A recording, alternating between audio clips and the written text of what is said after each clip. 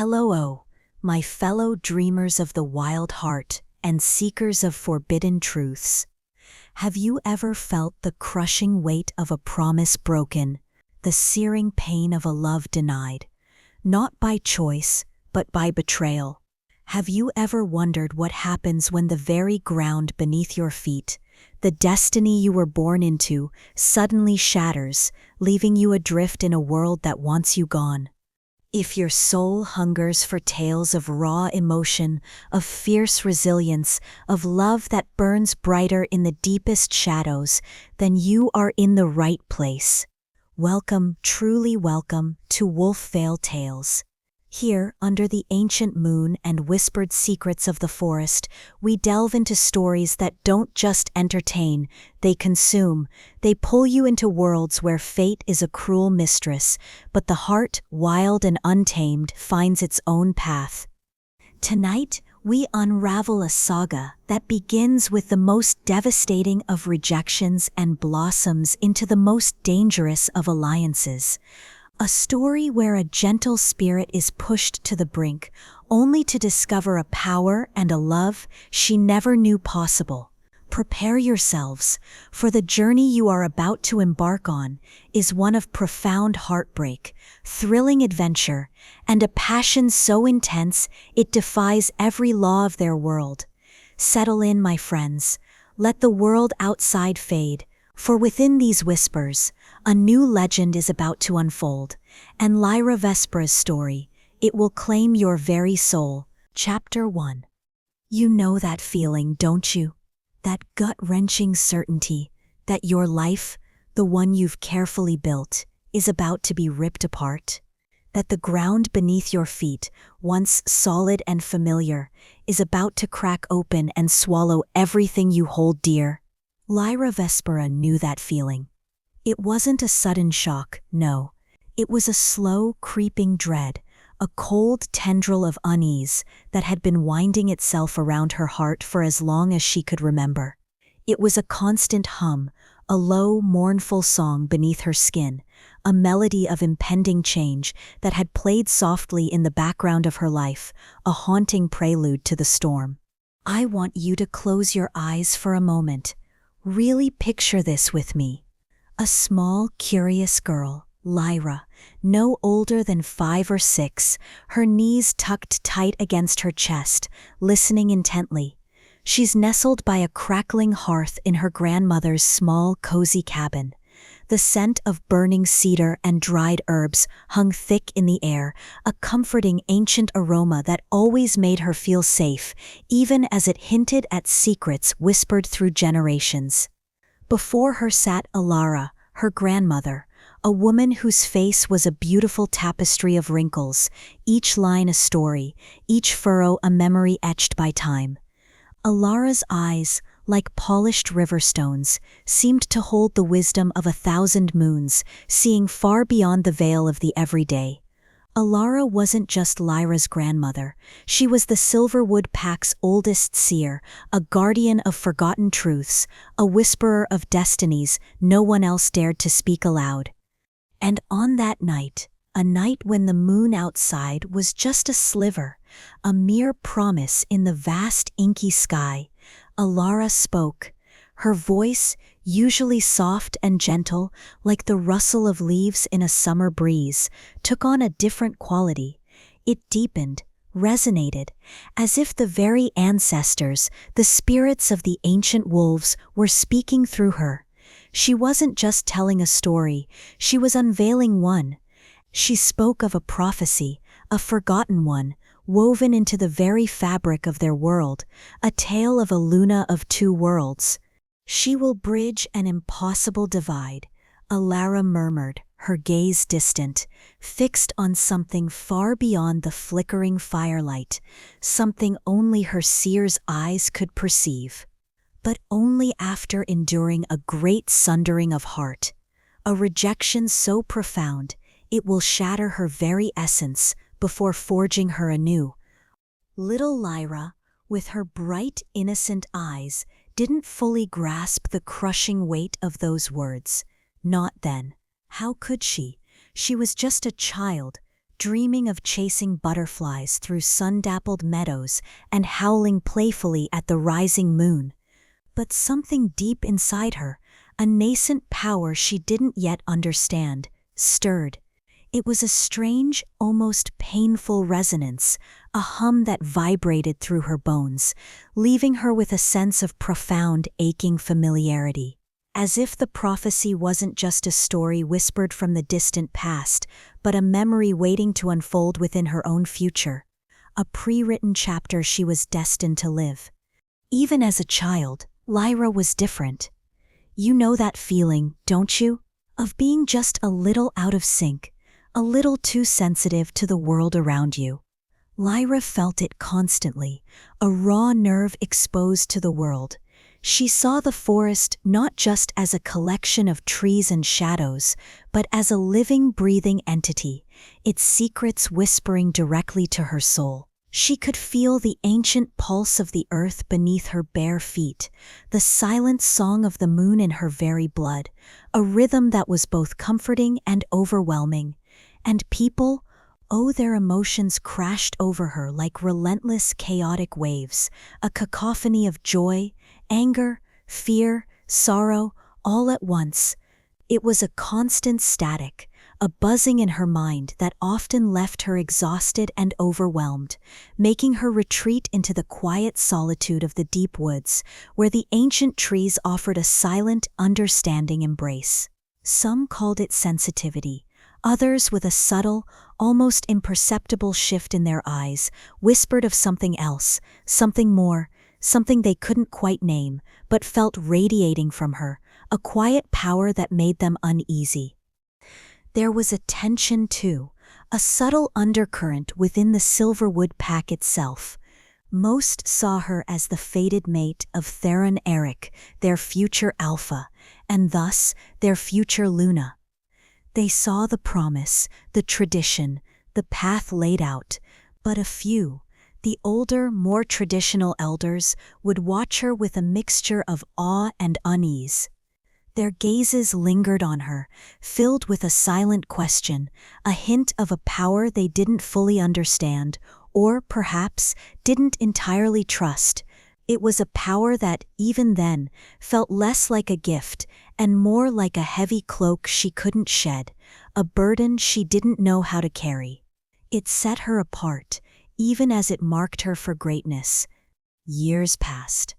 The little girl, who once listened to prophecies by the hearth, grew into a young woman. Her spirit remained gentle, her heart open, yet she still carried that quiet hum of destiny, that unspoken weight, that feeling of being on the cusp of something monumental. She stood beneath the full moon now, its silvery light painting the ancient forest in shades of ghostly white and deep indigo. The air was still, almost heavy, as if the entire world was holding its breath, waiting.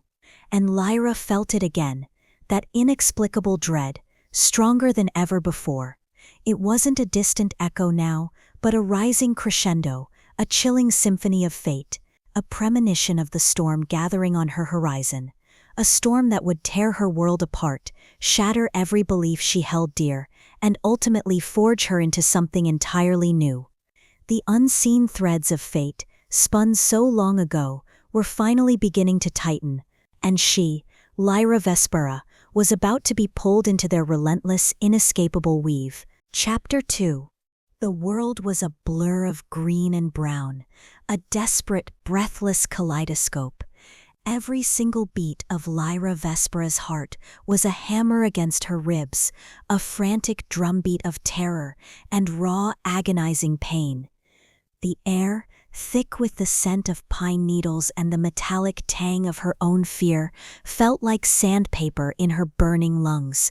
Her paws, once sure and graceful, were raw, bleeding against the unforgiving earth, each step a fresh jolt of agony that shot through her exhausted limbs.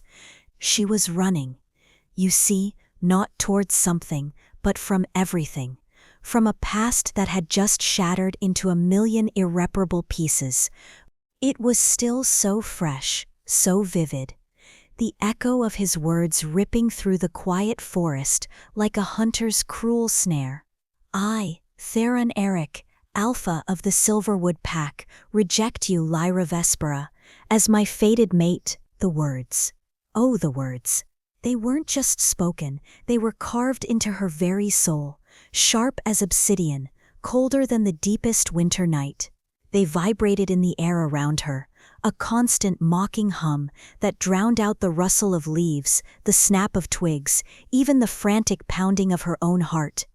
The humiliation was a physical ache, a crushing weight that pressed down on her chest, worse, far worse, than the lacerations on her flank, worse than the burning in her muscles. It was a cold, hollow space where her hope used to be. Can you imagine it? The moment your entire world, your very identity is ripped away? Lyra had been cast out, not just from a home, but from a destiny. From a future she had been raised to believe was hers, woven by the moon goddess herself. She was Luna in waiting, fated to stand beside Theron, to guide their pack, to nurture their kin. And now she was nothing, worse than nothing. She was hunted by the very wolves she once called family, by the ones who had sworn to protect her. The accusations still burned, a searing brand on her spirit. Consorting with forbidden magic, whispering with rival packs, lies, all of it. Vicious, calculated lies, spun to justify the unforgivable. She hadn't done it. She hadn't, but their eyes, those eyes that had once held warmth, now held only suspicion, fear, and condemnation. The pack, her pack, had turned on her in a heartbeat. Their loyalty as fleeting as morning mist. The injustice of it all was a bitter taste in her mouth, a metallic tang that mingled with the blood from her torn paw. The forest around her was no longer the comforting sanctuary of her childhood. It was a blur of menacing shadows, a labyrinth of twisting branches and grasping roots, each one reaching out to trip her, to ensnare her. It mirrored her internal chaos, the storm raging within her own mind. Her thoughts were a frantic scramble, a desperate attempt to outrun not just the physical pursuit, but the relentless torment of her memories. Theron's face, etched with a cold disdain she'd never seen before. The shocked gasps from the pack members she'd known her whole life. The silent, tearful gaze of her grandmother Alara, unable to intervene against the Alpha's decree. It was all a swirling vortex of pain and betrayal. And then there was her power, her unique power, the one that had always felt like a quiet hum, a gentle connection to the very life force of the forest. Now it was flaring, uncontrollably. With every surge of despair, with every frantic beat of her heart, it lashed out, raw and untamed. She could feel the ancient trees around her writhe, their branches groaning as if in agony. The very ground beneath her paws seemed to tremble, shuddering with her despair, mirroring the earthquake in her soul. It wasn't a gift anymore. It was a curse, a beacon marking her, draining her, making her feel like a walking, breathing blight on the land. "Why me?" she silently screamed, her voice lost to the wind. "Why this power, if it only brings me pain, if it only makes me a target?" She pushed harder, her muscles screaming in protest. The cold, damp earth pressed against her fur, seeping into her bones. Every breath was a ragged gasp tearing at her throat.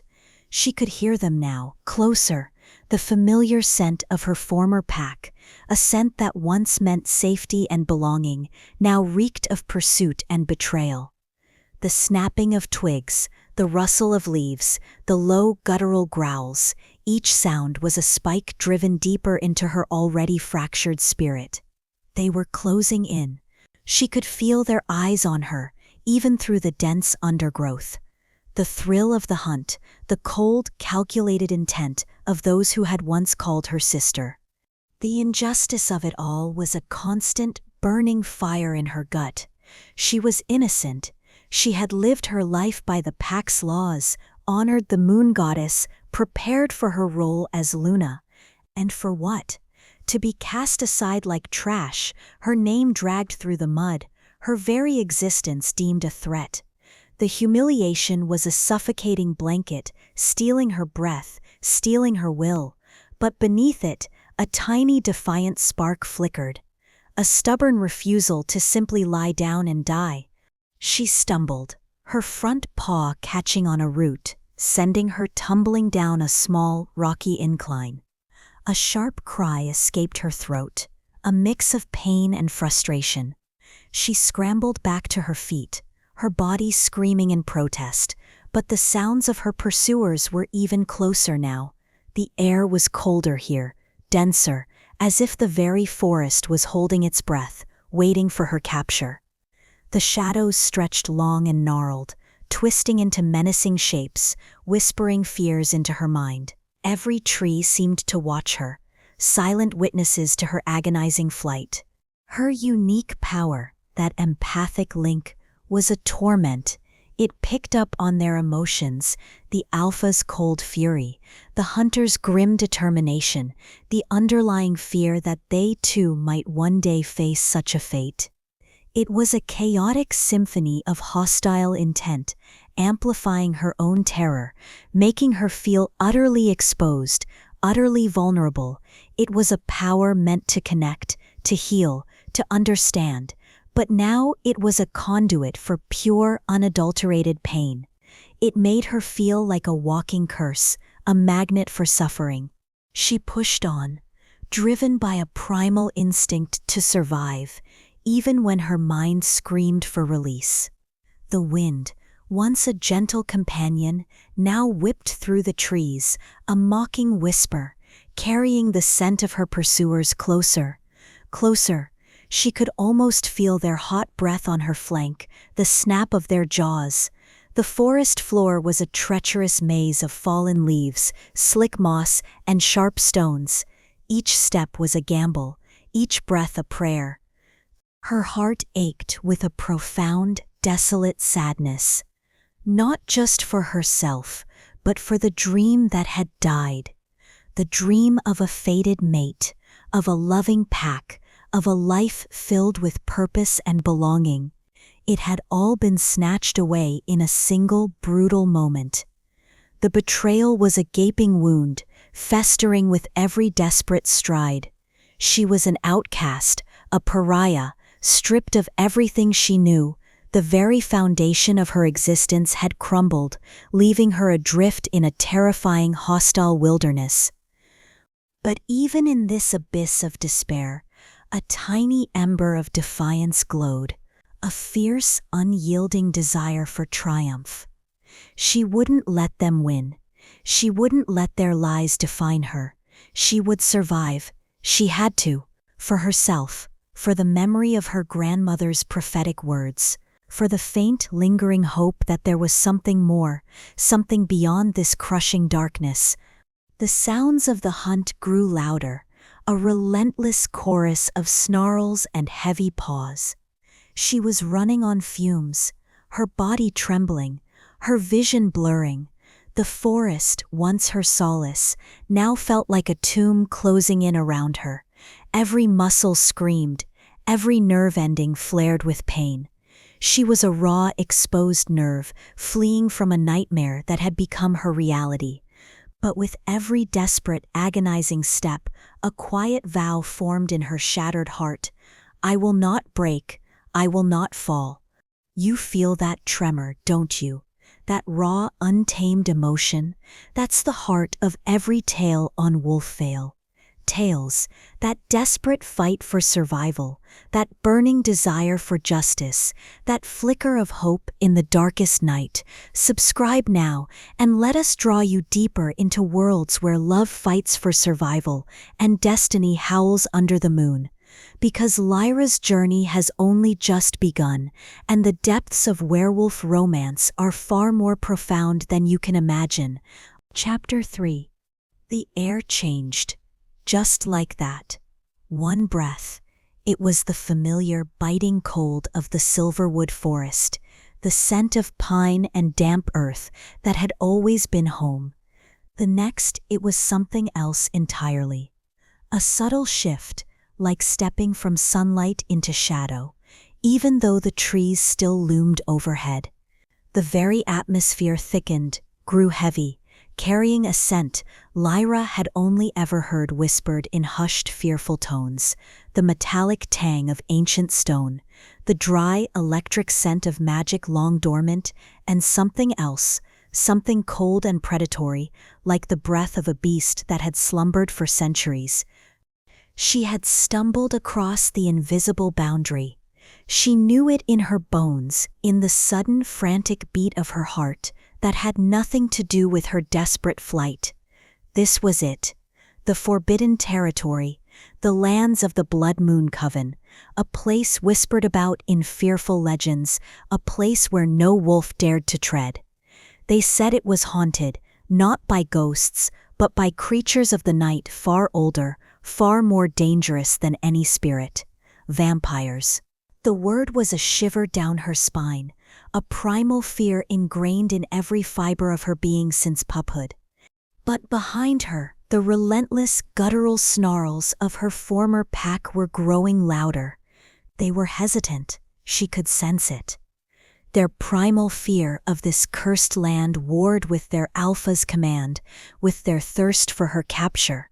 She could hear the slight falter in their rhythm, the momentary pause in their pursuit. A tiny, desperate flicker of hope ignited in her chest, quickly extinguished by the brutal reality. They were still coming. Their hesitation was a mere breath, a fleeting moment of weakness before the Alpha's will. Theron Eric's cold fury reasserted itself. The snapping of twigs, the heavy thud of paws on the forest floor, resumed with renewed, chilling determination. They would follow her into the very jaws of hell if it meant dragging her back. Exhaustion. It wasn't just a feeling anymore. It was a living, breathing entity, wrapping its icy tendrils around her limbs, dragging her down. Her muscles screamed, each fiber protesting, tearing. Her lungs burned, raw and chafed from the desperate, ragged gasps for air.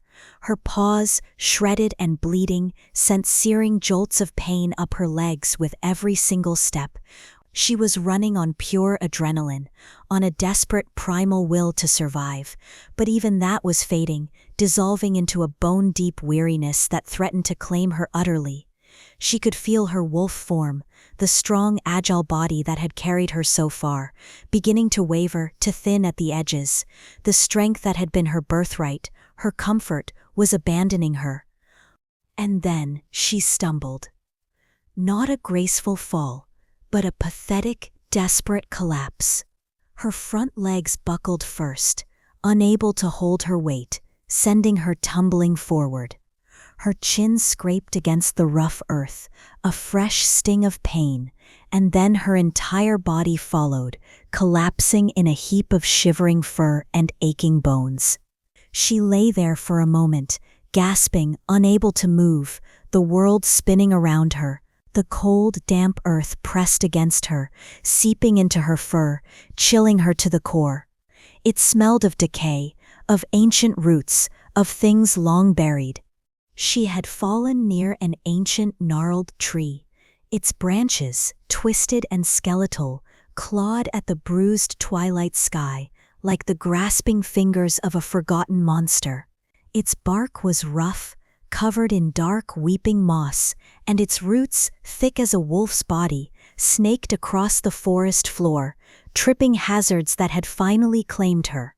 It felt less like a living thing, and more like a silent, indifferent sentinel, a witness to countless tragedies. As she lay there, utterly spent, her wolf form began to recede, dissolving like smoke. The powerful muscles softened, the thick fur thinned, her muzzle shortened, her paws reshaped into trembling human hands. The transformation was agonizing, a wrenching shift of bone and sinew, made worse by her profound exhaustion. She was human again, naked and vulnerable, shivering not just from the cold, but from the shock of her body's betrayal, from the sheer raw terror that clawed at her throat. Her strength was gone, her speed, her primal defenses, all stripped away, leaving her exposed, a fragile, broken thing. The forest, her lifelong solace, her sanctuary, now felt like a tomb. Every shadow seemed to deepen, to stretch and writhe with unseen menace.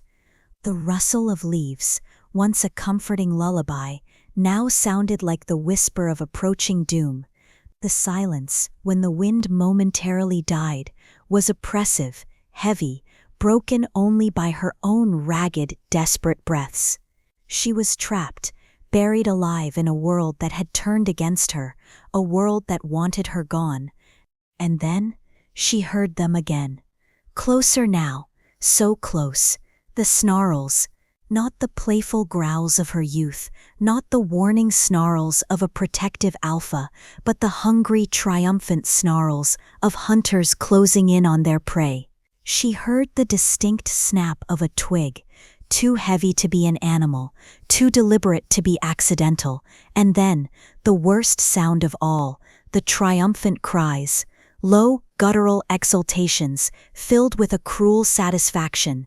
They were celebrating her downfall, celebrating her capture. The sound ripped through her, worse than any physical wound, tearing at the last vestiges of her hope. Despair. It wasn't a slow creep anymore. It was a tidal wave, crashing over her, drowning her in its icy depths. It threatened to consume her whole, to extinguish the last flickering spark of defiance within her. What was the point?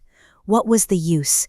She was broken, alone, hunted by her own kind, abandoned by her fated mate, cast out by the very pack she was born to lead.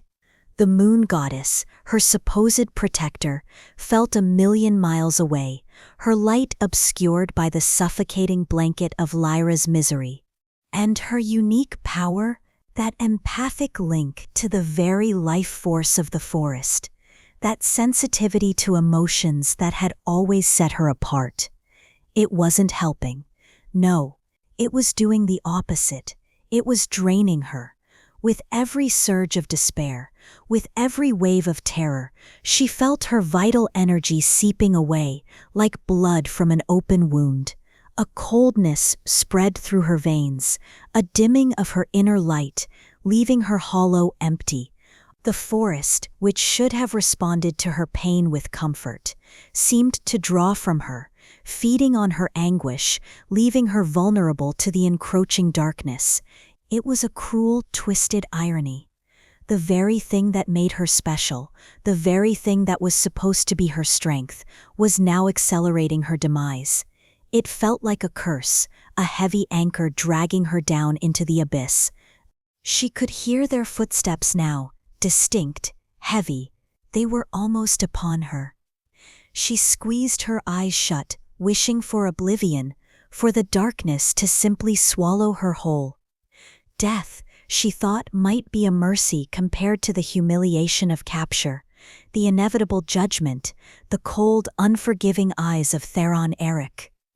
The thought of facing him again, of seeing that disdain in his gaze, was a torment she couldn't bear.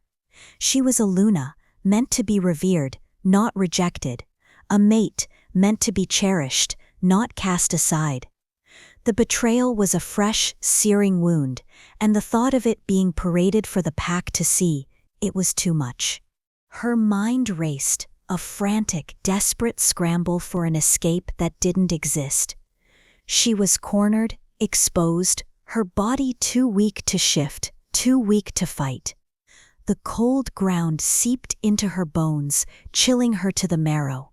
The air grew heavy with the scent of wolf, not just any wolf, but her pack, the scent of home, twisted into the stench of pursuit. The injustice of it all was a bitter metallic taste on her tongue. She had done nothing wrong, nothing, and yet here she was, on the brink of being dragged back to face a fate worse than death. The darkness of the forbidden territory, the very thing she had feared, now seemed to embrace her, a cold, indifferent shroud. It was a darkness that promised nothing, But at least it was a darkness free from the judging eyes of her betrayers. She was utterly alone, abandoned by fate, by the moon goddess, by every single being she had ever trusted. The hope that had flickered so stubbornly within her, that defiant ember, was now a dying spark, barely clinging to existence. The creeping numbness began to set in, a welcome reprieve from the relentless pain, a quiet surrender. She could hear them breathing now, a low, guttural chorus, the rustle of leaves, the snap of a branch, impossibly close. The moment of impact was seconds away. She braced herself, not for a fight, but for the inevitable. Her unique power, that empathic link, now felt like a gaping hole in her chest, a vacuum sucking the last of her life force away. It was a cruel, twisted joke. The Luna of two worlds, destined to bridge divides, was being torn apart, utterly alone, on the very edge of a forbidden abyss.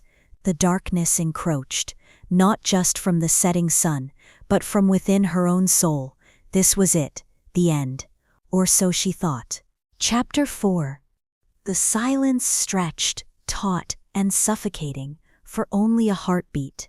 Then the forest exploded, a guttural snarl, closer than anything before, ripped through the air, followed by the heavy thud of paws.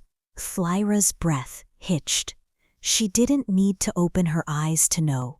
Theron Eric's lead tracker, Kaelin Solis, a wolf known for his relentless pursuit and his chilling, almost silent approach, was upon her. She could feel the vibration of his powerful leap in the very earth beneath her, the rush of displaced air as he launched himself. The scent of him, sharp and predatory, filled her nostrils, mingling with the metallic tang of her own fear. This was it, the end, the humiliation of capture, the cold, judging eyes of her former pack. A whimper, small and pathetic, escaped her throat. She braced herself, not for a fight she couldn't win, but for the inevitable impact, the tearing of teeth, the crushing weight of betrayal. But the impact never came. Instead, a different sound, a soft, almost imperceptible whoosh of air, like a whisper of silk through the night. And then a sickening thud, not of Kaelin hitting her, but of something else, something impossibly fast. Lyra's eyes, which she hadn't realized she'd squeezed shut, snapped open. The world seemed to tilt, to shimmer, as if reality itself had momentarily fractured. Kaelin Solis, the formidable tracker, was no longer lunging.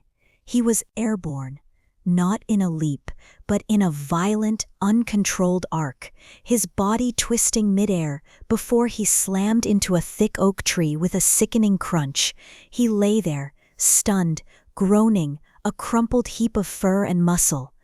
And standing where he had been, a mere breath from Lyra, was a shadow, not a wolf's shadow, not even a human's, but something else entirely, something impossibly fast, impossibly silent. It had detached itself from the deeper woods, a seamless part of the encroaching gloom, yet radiating an undeniable chilling presence. It was Casimir Volkov. The name whispered in fear through generations of wolves, now materialized before her. The vampire alpha.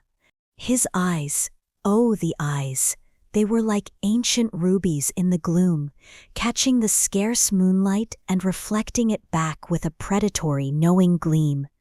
They weren't just red, they held depths of crimson, streaks of obsidian, and an unnerving intelligence that seemed to pierce right through her, past her fear, past her pain, straight into the core of her being. Lyra felt a shiver, not of cold, but of pure, unadulterated awe and terror, ripple through her already exhausted body. He moved with a grace that defied gravity, a predatory elegance that chilled Lyra to the bone even as it captivated her. Every line of his body, tall and lean, spoke of coiled power, of ancient strength held in effortless reserve. He didn't make a sound, No rustle of clothes, no heavy footsteps, just the subtle shift of air around him, a silent, lethal warning to anyone who dared to challenge him. And his presence.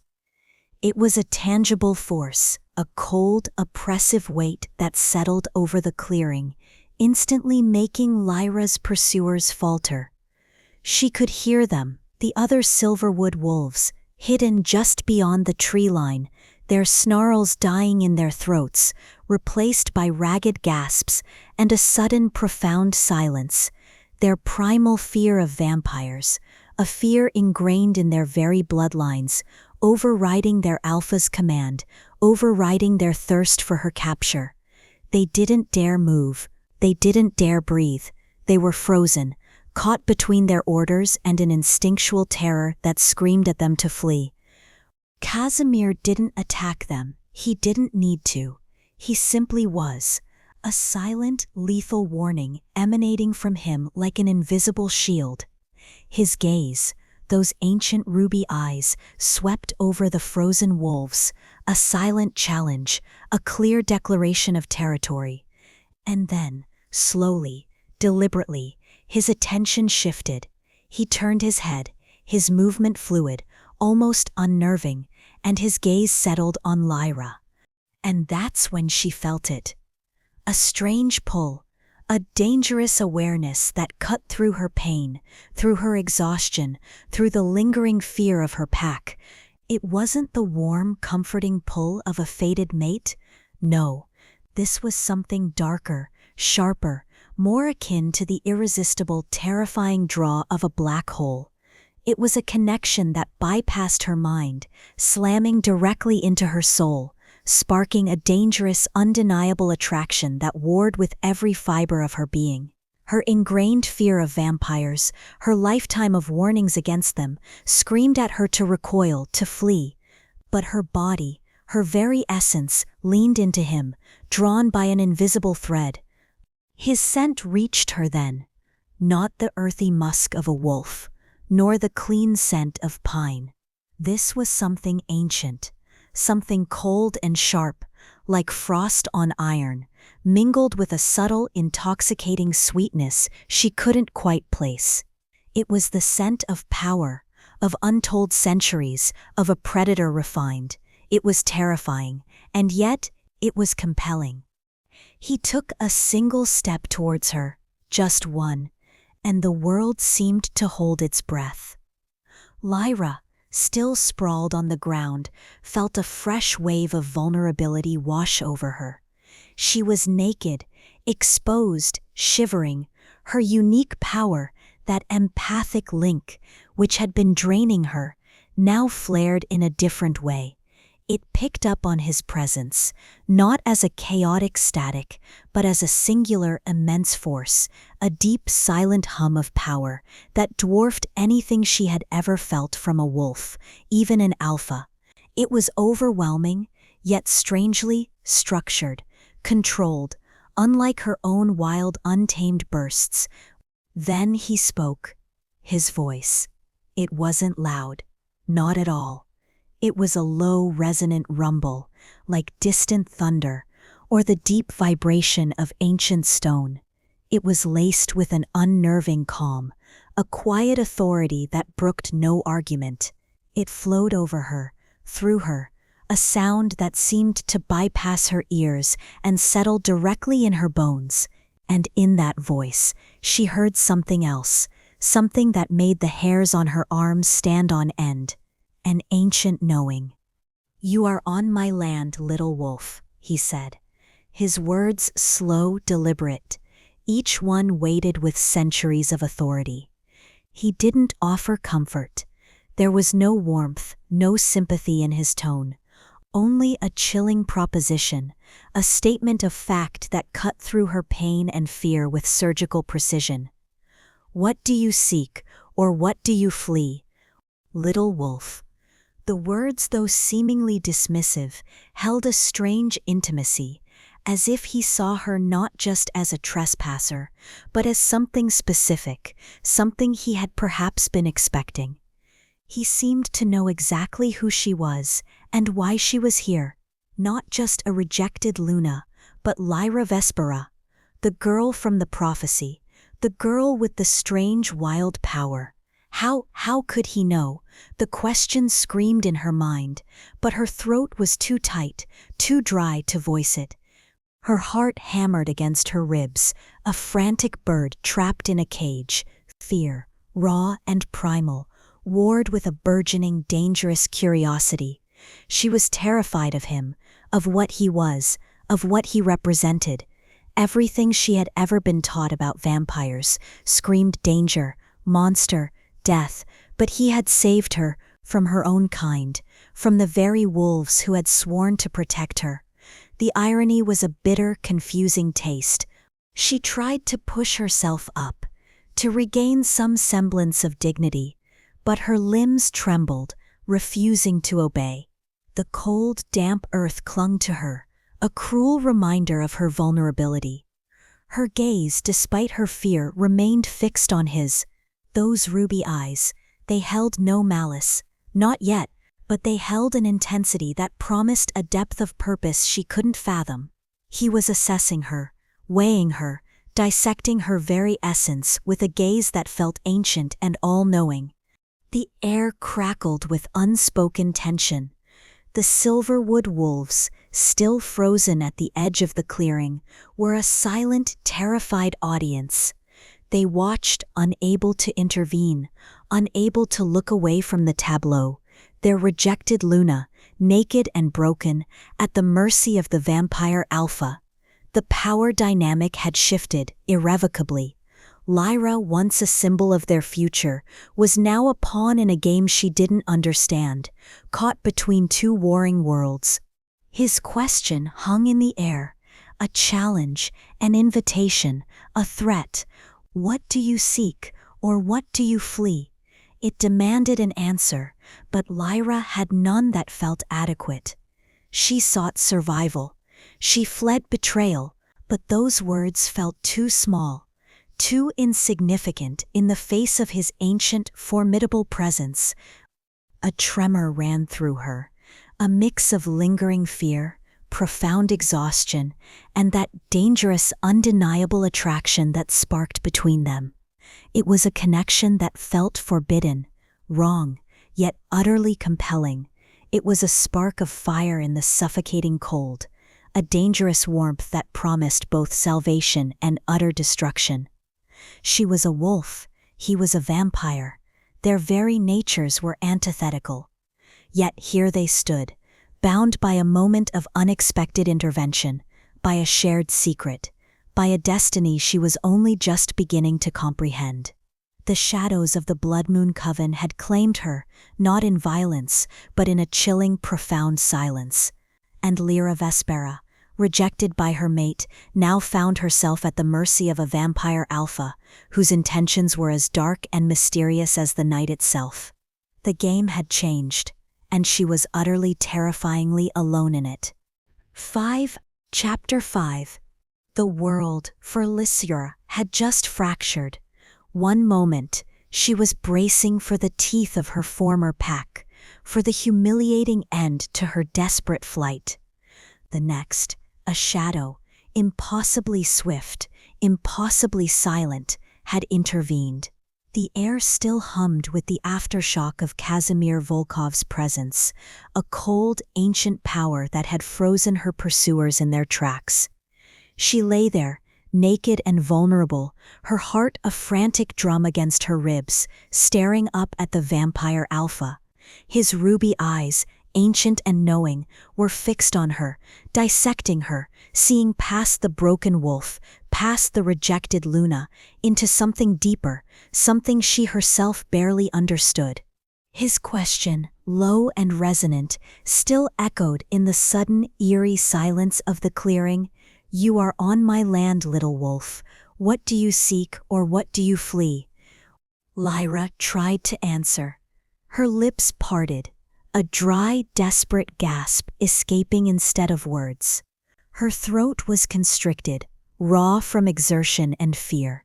Her body, still trembling from the near capture and the profound emotional shock, refused to obey, refusing to let her stand, to reclaim even a shred of dignity. She was utterly at his mercy, a fact that both terrified and, in a strange, unsettling way, offered a perverse kind of relief. The wolves were gone, for now driven back by him. The enemy of her enemy, perhaps, but still, an enemy, a creature of nightmare. Casimir didn't wait for her reply. He simply moved, not with the explosive speed that had sent Kanglin's Solis flying, but with a fluid, almost languid grace that was terrifying in its control. He knelt, not close enough to touch, but close enough for her to feel the subtle shift in the air. The cold, ancient scent of him, sharp as frost on iron, mingled with that strange, intoxicating sweetness. He reached out a hand, not to touch her, but to gesture, a silent command. From the deeper shadows, two more figures emerged. Not wolves, not human. They moved with the same unsettling grace, their forms indistinct in the gloom, their eyes glinting with a similar predatory light. Vampires. Lyra's breath hitched again. Her ingrained fear, a lifetime of whispers and warnings, screamed at her. Danger, monster, death, every instinct, every fiber of her being, urged her to flee, to fight, to do anything but remain still. But she was too weak, too broken, and something else. That strange dark pull towards Casimir, a dangerous awareness that warred with her terror, held her captive. The two vampires, male and female, moved with silent efficiency. They didn't touch her roughly. Instead, they draped a thick, dark cloak over her shivering form, its fabric surprisingly soft yet heavy, smelling faintly of old leather and something else she couldn't identify, something cold and earthy, like a crypt. It offered warmth, but no comfort. It felt like a shroud. They helped her gently but firmly to her feet. Her legs were like jelly, threatening to give out beneath her. She leaned heavily on them, her gaze never leaving Casimir. He stood now, his eyes still fixed on her, a silent, unnerving intensity in their ruby depths. He didn't speak another word to her, not yet. Instead, he gave a low, almost imperceptible command to his companions. A series of soft, guttural sounds, clicks and hisses that were utterly alien to her wolf ears, yet somehow conveyed absolute authority. They nodded, their movements sharp and precise, and began to lead her deeper into the forbidden territory. The journey was a blur of pain and disorientation. Lyra stumbled, her body protesting every step, her mind a chaotic swirl of fear, confusion, and a strange, dangerous fascination with the silent, powerful being who walked just ahead of her. The forest here was different, older, darker. The trees grew twisted and gnarled, their branches interlocking overhead to form a perpetual twilight. The air grew colder, heavier, carrying the scent of damp earth and ancient stone. This wasn't the vibrant, living forest of her packlands. This was a place of secrets, of things that had slumbered for centuries, now stirring. She could feel her unique power, her empathic link to the life force around her, struggling to make sense of this new environment. It was like trying to hear a single clear note in a cacophony of discordant sounds. The forest here hummed with a different kind of energy, cold, ancient, powerful, but utterly alien. It didn't resonate with her in the way her own woods did. It felt dead, or perhaps simply different, beyond her current comprehension. It left her feeling even more drained, more vulnerable. After what felt like an eternity, they emerged from the dense woods. Before them, rising from the very rock of the forbidden territory, was Casimir's stronghold. It wasn't a castle, not in the way a human might imagine. It was a fortress, ancient and formidable, carved directly into the sheer face of a towering cliff. Its walls were dark, rough-hewn stone, seamless with the rock face, blending into the mountain as if it had grown there. No windows, only narrow shadowed slits that looked like the eyes of a sleeping beast. A single massive archway, black as pitch, yawned open like a hungry maw. This was no place of warmth. No cozy pack dens, no communal fires, no familiar sense of family and belonging. This was a place of stark, elegant power. A monument to strength, to survival, to something ancient and unyielding. The very air around it felt heavy, charged with an unspoken history.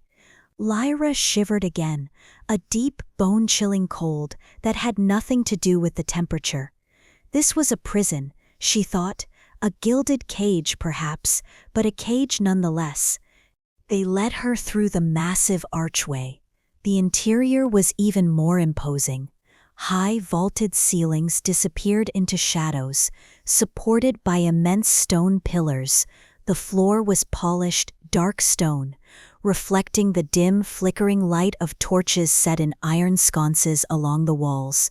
The air inside was still, utterly silent, save for the soft echo of their footsteps.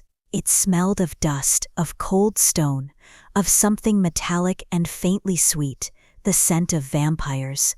It was overwhelming, making her head spin. She was led through a labyrinth of silent corridors, past heavy, unadorned doors, until they reached a chamber. It was Spartan, yet undeniably elegant. A simple, low bed covered in dark furs, a small, heavy table, and a single, unlit fireplace. No windows, only stone. It was a room designed for solitude, for containment. Casimir entered the chamber after them, his movements as silent as ever. His two companions melted back into the shadows, leaving Lyra utterly alone with him. He didn't approach her immediately. Instead, he stood by the entrance, his arms crossed over his chest, his gaze fixed on her with an unnerving intensity. He wasn't looking at her with anger, or even overt curiosity. It was something else, a deep analytical observation, as if she were a complex puzzle he was determined to solve. He was studying her, dissecting her, seeing every tremor, every flicker of emotion in her eyes. "You are not a prisoner, Lyra Vespera," he said, his voice a low rumble that seemed to vibrate through the very stone of the room. He used her full name, the one her grandmother had spoken with such reverence, the one Theron had spat with such disdain. It felt strange, foreign, coming from him. "You are a dangerous curiosity." The words were a stark reminder of her precarious position. She wasn't safe? Not truly. She was merely tolerated, observed. His words offered no comfort, only a chilling proposition. His protection came with unspoken terms. She knew it. Nothing was free in this world, especially not from a being like him. He began to ask questions. Not rapid-fire interrogations, but slow, deliberate probes. His voice remained calm, almost dispassionate, yet each question felt like a needle, pricking at her raw wounds, seeking out the truth beneath her pain. He asked about her pack, about the rejection, about the nature of her unique power. He didn't ask if she had a unique power, but what it was. He already knew. That chilling awareness, that ancient knowing in his eyes, was undeniable. "Your empathic link," he murmured, his gaze piercing. "It is untamed, wild, but potent. You feel the forest, yes? But you feel more than that, don't you, little wolf? You feel the very threads of life, the echoes of magic. It is why they feared you, why they cast you out." His words hit her with the force of a physical blow. He saw it, he understood it. The very thing that had made her an outcast, the thing she perceived as a burden, he spoke of with a strange, almost clinical reverence. It was unnerving. He knew more about her unique power than she did herself, more than her own pack elders had ever truly acknowledged. He hinted at a chilling awareness of the moon goddess prophecy, not with vague whispers, but with a quiet certainty that suggested he had encountered such things before, perhaps even understood their intricacies. Lyra tried to resist his presence. She tried to deny the strange, dark pull she felt towards him. It was a dangerous, undeniable attraction, a magnetic force that warred with every fiber of her being. It wasn't the warm, comforting pull of a fated mate, the gentle hum that was supposed to guide her.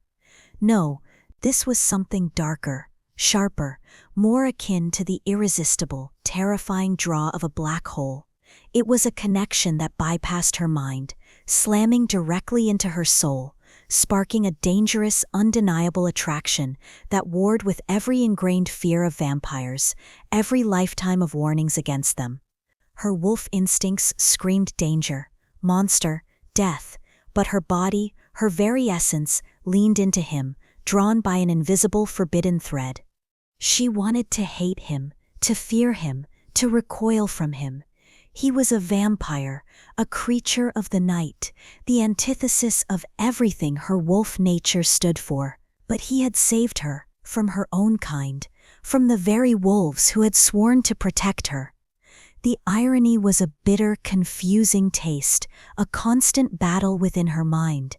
His silence, when he wasn't speaking, was even more potent than his questions.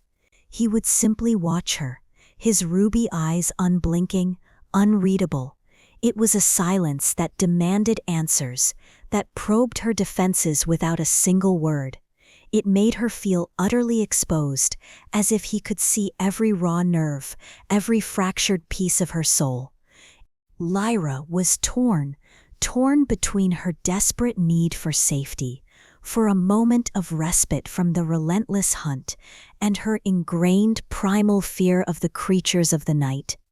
She was a wolf, a creature of the sun and moon, of the forest and the pack. He was a vampire, a creature of shadow and ancient stone, of solitude and blood.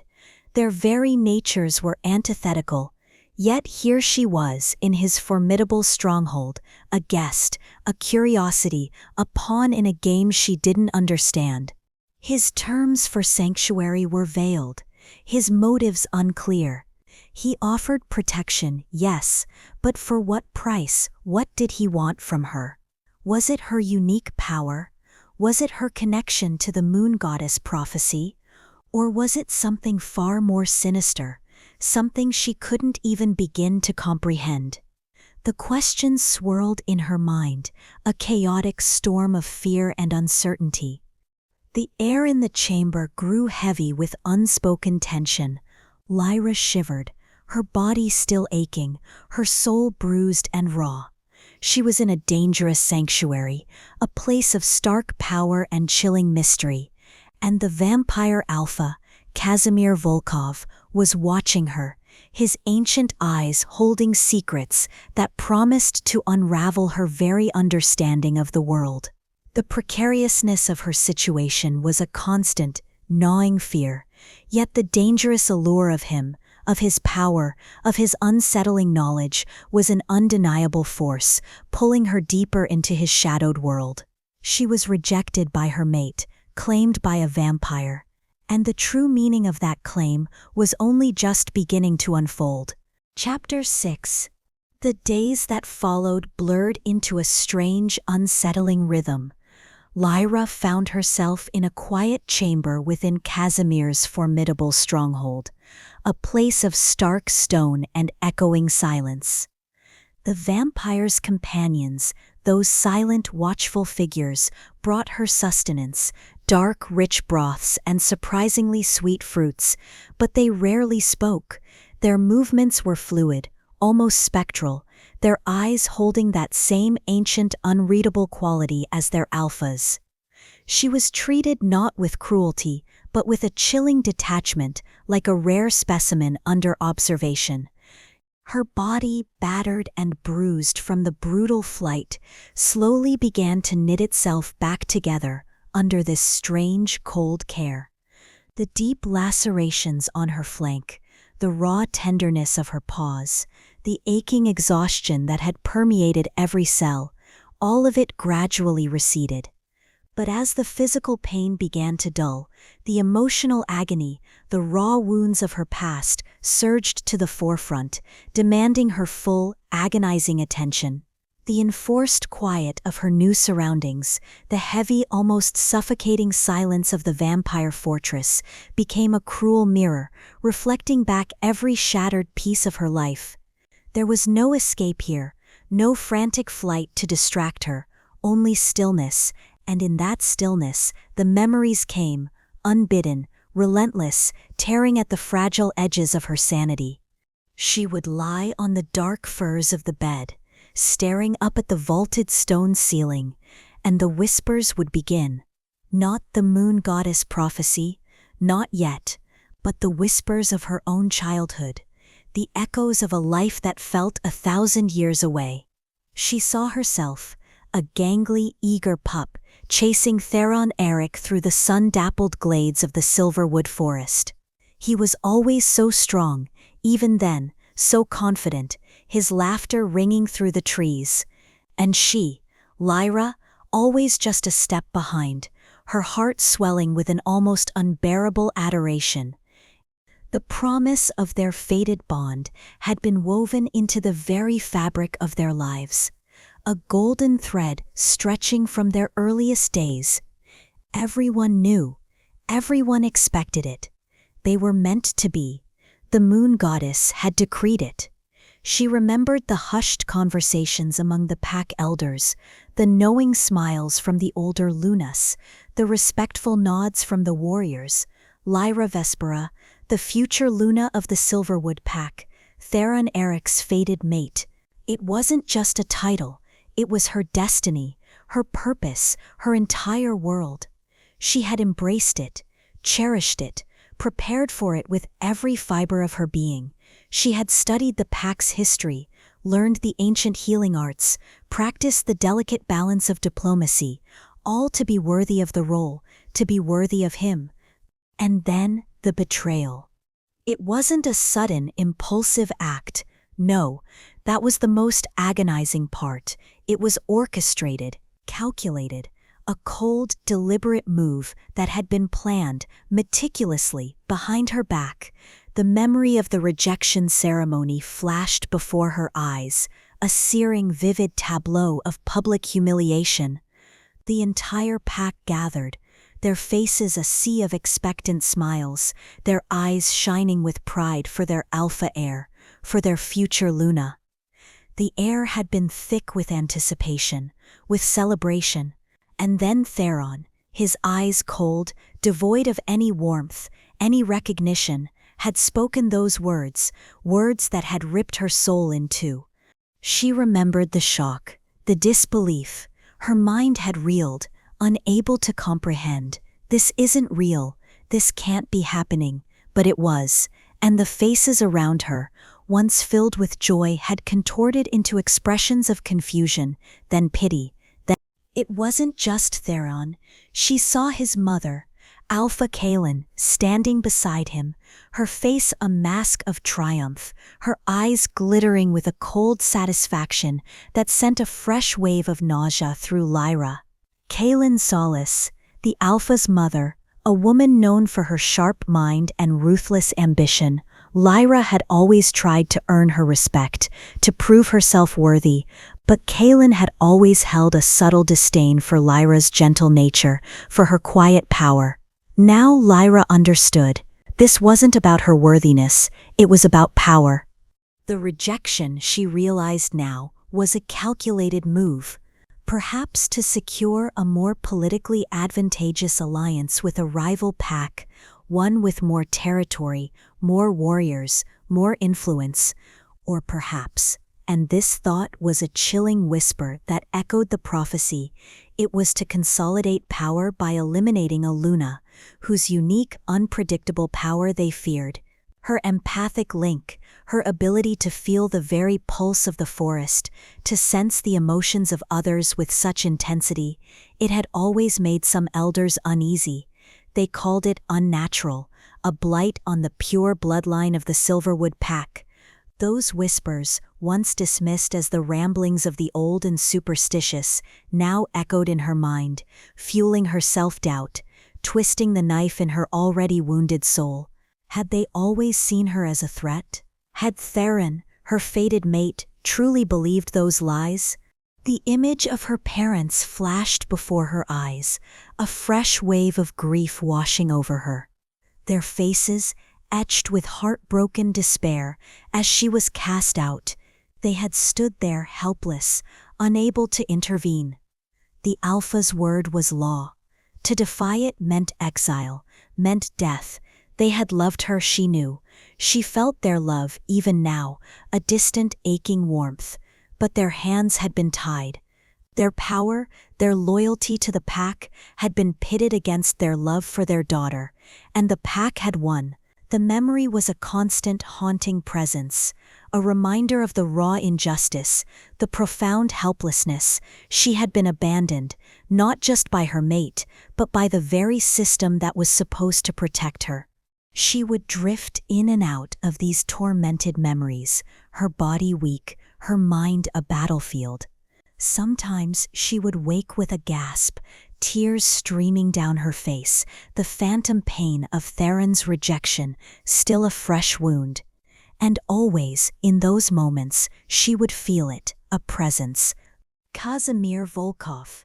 He was often there, not close, never touching. He would simply stand in the shadows of her chamber, a silent, imposing figure, his ruby eyes fixed on her. He rarely spoke, but his gaze, it was unnerving. It held no pity, no judgment, but an unsettling empathy that seemed to pierce through her defenses, seeing the raw, exposed nerves of her pain. He was distant, yes, but not indifferent. He was observing her torment, absorbing it, analyzing it with an ancient understanding that chilled her to the bone. Sometimes, when her despair was a tangible thing, a suffocating blanket that threatened to consume her, he would offer a single profound statement, not a comfort, not a platitude, something sharp, precise, that cut through her defenses, subtly chipping away at her deep-seated mistrust. She remembered one night, the moonlight streaming through a high, narrow slit in the stone, painting the room in shades of silver and shadow. She had woken from a nightmare, gasping, the image of Theron's cold eyes burning behind her eyelids. A low sob had escaped her. And then, his voice, low, resonant, a rumble in the quiet. Betrayal, Casimir had said. His voice devoid of emotion, yet carrying the weight of centuries. It is not the wound that festers, little wolf, it is the lie you tell yourself about it, that you deserved it, that you are less. The words had hit her with the force of a physical blow, cutting through the fog of her despair. That you deserved it, that you are less, it was the very lie she had been telling herself. The insidious whisper that had taken root in her heart after Theron's rejection.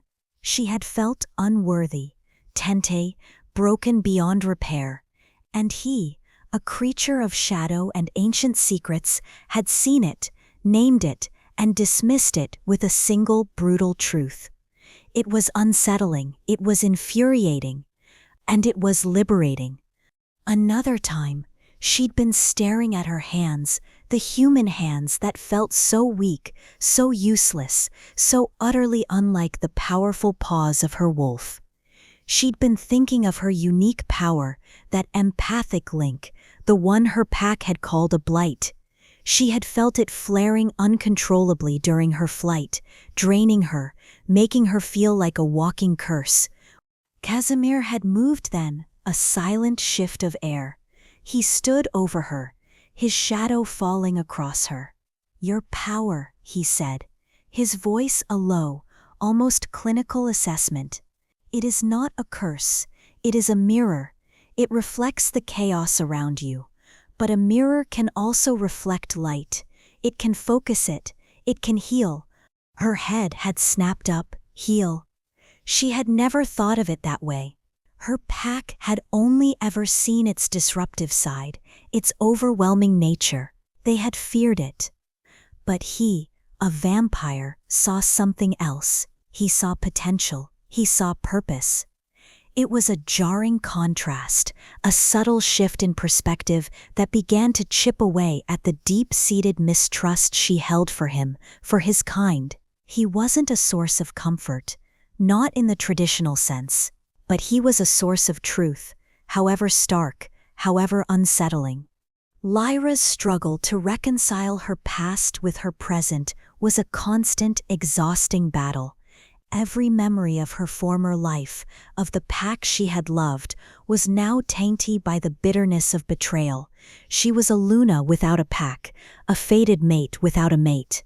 The very foundations of her identity had been ripped away, leaving her adrift in a sea of pain and confusion.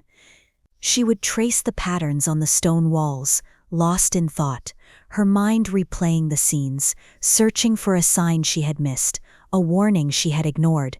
But there had been none. Only the slow, insidious creep of manipulation, hidden beneath smiles and promises. The lingering self-doubt about her power was the heaviest burden of all. If it was so special, so important, why had it never truly helped her? Why had it only brought her pain, made her an outcast? Why did it feel so overwhelming, so uncontrollable? Casimir's words, though few, were like tiny chisels, slowly, painstakingly, breaking down the walls of self-condemnation she had built around herself. He didn't offer false hope. He offered a different perspective, a challenge to her ingrained beliefs. She would watch him sometimes when he thought she was asleep, or when he was simply standing in the shadows, observing. His face, ancient and aristocratic, was often unreadable, but sometimes, just sometimes, she would catch a flicker in his ruby eyes, a hint of something profound, something akin to loneliness or a burden carried for too long. It made him seem less like a monster and more like a being who understood pain on a level she couldn't yet comprehend. His empathy was unsettling precisely because it was so unexpected, so detached, yet so piercingly accurate. The quiet of the stronghold became a crucible. There were no distractions, no duties, no familiar faces to pretend for. Only her and the relentless echoes of her past. It was agonizing, a slow, painful process of confronting every wound, every shattered dream. But in that agony, a strange, fragile strength began to emerge. A stubborn refusal to be defined by her pain. A quiet, burning desire for healing, for understanding, for a way to reclaim herself. And in the silent, watchful presence of the vampire alpha, Lyra Vespera, the rejected Luna, began the long, arduous journey of piecing herself back together, one shattered fragment at a time. The mirror of her past was broken. Yes, but perhaps, just perhaps, she could learn to see a new reflection in its fractured pieces. Chapter 7. The silence of Casimir's stronghold was a living thing, a heavy, ancient presence that filled every stone corridor, every shadowed chamber. It was a silence that forced introspection, a quiet so profound it echoed the emptiness in Lyra's own heart. Her body, though healing, still throbbed with phantom pains, but it was the wounds of her spirit that truly bled. Theron's rejection, the pack's betrayal, the cold, calculated lies that had ripped her world apart, they replayed in her mind, a relentless, agonizing loop. She was a Luna without a pack, a fated mate without a mate. The very foundations of her identity had crumbled, leaving her adrift in a sea of pain and confusion. Casimir's stark words, his unsettling empathy, had begun to chip away at the self-condemnation, but the path to healing was long arduous and fraught with the ghosts of her past. One day, driven by a restless energy she couldn't quite name, perhaps a nascent curiosity, perhaps a desperate need for distraction, Lyra found herself drawn to a particular section of the stronghold. It was a vast, sprawling space, hidden deep within the fortress, accessible through a series of winding, torchlit passages. The air here was different, cooler, drier, carrying the faint, intoxicating scent of aged paper, brittle leather, and something else, something that hummed with the quiet power of forgotten knowledge. This was Casimir's library, and it was unlike anything Lyra had ever imagined. It stretched before her, a dizzying expanse of towering shelves that seemed to disappear into the gloom of the high, vaulted ceilings. Row upon row, column upon column, they were packed with books, not the neatly bound, carefully catalogued volumes of the Silverwood Pack's small, functional archives. No, these were ancient tomes, their spines cracked and faded, their pages brittle with age. Some were bound in dark, unfamiliar leathers, embossed with symbols she didn't recognize. Others were scrolls, tied with faded ribbons, or even thick, heavy tablets of polished stone, etched with intricate swirling script. Dust motes danced in the dim, ethereal light that filtered down from unseen openings high above, like tiny golden spirits guarding the secrets within. Lyra hesitated at the threshold, a tremor of trepidation running through her. This place felt sacred, intimidating. It hummed with a different kind of power than her own empathic link, a power of accumulated wisdom, of centuries of collected lore. But beneath the awe, a quiet hunger stirred within her, a hunger for understanding, for answers that her pack had never provided, for a truth that felt just out of reach. It was a hunger she hadn't realized she possessed until now, a quiet yearning for knowledge that resonated with a deep, almost primal part of her being. She stepped inside, her bare feet silent on the cold, smooth stone floor. The sheer scale of it was overwhelming. Where to even begin? But then a subtle pull, not a physical tug, but a gentle, insistent hum from her own unique power, guiding her, her empathic link, usually so chaotic when faced with strong emotions, here felt different. It was sensing something, a resonance with certain energies, certain knowledge. It drew her deeper, past shelves filled with what looked like histories of forgotten kingdoms, past treatises on ancient warfare, past dusty scrolls detailing celestial movements. She found herself in a section where the air felt particularly charged, almost buzzing. Here, the books were even older, their bindings more worn, their pages thinner, almost translucent, and here she stumbled upon them. Texts that spoke of the moon goddess. But this wasn't the simple, comforting lore of her childhood. This wasn't the tale of a benevolent deity who simply granted mates and oversaw the pack's prosperity. No, these texts spoke of the moon goddess in a far more complex, raw, and powerful way. They described her not just as a giver of life, but as a force of balance, of creation and destruction, of light and shadow. They spoke of her ancient packs, her immense power, and the delicate equilibrium she maintained in the world. They hinted at a divine purpose that extended far beyond the simple survival of werewolf packs. Lyra's fingers traced the faded script on a brittle page, her heart thrumming.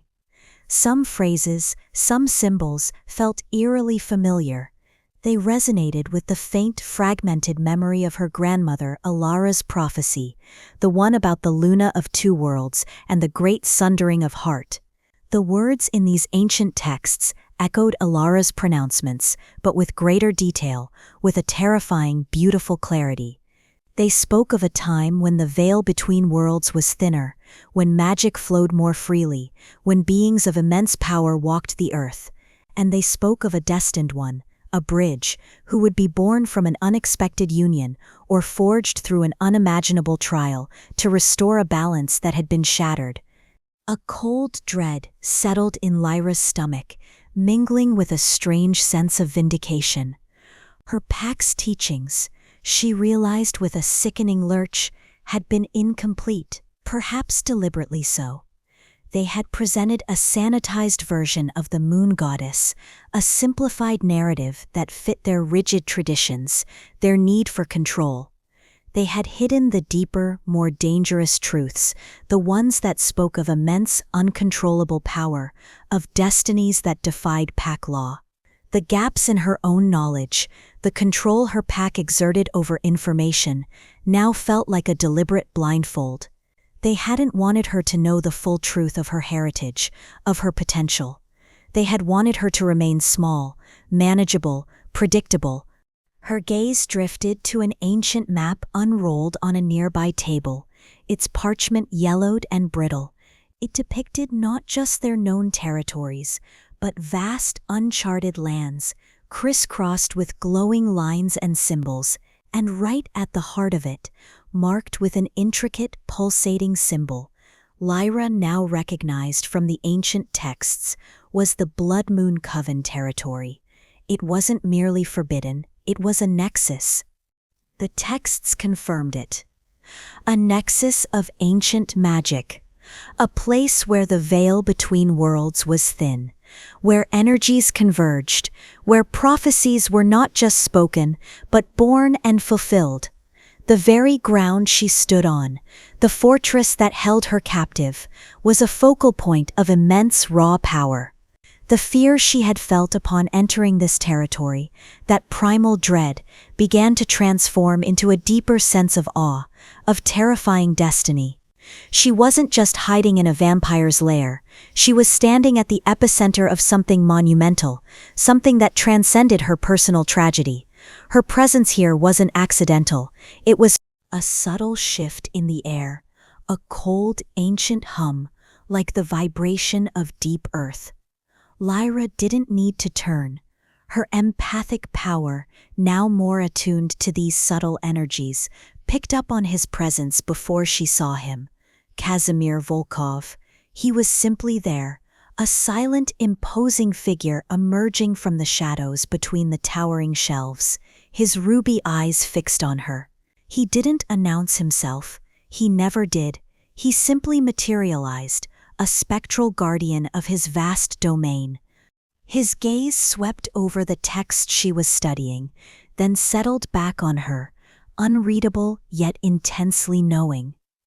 Lyra felt that familiar internal conflict, the lingering fear of his scrutiny, the deep-seated mistrust ingrained in her wolf nature, warring with a growing, desperate desire for answers. Only he, it seemed, possessed the keys to this ancient knowledge, to the mysteries that now consumed her.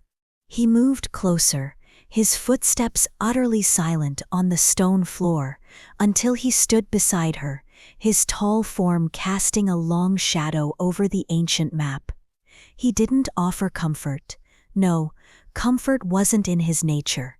Instead, his voice, low and resonant, filled the vast space, a sound that seemed to vibrate through the very stone. "You seek answers, little wolf," he murmured, his tone devoid of judgment, yet carrying the weight of centuries. "This library holds many, but knowledge, like power, comes at a cost."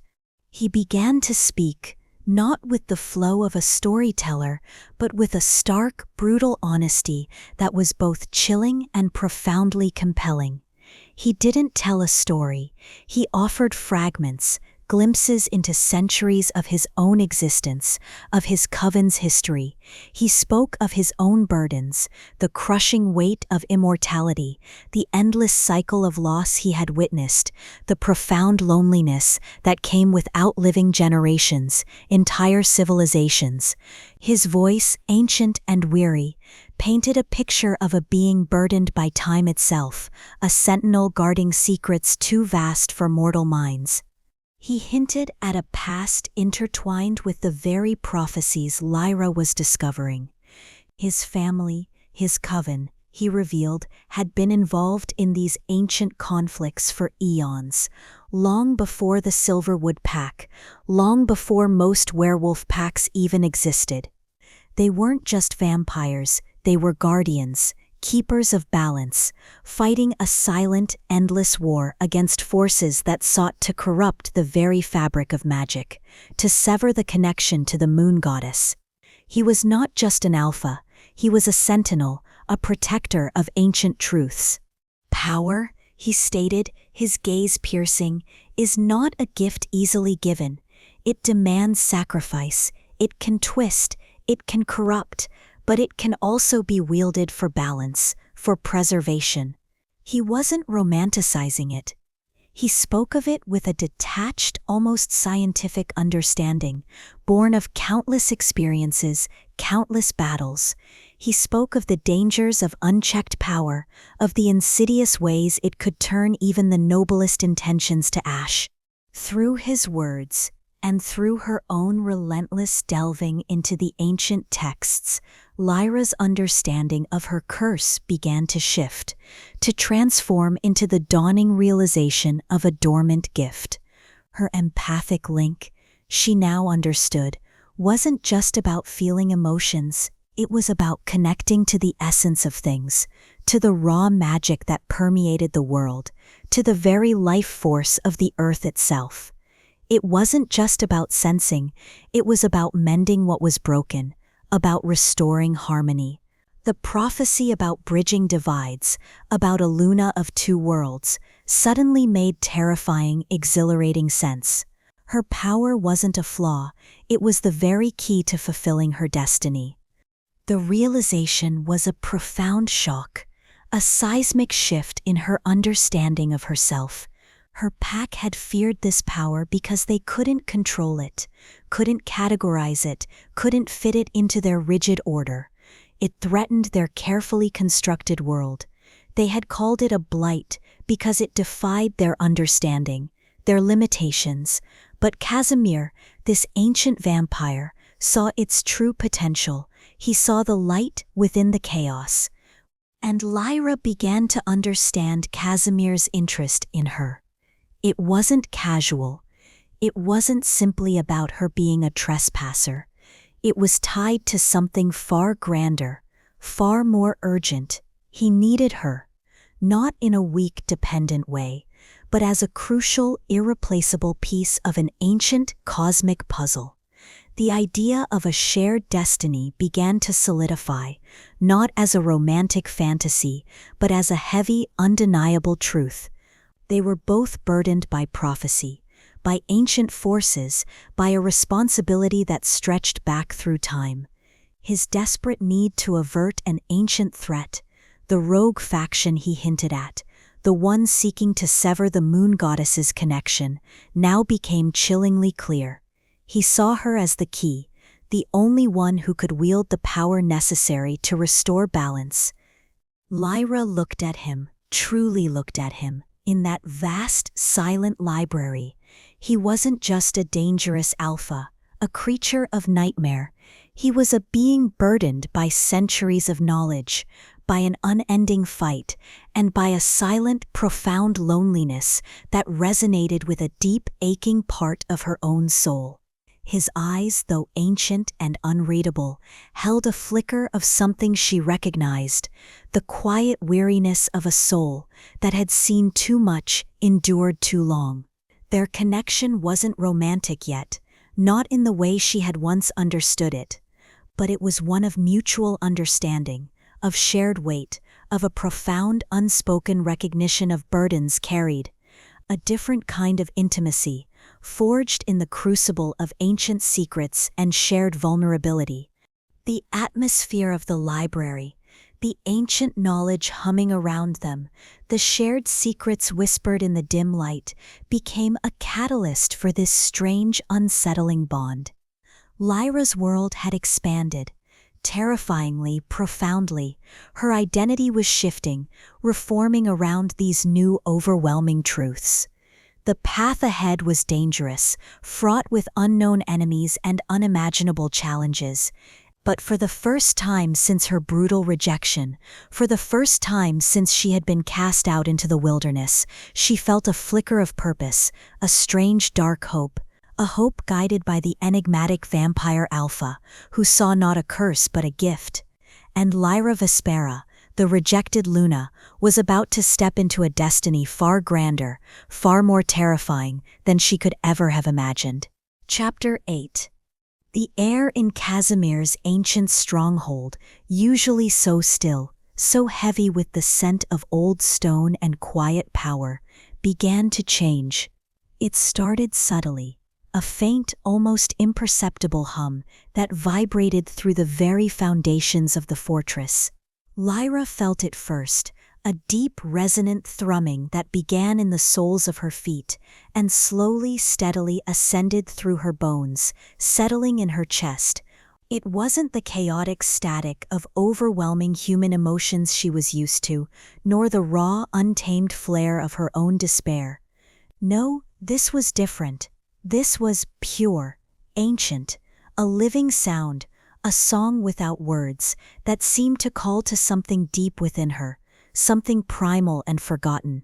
Her unique power, her empathic link, which had been slowly awakening and refining itself under Casimir's watchful, unsettling gaze, stretched outwards, reaching for the source of this ethereal hum. It felt like a vast, invisible hand, gently pulling her, guiding her. The hum intensified, growing from a whisper to a soft, persistent thrum, a melody of profound significance. It resonated with the faint echoes of her grandmother Alara's prophecy, the one about the Luna of two worlds, making the hairs on Lara's arms stand on end. This wasn't just a sound, it was a summons.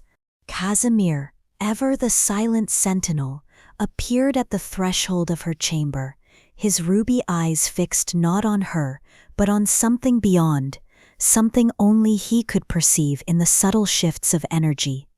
His aristocratic features, usually so composed, held a flicker of something Lyra hadn't seen before, a profound alertness, a deep, almost reverent recognition.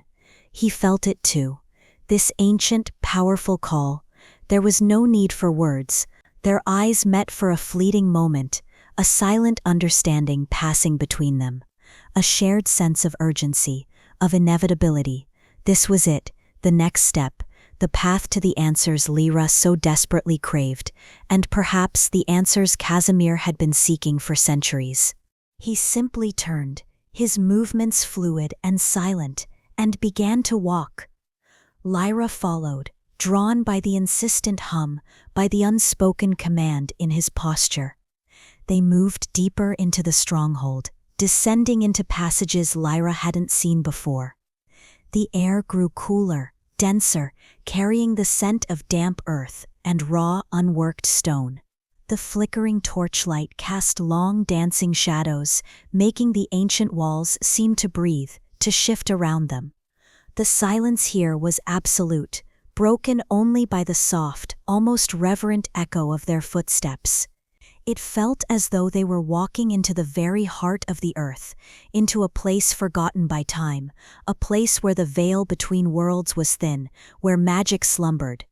The hum intensified with every step, vibrating through Lyra's entire being, a gentle, insistent pressure against her temples. It was a beautiful, terrifying sound, a chorus of ancient power. Her empathic link stretched, reaching, trying to comprehend the sheer magnitude of the energy that permeated this hidden realm. It was overwhelming, yet strangely organized, like a complex symphony played by unseen hands. Finally, they reached it, a hidden chamber, deep within the earth. A place Lyra instinctively knew was ancient, sacred, and profoundly powerful. It wasn't grand in the way of a king's hall, but its raw, unadorned beauty was breathtaking. The chamber was vast, its ceiling lost in shadow, supported by immense rough-hewn pillars of dark stone. The walls were covered in glowing runes, etched into the rock face, pulsating with a soft, ethereal light that cast a shimmering, otherworldly glow across the space. The light was not harsh, but soft, almost liquid, bathing the chamber in hues of silver, pale blue, and deep violet. In the center of the chamber lay a series of shimmering pools, their surfaces still and dark as obsidian, yet reflecting the glowing runes above with an almost magical clarity. The water within them seemed to pulse with an inner light, a soft phosphorescent glow that mirrored the hum in the air. The scent here was different too, not just damp earth, but something clean, electric, like ozone after a storm, mingled with the faint sweet aroma of ancient blooming night flowers. It was a place where time felt irrelevant, where the past, present, and future converged in a single potent moment. Lyra felt an overwhelming sense of awe wash over her, stealing her breath. This was it. This was the nexus Casimir had spoken of, the place where the veil was thin. Her heart pounded, not with fear, but with a profound sense of destiny. She felt drawn to the largest of the shimmering pools, an irresistible pull that urged her forward. Casimir remained a few paces behind her, a silent, watchful presence, his ruby eyes fixed on her, a flicker of anticipation in their depths. He knew what was coming. He had brought her here for this. As Lyra approached the edge of the pool, the humming intensified, rising to a crescendo that filled her entire being. The glowing runes on the walls seemed to pulse faster, their light growing brighter, casting long dancing shadows that writhed like living things. The air crackled with energy, a tangible force that pressed in on her, yet felt strangely welcoming. She knelt at the edge of the pool, her fingers hovering just above the shimmering surface. The water was cool, almost icy, yet it radiated a profound warmth, a vibrant energy that called to her. And then it happened. Her vision blurred. The chamber, Casimir, the glowing runes, they all faded, dissolving into a swirling vortex of pure light and sound. It wasn't a dream. It was more real than anything she had ever experienced. It was a direct communication. A profound, overwhelming presence filled her mind, not with words, but with a torrent of pure thought, of ancient wisdom, of boundless love, and immense power. It was the moon goddess, not a distant deity, but a living, breathing force, speaking directly to her soul. The communication was overwhelming, yet perfectly clear. It was a cascade of images, feelings, and undeniable truths that poured into her mind, bypassing her conscious thought, settling deep into her very essence. It was a warmth that enveloped her, a light that banished all shadows, a sense of belonging she had never truly known, even within her pack. This was the source of her power, the origin of her very being. And then, the confirmation, her role, her destiny, the words, clear as a bell, resonated in her mind, not spoken aloud, but felt with an undeniable certainty. You are Lyra Vespera, the Luna of two worlds, the bridge, the one destined to mend what is broken, to restore balance to corrupted magic. The prophecy, her grandmother's words, they echoed in her mind, now fully understood, fully realized. Luna of two worlds, not just the world of wolves, but something far grander, a bridge between what? Between light and shadow? Between life and death? between ancient enemies, the magnitude of it was terrifying, exhilarating. She felt a profound sense of awe, a dizzying mix of terror and inevitability. This wasn't a choice, it was her very essence. It was who she was always meant to be. Then, the true nature of her unique power was revealed. It wasn't just empathy, not just sensing emotions. It was the ability to mend broken bonds and restore balance to corrupted magic. The vision showed her how. It was like a complex tapestry, and she, Lyra, was the weaver. She saw threads of magic, dark and twisted, corrupted by ancient malevolence, and she saw her own hands glowing with a soft silvery light, reaching out, untangling them, reweaving them into patterns of harmony and light. It was a power of restoration, of healing, of bringing order to chaos. She saw the raw, vibrant energy within her, not as a chaotic surge, but as a profound, active force, a wellspring of lunar magic, waiting to be unleashed. It was a power vital to preventing an impending cataclysm. The vision showed her glimpses of it, the world teetering on the brink of utter destruction, consumed by a creeping darkness, by a magic twisted beyond recognition. And she, Lyra, was the only one who could stop it. The weight of this responsibility settled on her shoulders, heavy and immense, threatening to crush her. And then the vision shifted, darkening, becoming chillingly clear. Glimpses of the true antagonist, not just Theron Eric, not just his ambitious mother, not just the Silverwood Pack. No, this was something far older, far more insidious, a darker, ancient force manipulating events from the shadows. She saw shadowy figures, cloaked in an aura of malevolence, their eyes burning with a cold, calculating evil. They moved like wraiths, whispering insidious suggestions, twisting truths, sowing discord. She saw ancient symbols, pulsing with a dark, corrupting energy, being etched into the very fabric of the world, slowly poisoning the ley lines, severing the connection to the moon goddess.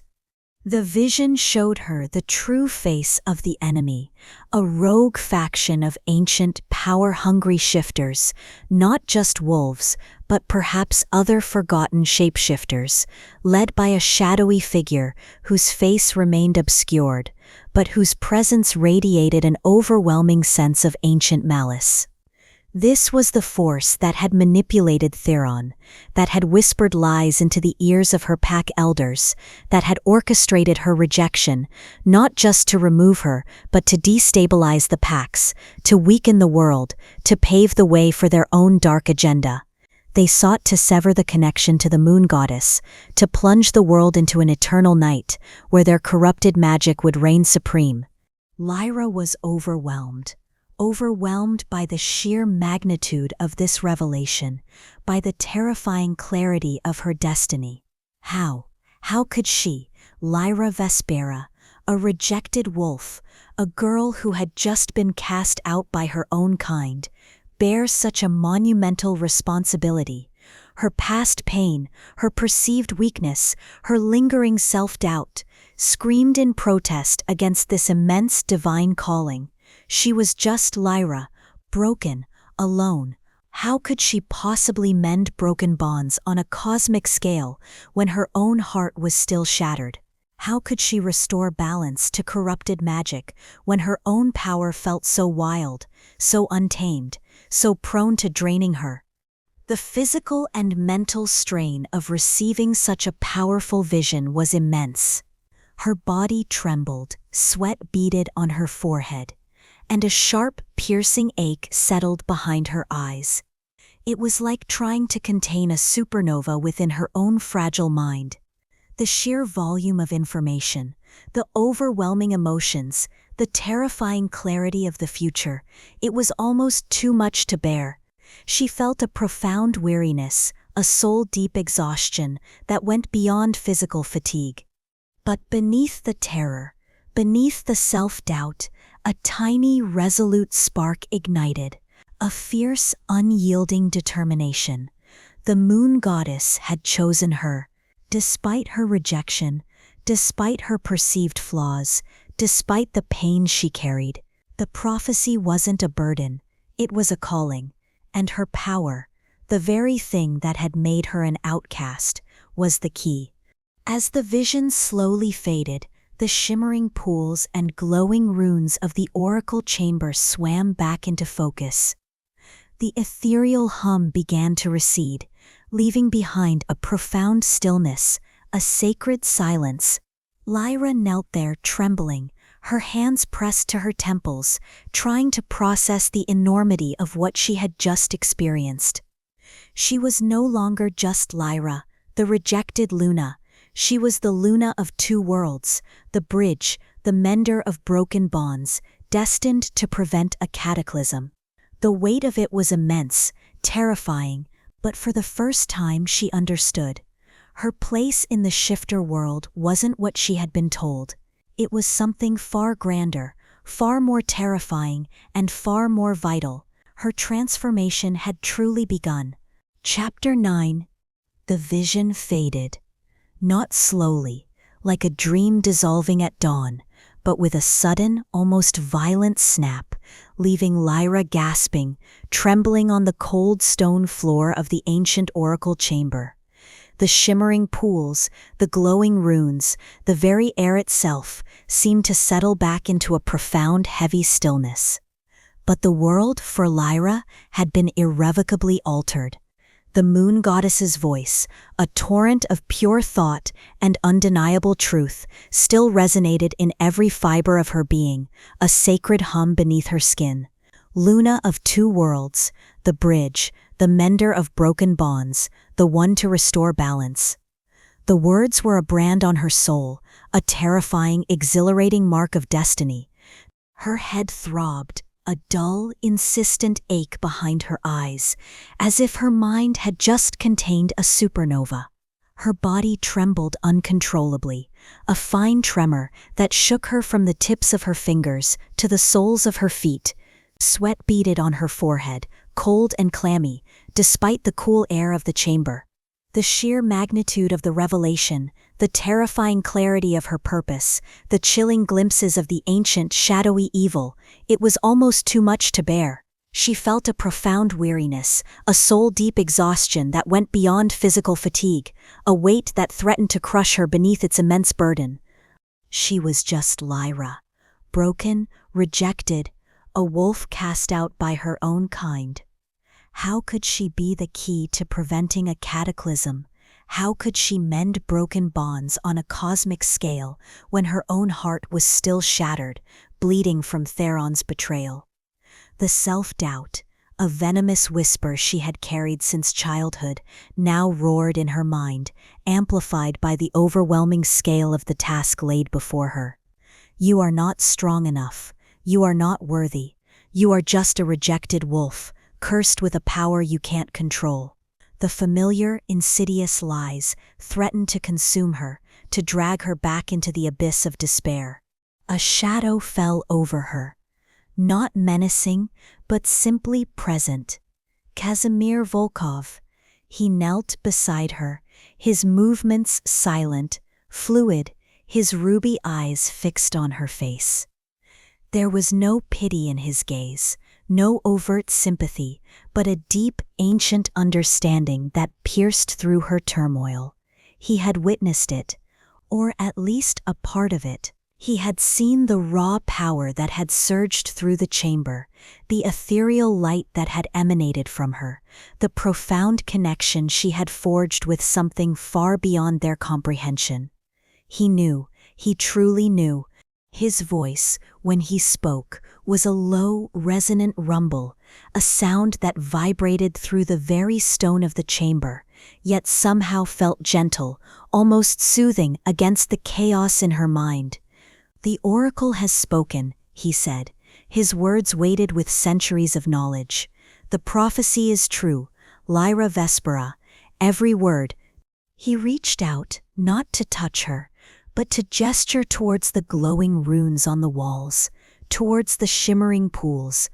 "My family," he began, his voice taking on a narrative quality, ancient and weary. "My coven has been the guardian of this site for millennia. Long before your packs formed, long before the moon goddess was worshipped in the ways you know, this place was a nexus, a focal point, a place where the veil thins, where the threads of destiny are woven. We have kept the lore, the prophecies, the warnings. We have waited." He rose, moving with that effortless grace that was both terrifying and mesmerizing, and began to pace slowly around the perimeter of the chamber, his voice weaving a tapestry of ancient history. The Luna of Two Worlds is not a new concept in our oldest texts. She is spoken of in hushed tones, a myth even among our kind, a being born of unique circumstances, possessing the power to restore balance when the world teeters on the brink of chaos. A bridge between realms, between powers, between species.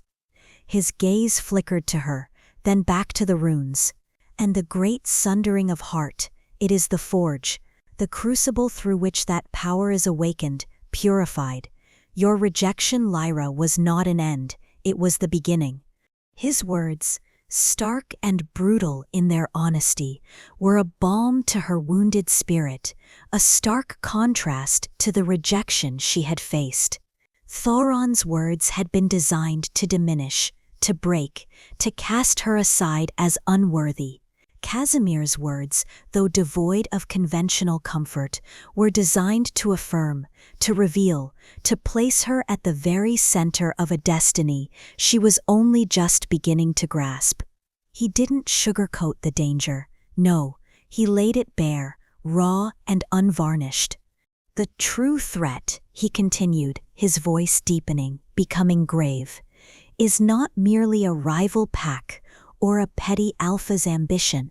It is an ancient rogue faction, shifters who long ago turned from the light of the moon goddess, seeking to twist her magic for their own selfish gain. They are power-hungry, ruthless, driven by a desire to sever the connection to the moon goddess entirely, to plunge the world into an era of chaos where their corrupted magic will reign supreme." Lyra's breath hitched. Corrupted magic, the words echoed the vision, the dark, twisted threads she had seen. Who leads them?" she whispered, her voice hoarse, barely audible. Casimir stopped pacing. He turned, his ruby eyes fixed on her, and the answer, when it came, was a cold, chilling whisper that settled deep into her bones. "A figure from your own lineage, Lyra, a corrupted elder you once trusted, Corvus Blackwood." The name was a shock, a fresh wave of nausea. Corvus Blackwood, one of the oldest, most respected elders of the Silverwood Pack, a man who had always seemed so wise, so benevolent, his eyes always holding a gentle, knowing light. He had been a mentor, a confidante, a figure of authority Lyra had always revered. The idea that he, of all people, could be the shadowy figure, the manipulator, the true antagonist, it was a betrayal that cut even deeper than Theron's. It felt like the very ground beneath her feet had dissolved.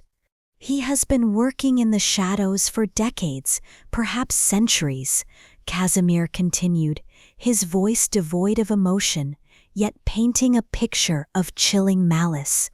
"Whispering lies, sowing discord, exploiting weaknesses. He manipulated Theron Eric, fueled his ambition, twisted his perception of your power, convinced him that your empathic link was a curse, a danger to the pack. Your rejection, Lecrivra, was not an act of passion. It was a calculated move designed to destabilize the Silverwood Pack, to remove you as a potential threat, and to pave the way for his faction's ultimate goal, to sever the connection to the moon goddess and seize ultimate power, plunging the world into chaos." The pieces clicked into place with a sickening finality. The subtle tension within her pack, the elders who eyed her with awe and unease, the whispers of her power being a blight, it all made horrifying sense. Corvus had been poisoning the well, twisting perceptions, manipulating events from the very beginning. Her rejection wasn't just personal, it was a strategic blow in an ancient war. "Your unique power," Casimir said, his voice drawing her back to the present, "is the key to stopping them. Your ability to mend broken bonds, to restore balance to corrupted magic, it is the antithesis of what they seek to create. You are the only one who can truly counter their influence, to sever their twisted connection to the ancient energies they seek to control." The weight of it all settled on Lyra's shoulders, immense and suffocating. Her overwhelming self-doubt warred with the terrifying clarity of her immense destiny. How could she, a rejected wolf, a girl whose heart was still bleeding from betrayal, possibly bear such a monumental responsibility?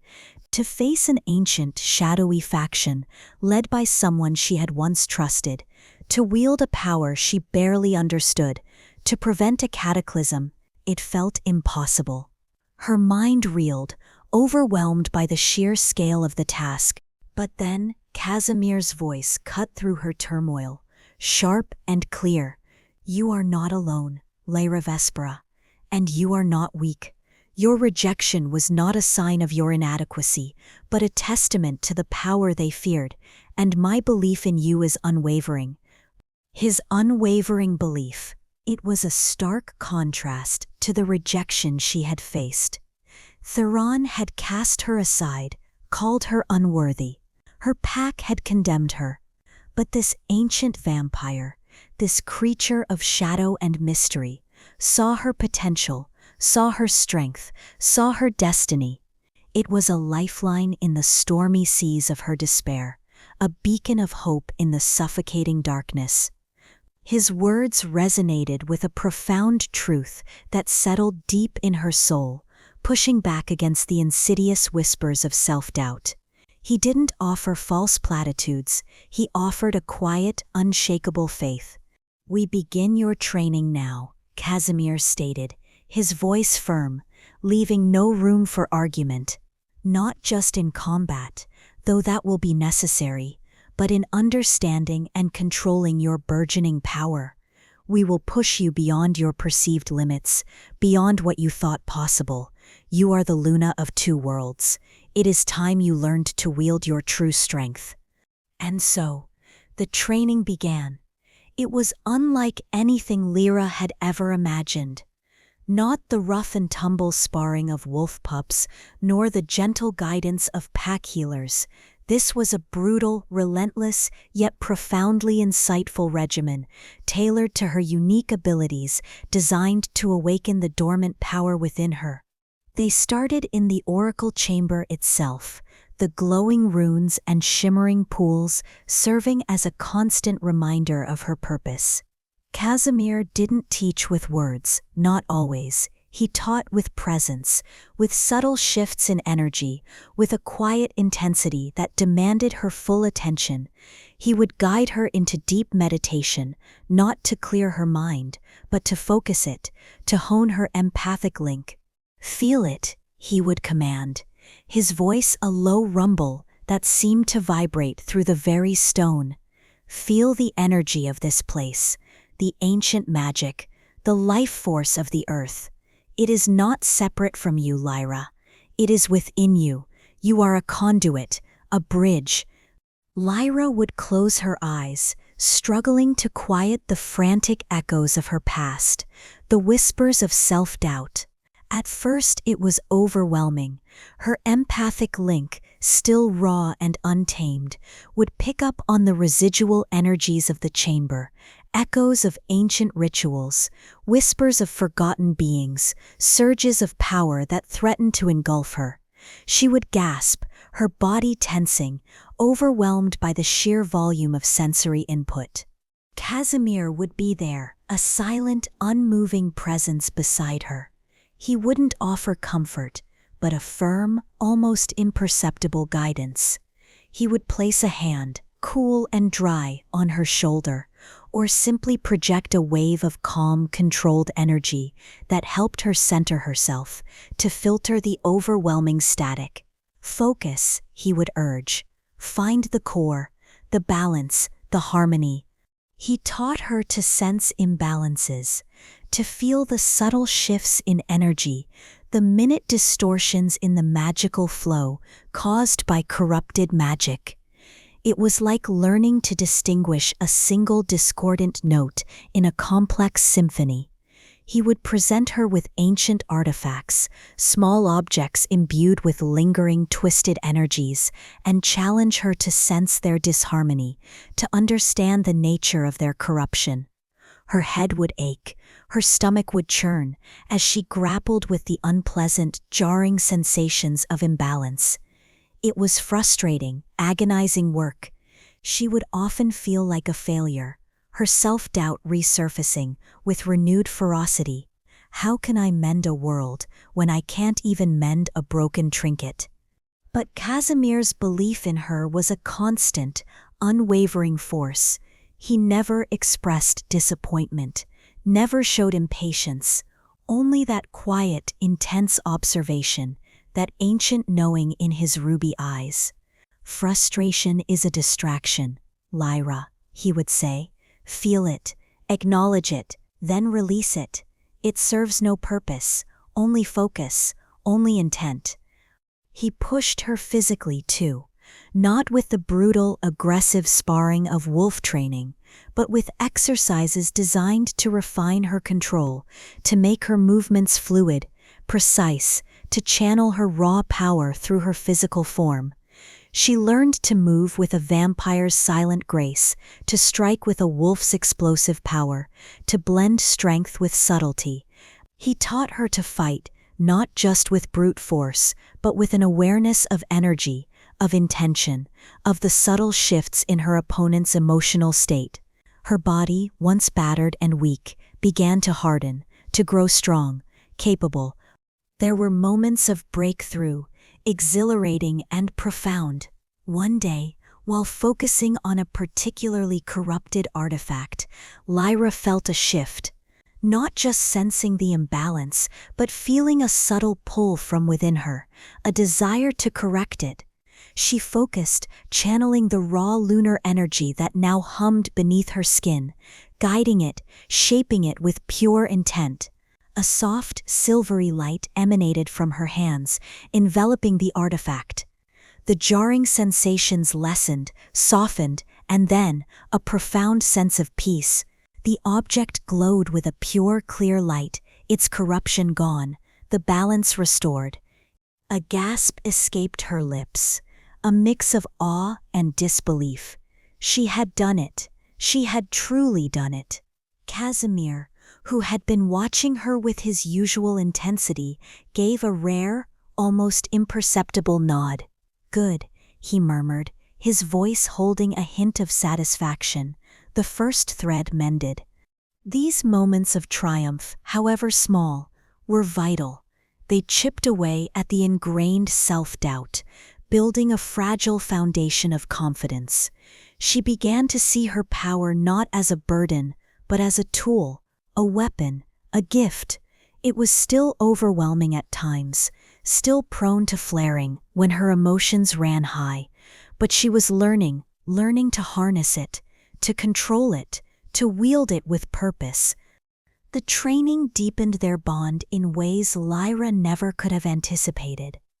It wasn't a romantic connection yet, not in the passionate, all-consuming way she had once dreamed of with a fated mate, but it was something profound, something forged in shared burden and unwavering trust. He saw her at her weakest, her most vulnerable, her most frustrated, and he never faltered. He pushed her, yes, but he also held an unshakable faith in her potential, a faith that resonated with the deepest part of her soul. He was her guide, her mentor, her silent protector, leading her through the terrifying labyrinth of her own power. She began to see him not just as the formidable vampire alpha, but as a being burdened by centuries of knowledge, by a silent, profound loneliness, and by a relentless dedication to a cause far greater than himself. He was a sentinel, a guardian, and now her unexpected ally. The looming threat of Corvus Blackwood and the ancient rogue faction was a chilling reality, a constant reminder of the stakes. But Lyra was no longer just a rejected wolf. She was the Luna of two worlds, her divine purpose solidified, her power slowly but surely awakening. And with Casimir by her side, she was ready to face the immense challenge, to fight for a world that had once cast her out. The weight of prophecy was immense, but so too was the burgeoning strength within her. Chapter 10. The fume of ancient magic in the oracle chamber had finally settled, leaving behind a profound stillness. Lyra's mind, though still reeling from the moon goddess's vision and the chilling revelation of Corvus Blackwood's treachery, felt a new kind of clarity. The self-doubt still whispered, a faint echo of old wounds, but Casimir's unwavering belief, his relentless training, had begun to forge a new strength within her.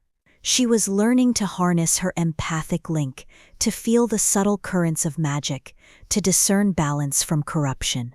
Her body, once fragile and broken, was growing stronger, more capable, responding to Casimir's silent commands with newfound precision. The weight of prophecy was immense, but so too was the burgeoning power within her.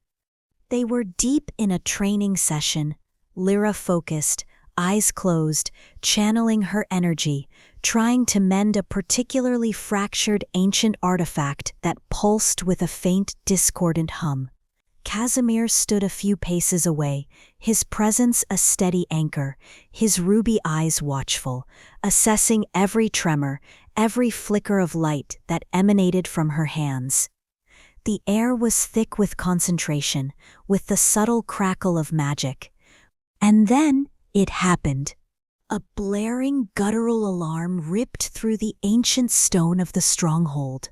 Not a human alarm, but a deep resonant bellow, like the roar of a primal beast, echoing through the hidden passages, shaking the very foundations of the fortress. It was the Coven's warning, a sound that spoke of immediate, undeniable threat. Lyra's eyes snapped open, her concentration shattering. The artifact in her hands pulsed erratically, then went dark, its fragile energy dissipating. Her heart leaped into her throat, a frantic bird trapped in a cage.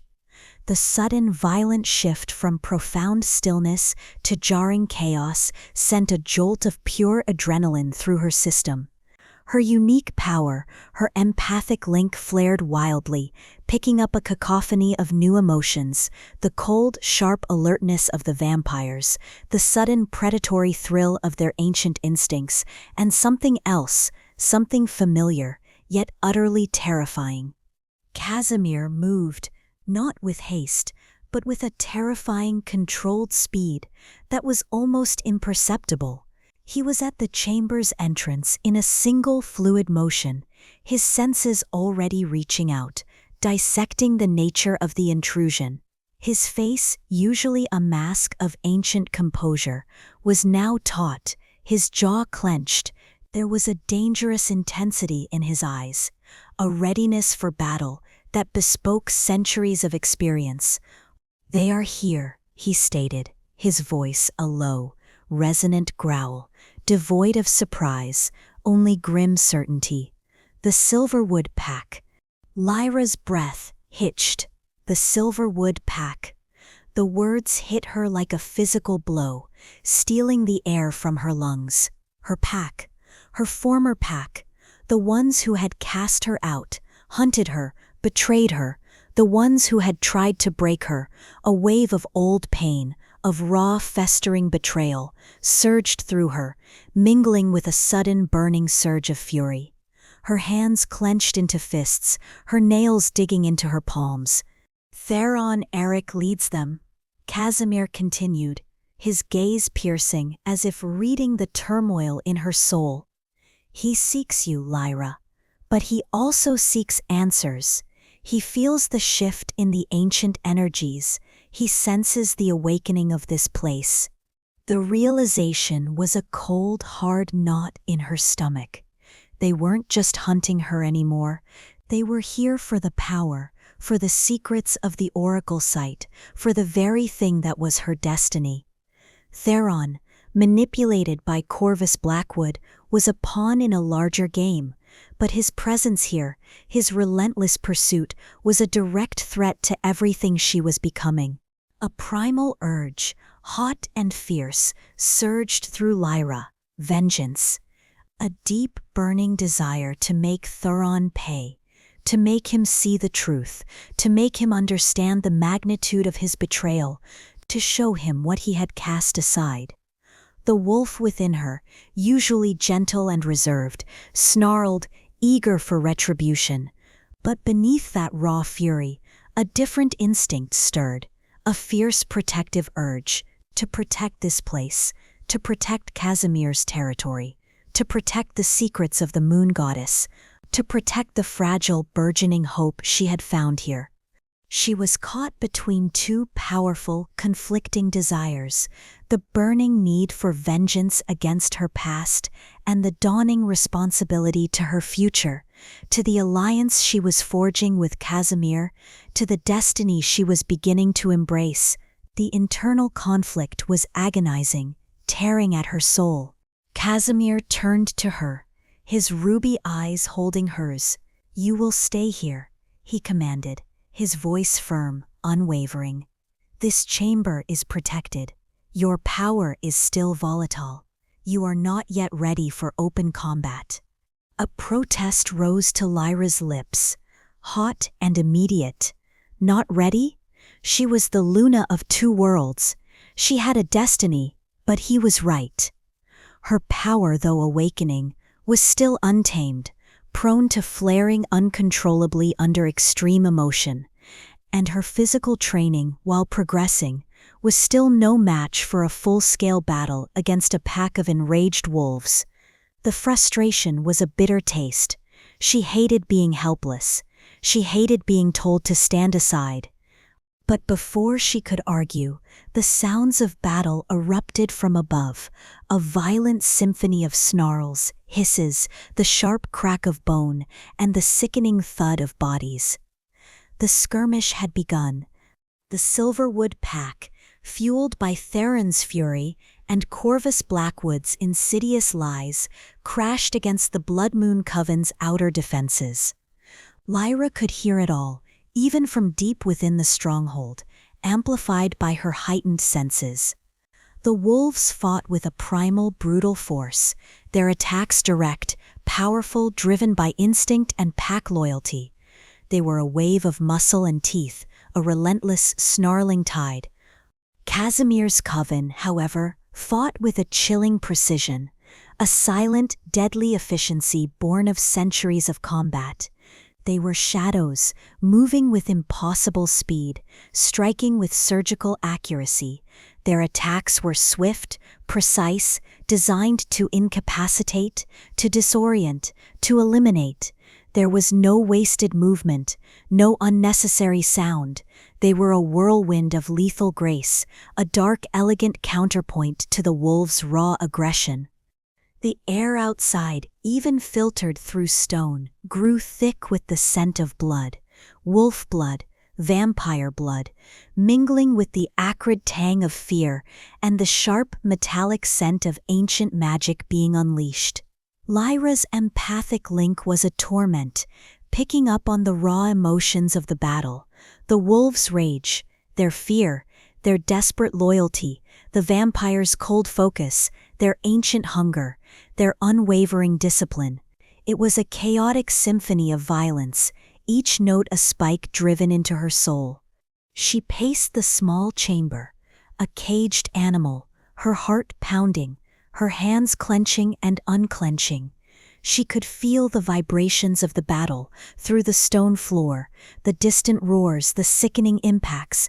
Every instinct screamed at her to join the fray, to fight, to protect, to unleash the power that hummed beneath her skin. But Casimir's command and her own logical understanding of her current limitations held her back. The frustration was a burning fire in her gut, a desperate need to act, to contribute, to prove herself. Then a new wave of emotion washed over her, sharp and distinct. Theron, his scent, his unique emotional signature, was suddenly closer, clearer. He had bypassed the main defenses. He was coming for her. His rage was a palpable thing, a suffocating wave of fury and wounded pride. He wasn't just fighting, he was hunting her. Lyra's breath hitched. Her blood ran cold, then hot, with a fierce, defiant anger. He wouldn't get her, not again. Not after everything. The heavy stone door to the oracle chamber, usually so impenetrable, shuddered. A deep, resonant thump echoed through the room, followed by a series of frantic, desperate snarls. Someone was trying to get in. Someone was trying to break through. Lyra backed away, her eyes fixed on the door, her heart hammering against her ribs. She glanced around the chamber, desperate for a weapon, for a way to defend herself. But there was nothing. Only ancient stone, shimmering pools, and glowing runes, and her power, her wild, untamed power. The door groaned, a deep grinding sound, as if immense force was being applied to it.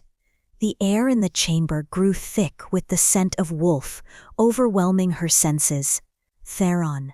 It had to be him, or Kaelin Solace, his relentless tracker. A section of the heavy stone wall near the door began to crack, a spider web of fissures spreading rapidly. Dust rained down. The sound of splintering rock filled the air. They were breaking through. Lyra felt a surge of pure, unadulterated terror. She was cornered, vulnerable, just like in the forest. But this time, there was no escape. And then, a different emotion surged through her, hot and fierce, burning away the fear. Defiance, a primal, unyielding refusal to be a victim again. She wouldn't let him take her, not after all she had endured, not after all she had learned. Her unique power, her empathic link, which had been simmering beneath the surface, now flared with an intensity she had never experienced. It wasn't a draining sensation this time. It was a surge, a raw, untamed burst of pure energy, fueled by her defiance, by her fury, by her desperate need to protect herself, to protect this place, to protect the fragile hope of her destiny. A soft, silvery light, almost imperceptible at first, began to emanate from her, a faint shimmer around her trembling form. It pulsed, growing brighter, stronger, mirroring the glowing runes on the walls. The air around her crackled, not with the cold energy of the vampires, but with a vibrant, warm, lunar power. The stone door finally gave way with a deafening crash, showering the chamber with debris. Theron Eric stood in the gaping doorway, his wolf form massive and imposing, his fur bristling with rage, his eyes burning with a cold, triumphant fury. Behind him, Kaelin Solace and a few other Silverwood warriors crowded, their faces grim, their eyes fixed on Lyra. "There you are, traitor," Theron snarled, his voice a low, guttural rumble that vibrated with suppressed violence. He took a step into the chamber, his gaze sweeping over Lyra, then lingering on the shimmering pools, the glowing runes. His eyes widened, a flicker of something she hadn't seen before, not just anger, but a dawning, greedy recognition. He sensed the power here, the ancient magic.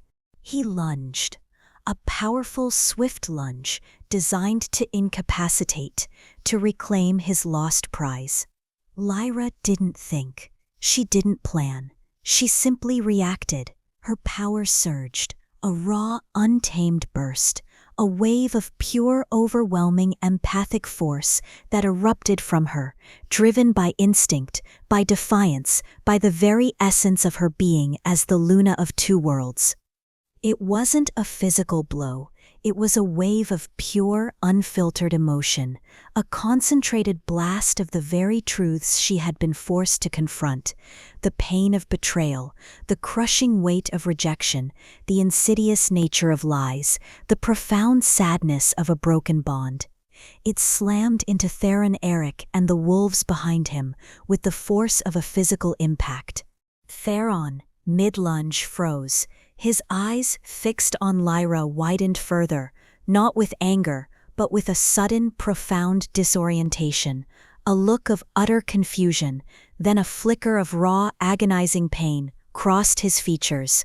He stumbled, his powerful body staggering back, as if struck by an invisible force. He clutched his head, a low groan escaping his throat, his snarl dissolving into a choked gasp.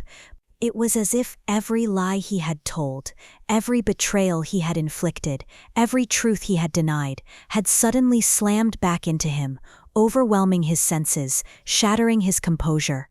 The other wolves, caught in the wake of the empathic wave, reacted similarly. Their snarls died, their eyes glazed over, their bodies tensing, then sagging. They swayed, disoriented, clutching their heads, a chorus of low moans and whimpers escaping their throats. They weren't physically harmed, but their minds, their very emotional cores, were reeling under the sudden, overwhelming onslaught of pure, unadulterated truth and pain. They were overwhelmed by Lyra's raw, untamed power, a force they had never encountered, never even imagined. Lyra stood there trembling, the silvery light still radiating from her, her breath coming in ragged gasps. She stared at Theron, at the crumpled forms of the wolves, utterly stunned by what she had just done. It wasn't destruction, it wasn't violence, it was revelation.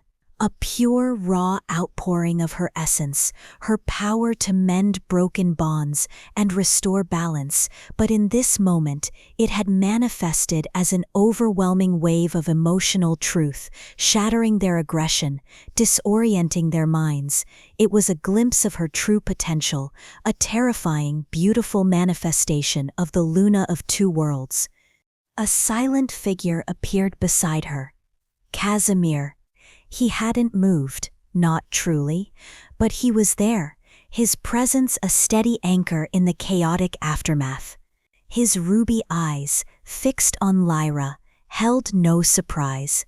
Instead, they held a profound awe, a deep, almost reverent satisfaction, a subtle nod, a flicker of approval that spoke volumes. He had known, he had believed. He had seen this potential within her all along. His unwavering faith in her, despite her doubts, was now confirmed, gloriously, terrifyingly.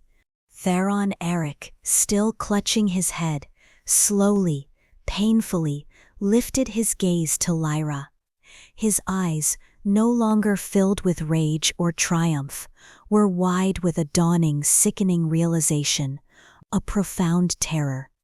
He saw her now, not just the rejected wolf, not just the traitor he had condemned.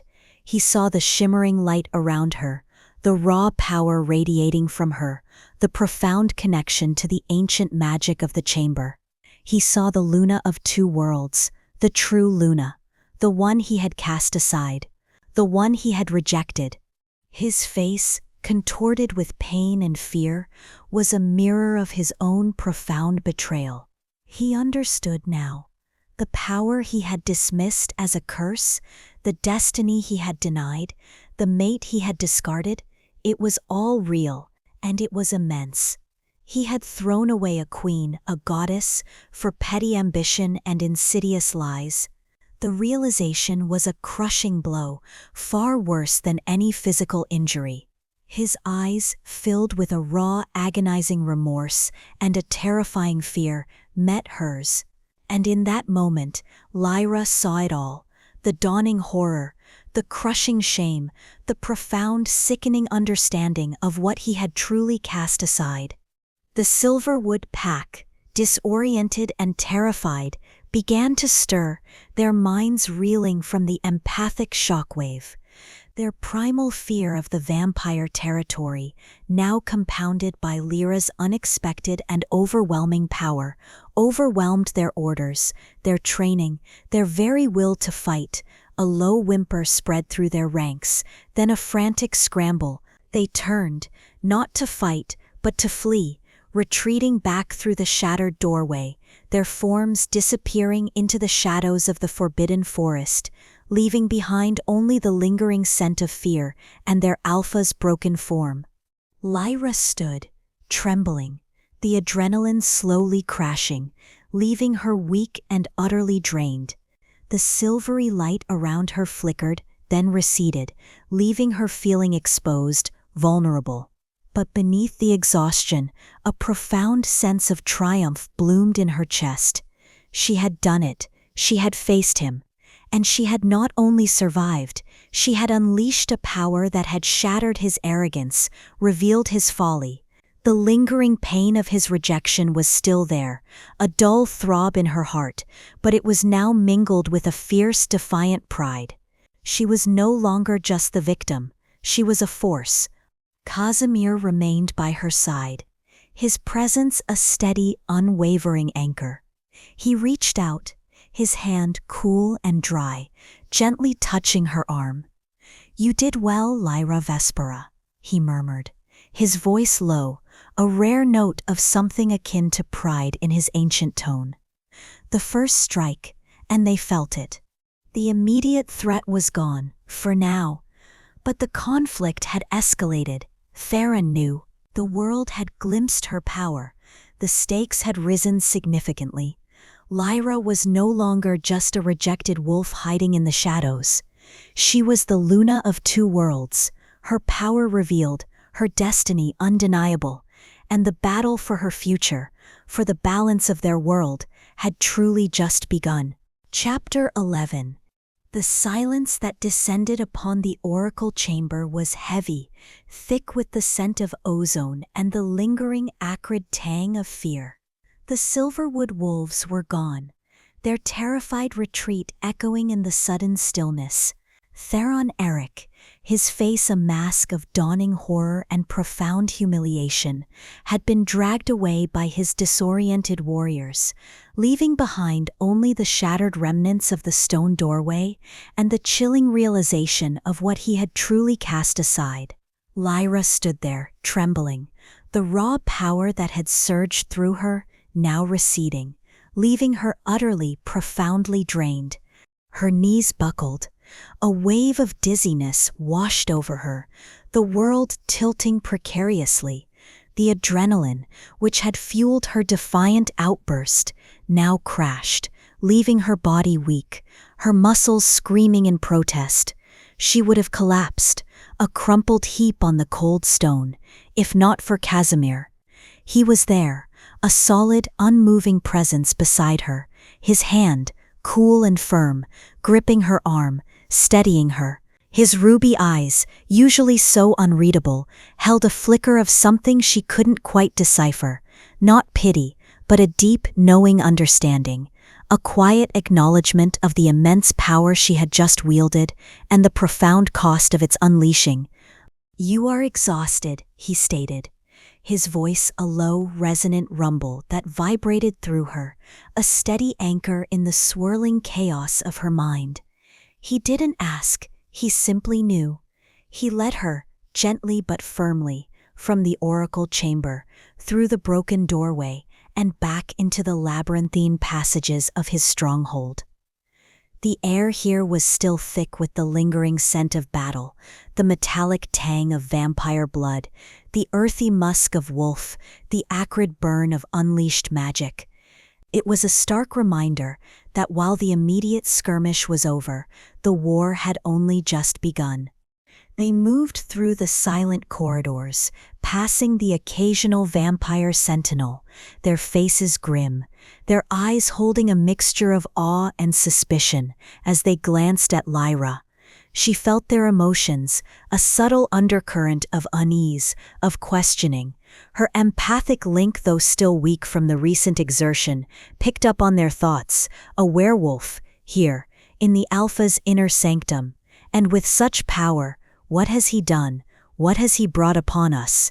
The whispers of doubt, the seeds of dissent, were already taking root. Casimir led her to a different chamber, not her Spartan quarters, but a larger, more opulent room, yet still devoid of warmth. It was his personal study, she realized, a place of dark wood and ancient scrolls, smelling faintly of old parchment and something else, something cold and metallic, like the scent of his own power. He guided her to a plush velvet-covered chaise, and she sank onto it, her limbs too heavy to protest. He didn't sit beside her. Instead, he moved to a massive dark wood table in the center of the room, his back to her, his posture radiating a quiet tension. The silence stretched, broken only by Lyra's ragged breaths and the distant, almost imperceptible sounds of the coven recovering from the attack. She watched Casimir, his broad shoulders, the subtle tension in his stance. He was assessing, planning, bearing the weight of his ancient responsibilities. Then the door to the study opened. Silently, two figures entered. Lyra recognized them as the older, more traditional vampires she had seen in the stronghold. Valerius Kale, a tall, gaunt male with eyes like chips of ancient ice, and Rorik Vane, shorter, broader, with a perpetually grim expression. They were members of Casimir's inner council, she realized, their faces etched with centuries of experience, and now with a palpable sense of disapproval. Alpha, Valerius Kale's voice was a low, gravelly rumble, devoid of warmth, laced with a barely concealed challenge. The Silverwood pack has retreated, but our outer defenses are compromised, and the scent of her power, it is unmistakable. It draws attention. His gaze flickered to Lyra, sharp and accusatory. A werewolf in our sacred halls, and one tied to such volatile energies. This is unprecedented, Alpha, dangerous. Lyra flinched, her heart sinking. She felt their emotions, raw and unfiltered, their fear for their coven, their deep-seated prejudice against her kind, their suspicion of Casimir's motives. She was a burden, a liability. She had brought chaos to his ordered world. The familiar, insidious whispers of self-doubt began to resurface, amplified by their open condemnation. Casimir turned, his face still a mask of aristocratic composure, but his ruby eyes held a dangerous glint. This werewolf, as you call her, is Lyra Vespera, the Luna of two worlds, and she is under my protection. Her power is not volatile. Valerius, it is awakening, and it is the key to preventing the cataclysm we have guarded against for millennia. His voice was calm, but held an undeniable edge of authority, a silent warning. Rorik Vane stepped forward, his expression grim. With respect, Alpha, the ancient prophecies are vague, and this alliance, this exposure to the wolf world, it puts our coven at risk. The Silverwood pack will not forget this. Theron Eric will return, and he will bring others, packs who fear us, packs who will see this as an opportunity to strike. Lyra's gaze dropped to her hands, clenched in her lap. They were right. She had brought this upon him, upon his coven. The image of Theron's face, contorted with humiliation and a dawning terror, flashed in her mind. He was a proud, vengeful male. He would not let this go. He would rally others. He would spread his lies, twisting the truth of her power, of her alliance with Casimir, into a tale of dark magic and demonic pacts. The world would turn against them. Theron Eric is a pawn, Casimir stated, his voice cutting through the tension. He is being manipulated by a greater force, Corvus Blackwood, an ancient corrupted elder from Lyra's own lineage. He seeks to sever the connection to the moon goddess, to plunge the world into chaos. Lyra's power is the only thing that can stop him. Valerius Kale scoffed, a dry, dismissive sound. Corvus Blackwood, a wolf elder? This is madness, Alpha. Our concern is for the coven, for our survival. We have maintained our neutrality for centuries, avoiding the petty squabbles of the shifters. This alliance, it breaks every tradition. The words hung in the air, a direct challenge to Casimir's leadership, to his ancient authority. Lyra felt the weight of it, the immense pressure on him. He was being warned, by his own counsel, to distance himself from her, for the safety of his people. Casimir's gaze hardened, a cold, dangerous fire igniting in his ruby eyes. My decisions are for the coven's survival, Valerius, for the survival of all beings. The threat of Corvus Blackwood is real. His influence is spreading. If we do not act, if we do not embrace this alliance, then all will fall. Our traditions will mean nothing in a world consumed by corrupted magic. His voice was low, but held an undeniable force, a power that brooked no further argument. The air in the room grew heavy, crackling with the unspoken tension of a battle of wills. The two council members, though clearly displeased, bowed their heads in reluctant deference. "As you command, Alpha," Valerius murmured, his voice still laced with doubt, but his challenge momentarily quelled. They turned and exited the study, their silent departure leaving behind an even heavier silence. Lyra felt a profound sadness settle over her. She had brought this turmoil to Casimir, to his coven. She was a burden, a source of chaos. Her heart ached with a familiar suffocating guilt. It was the same guilt she had felt when her parents had been unable to intervene during her rejection, the same guilt that had gnawed at her when her pack had turned against her. She was a catalyst for pain, for division. She looked at Casimir, his back still to her, his shoulders broad, yet somehow burdened. He was facing immense pressure, making difficult choices, risking everything for a prophecy, for an alliance with a creature his kind had always feared. And it was all because of her. A desperate, self-sacrificing impulse began to take root in her mind. What if she left? What if she simply slipped away into the night, disappearing into the vast, dangerous wilderness? She was the problem. If she was gone, perhaps the Silverwood pack would cease their pursuit. Perhaps Casimir's coven would find peace. Perhaps he wouldn't have to make such impossible choices to defy his own people for her. The thought was agonizing, tearing at her soul, but it felt like the only way to protect him, to protect the fragile alliance they had formed, to protect the future he believed in. Her heart ached with a profound sense of isolation, a renewed feeling of being utterly alone in the world. Even here, in this strange, dangerous sanctuary, she was a source of conflict, a creature of discord. The weight of her unique power, the burden of her destiny, felt heavier than ever. How could she possibly fulfill a prophecy that demanded unity when her very existence seemed to sow division? Casimir turned then, slowly, his ruby eyes meeting hers. He didn't need her to speak. He saw it in her eyes, felt it in the subtle tremor of her aura. He saw the guilt, the self-doubt, the desperate, self-sacrificing impulse. He saw the pain. He walked towards her, his movements silent, unhurried, until he stood directly before her. He knelt, taking her hands in his. His touch was cold, dry, but surprisingly gentle, a stark contrast to the burning chaos in her mind.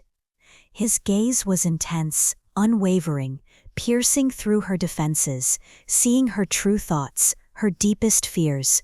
"Do not think it," he commanded, his voice low, resonant, a quiet force that seemed to calm the frantic beating of her heart. "Do not even consider it, Lyra Vespera. You are not a burden. You are not a weakness. You are the key, the catalyst, the hope."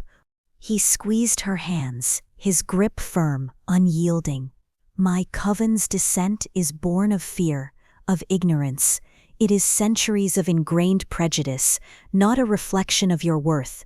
And Theron Eric, his humiliation will make him reckless, yes, but his actions are a consequence of Corvus Blackwood's manipulation, not your fault.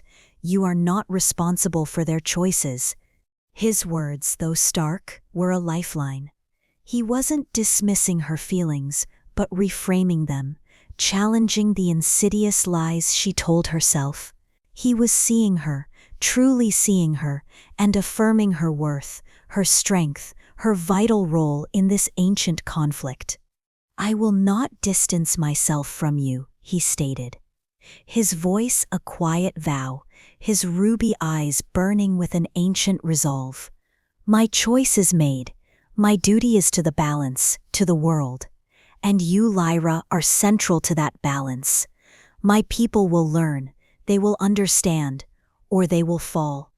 There was no arrogance in his tone, only a quiet, unwavering certainty. He was willing to defy his own kind, to risk everything, for her, for their shared destiny. Lyra's gaze met his, and in his ancient eyes she saw not just the cold wisdom of a centuries-old vampire, but a profound, unshakable loyalty, a fierce protection that resonated with something deep within her own wolf spirit. He truly believed in her. He truly stood by her. It was a stark contrast to the betrayal she had endured, a powerful affirmation of a bond that was growing stronger, deeper, with every shared burden, every whispered truth. The thought of leaving, of sacrificing herself, began to recede, replaced by a fierce, burning resolve. She would not be a burden. She would be a force. She would not run. She would fight. Not just for herself, not just for her own survival, but for this fragile, dangerous alliance she had formed, for Casimir, for the future he believed in, for the world that desperately needed the Luna of two worlds. Her heart, though still bruised, swelled with a quiet, fierce vow. She would master her power. She would understand her destiny. She would stand by him, just as he stood by her. The price of this alliance might be immense, the challenges daunting, but she would face them, together. The future of their bond, of their world, hung in the balance, and Lyra Vespera, the rejected Luna, was ready to fight for it. Chapter 12, 1. The aftermath of the skirmish left a strange, unsettling quiet in Casimir's stronghold. The echoes of battle, the clash of wolf and vampire, the raw surge of Lyra's untamed power, they still vibrated in the very stone, a phantom hum beneath the surface.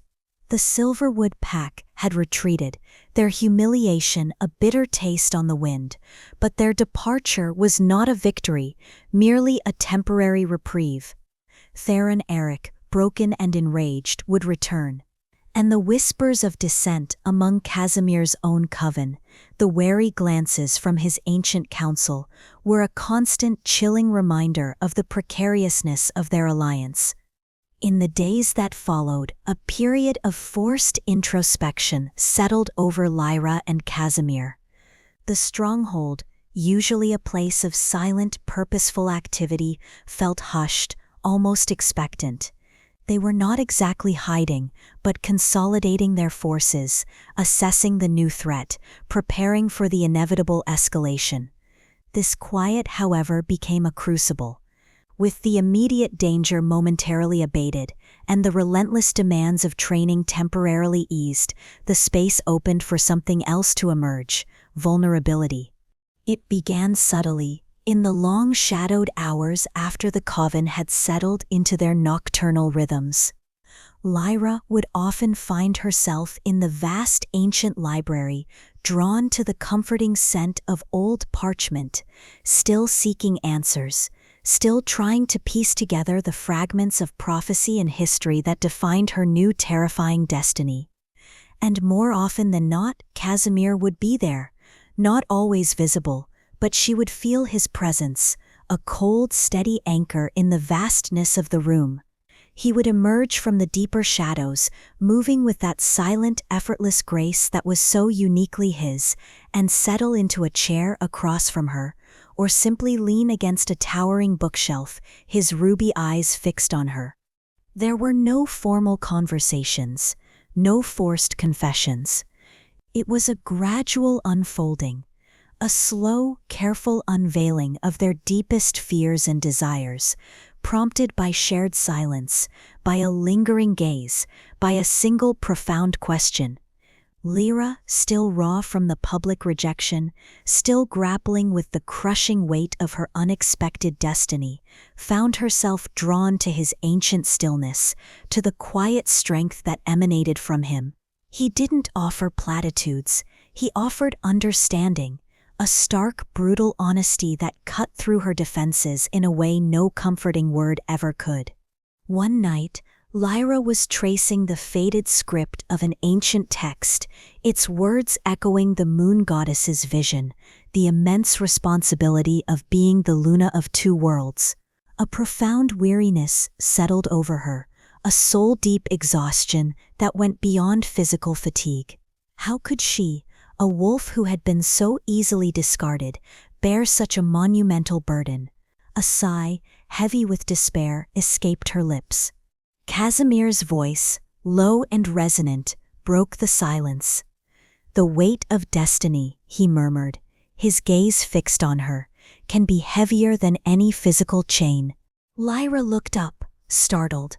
His eyes held a depth she hadn't fully appreciated before, a profound understanding that resonated with her own aching burden.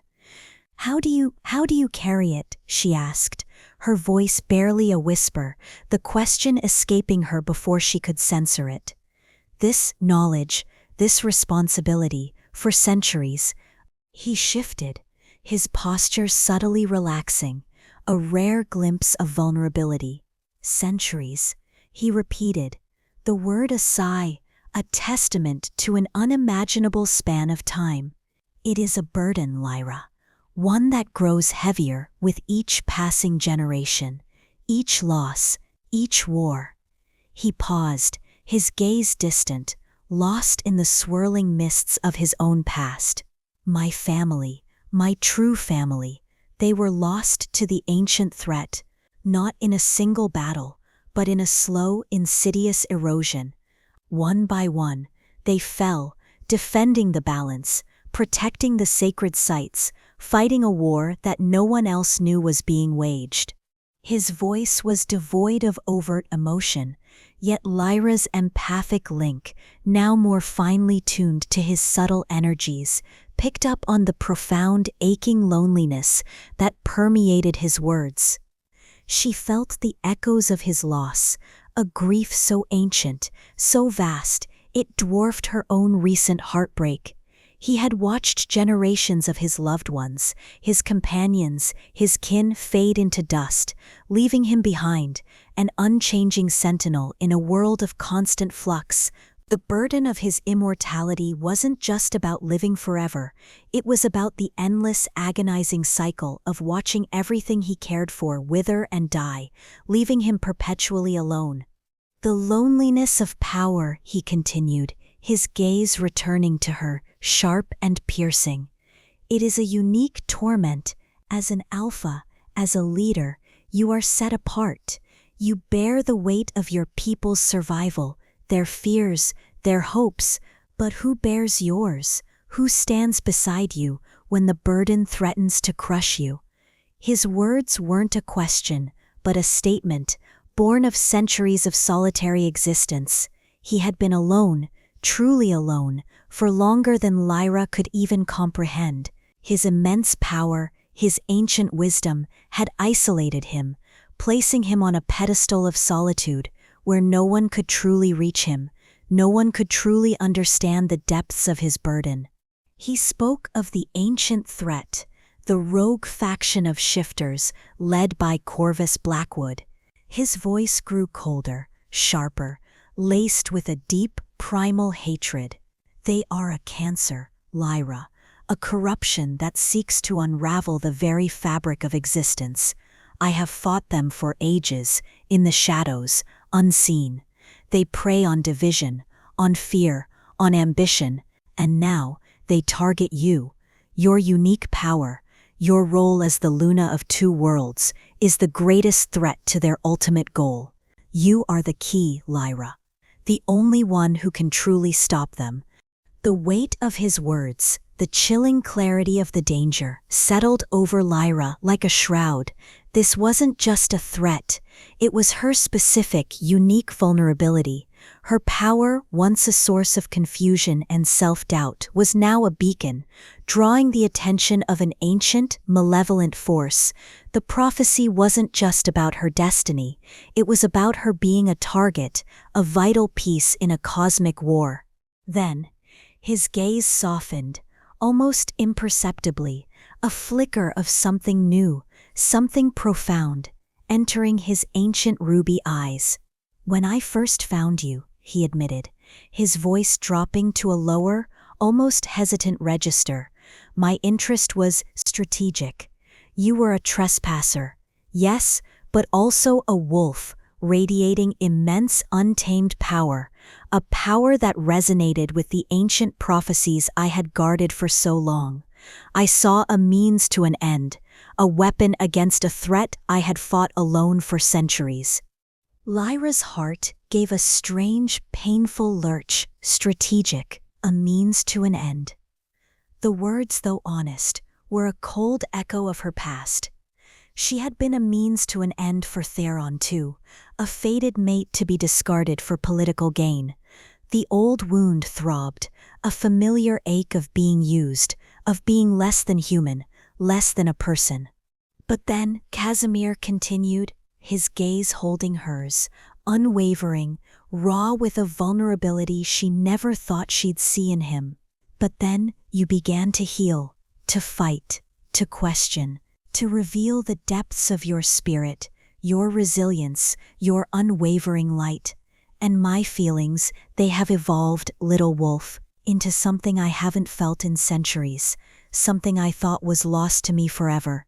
His words hung in the air, heavy with unspoken meaning, with the weight of centuries of solitude, something he hasn't felt in centuries.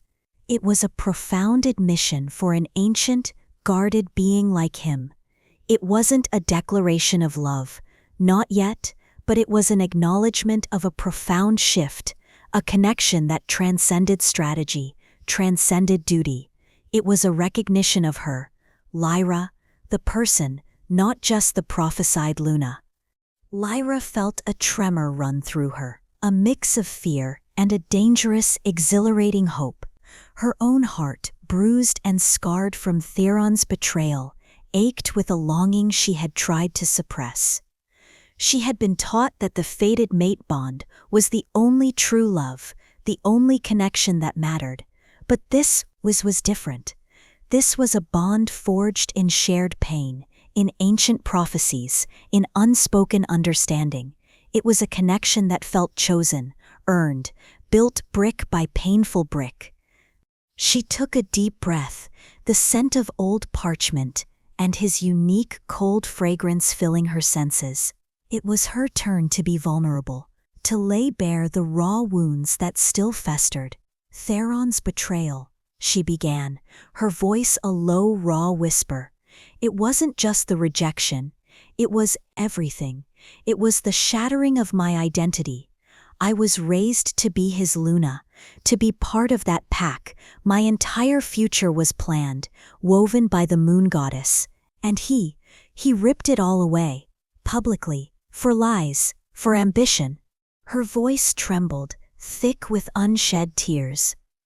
"The pain, it's a constant ache, a phantom limb. I feel like a piece of me was torn out, leaving a gaping hole, and the humiliation, it burns. To be cast aside, to be seen as unworthy, as a blight. It makes trusting again, it makes it impossible. How can I trust anyone when the one person I was destined to trust, the one person who was supposed to be my other half, betrayed me so completely? She looked at him, her eyes pleading for understanding, for something, anything, that could ease the crushing weight of her fear.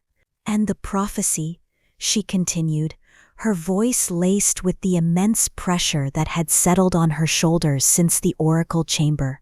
The Luna of two worlds, the bridge, the mender of broken bonds. How can I possibly do any of that when my own heart is so broken, when my own power feels so overwhelming, so prone to chaos? What if I fail? What if I can't bear the weight? What if I destroy everything instead of mending it? Her voice cracked, the raw vulnerability of her confession hanging heavy in the air.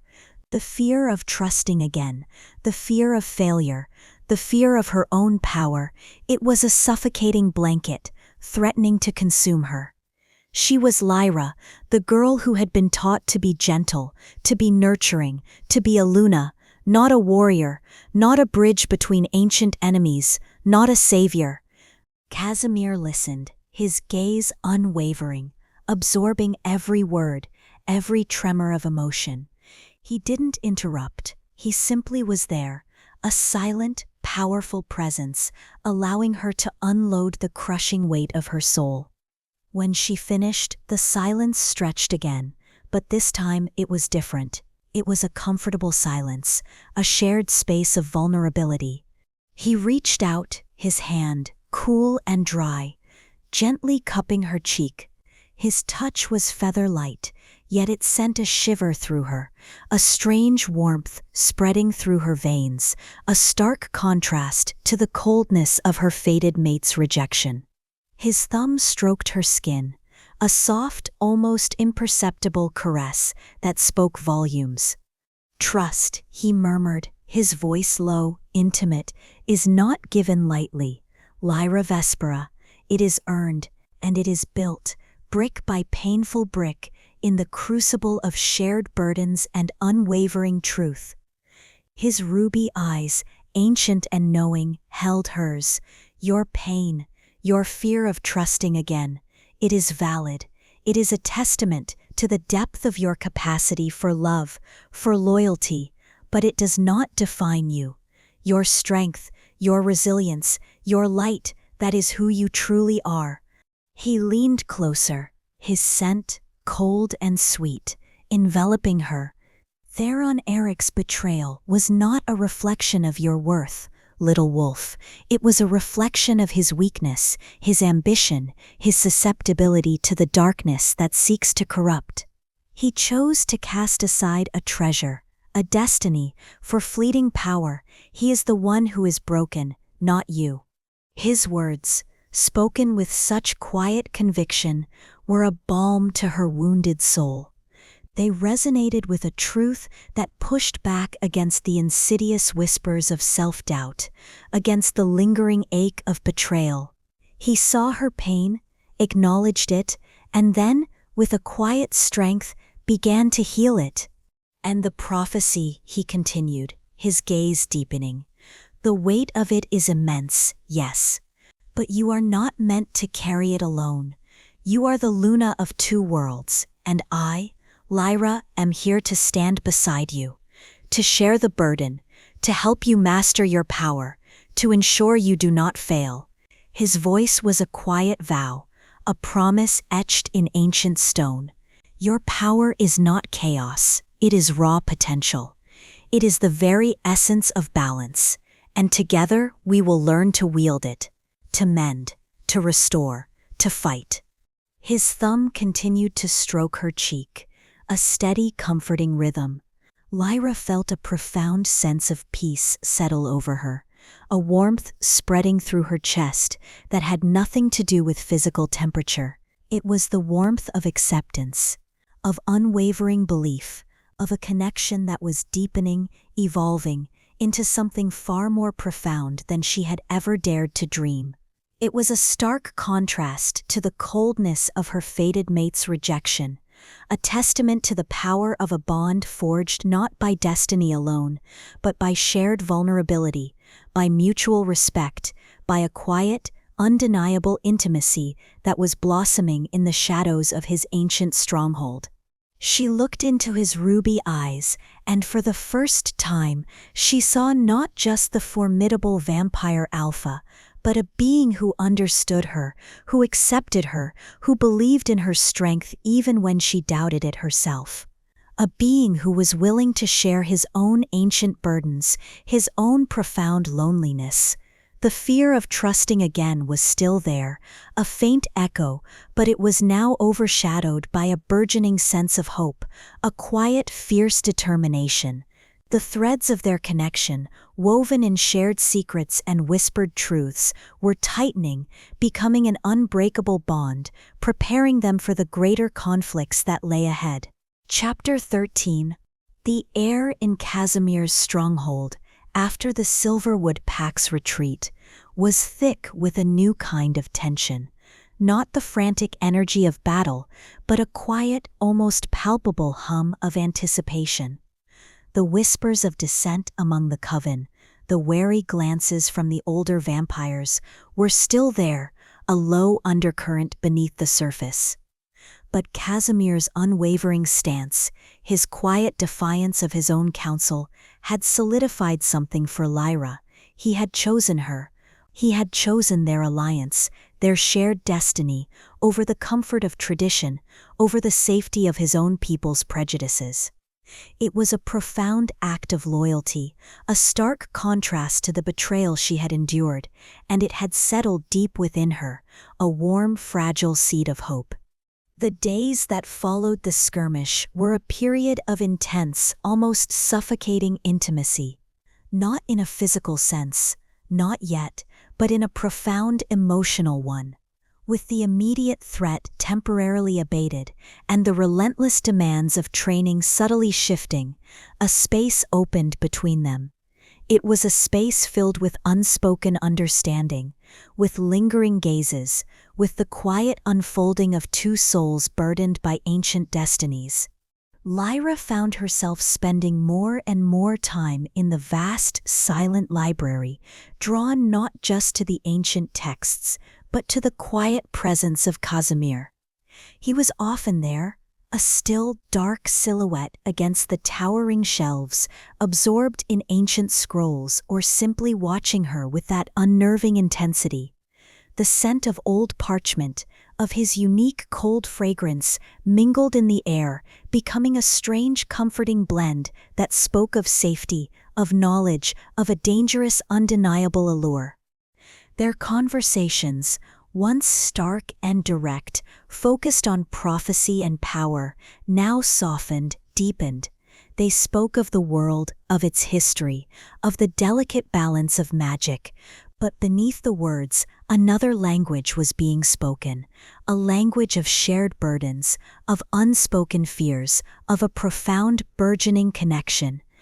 One evening, a storm raged outside the fortress walls, the wind howling like a lost wolf, rain lashing against the ancient stone.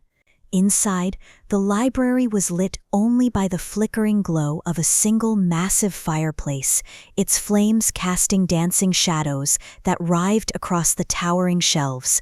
Lyra sat curled on a plush velvet chaise, a heavy leather-bound tome open in her lap, though her eyes weren't truly reading. She was listening.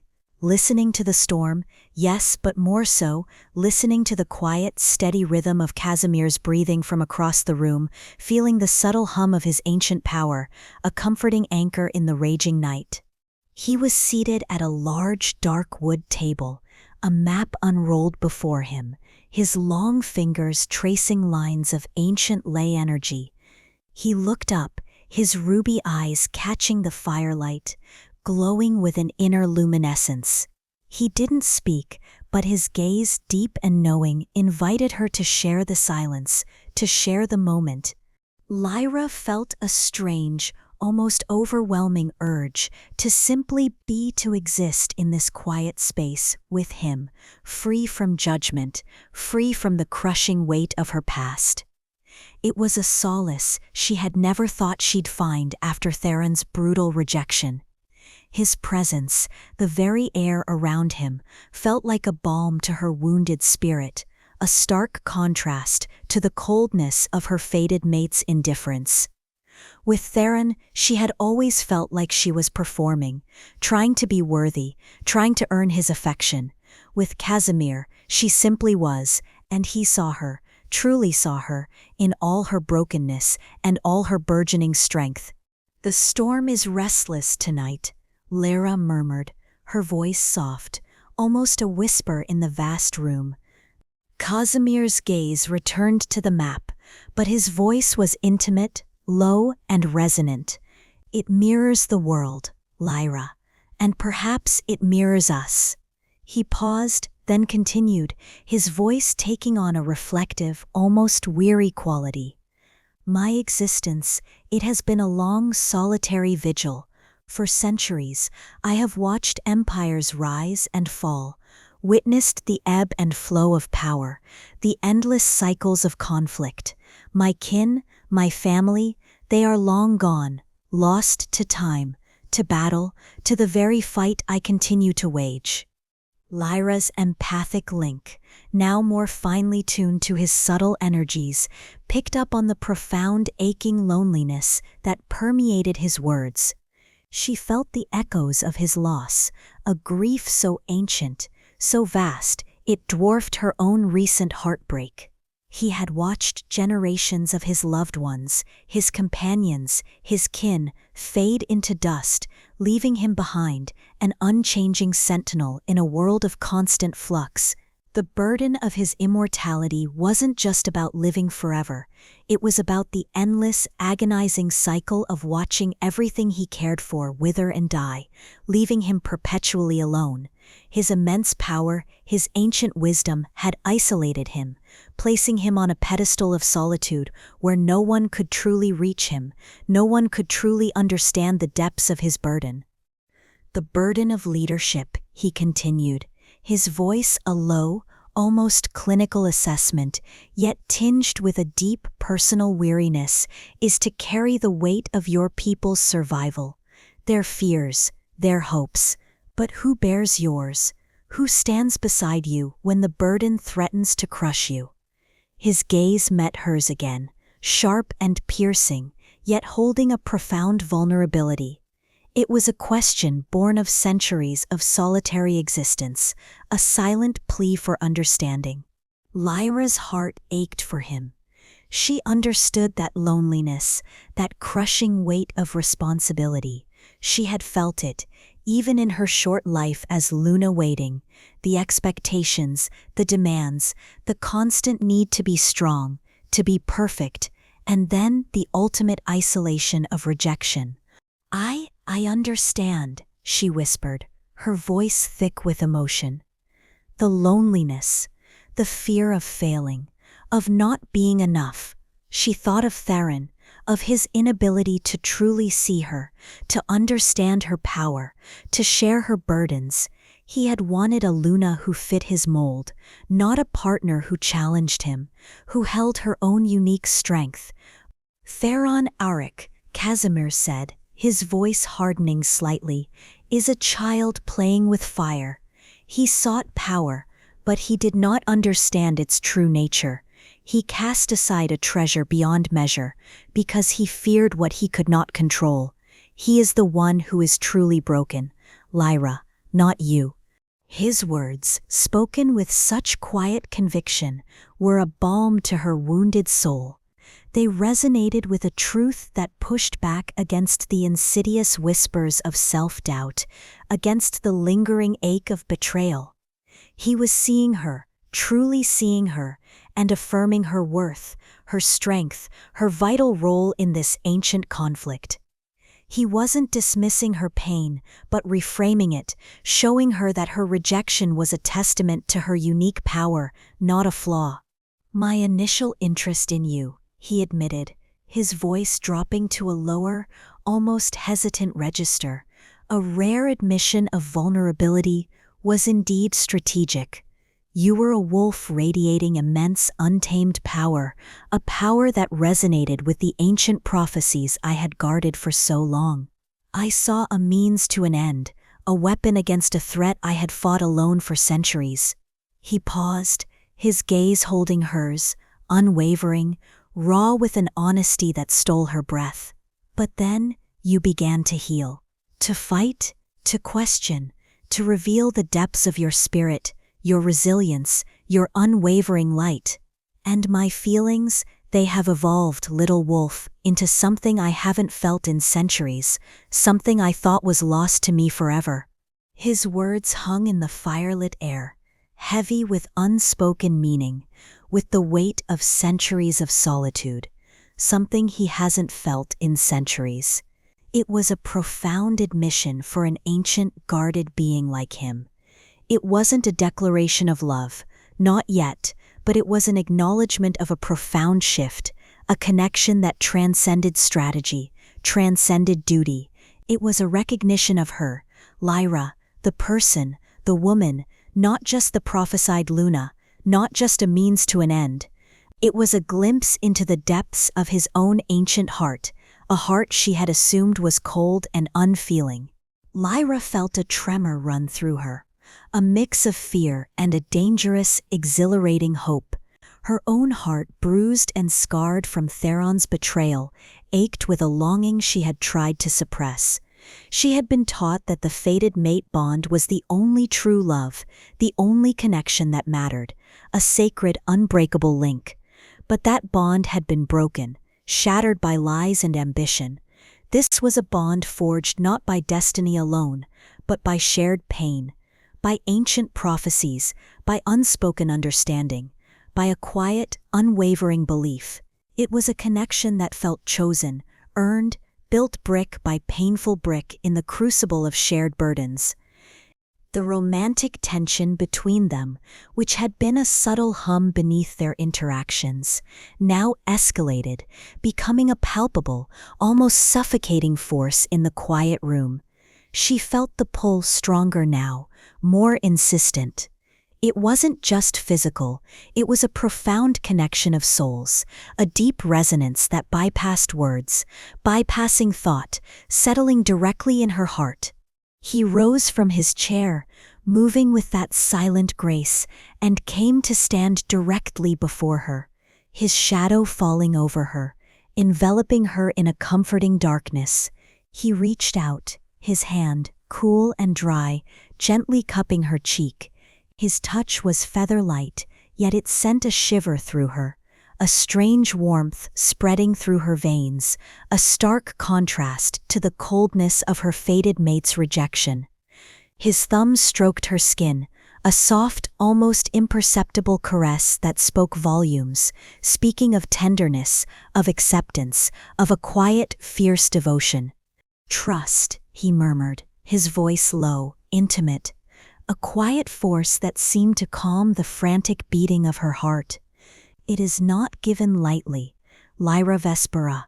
It is earned, and it is built, brick by painful brick, in the crucible of shared burdens and unwavering truth."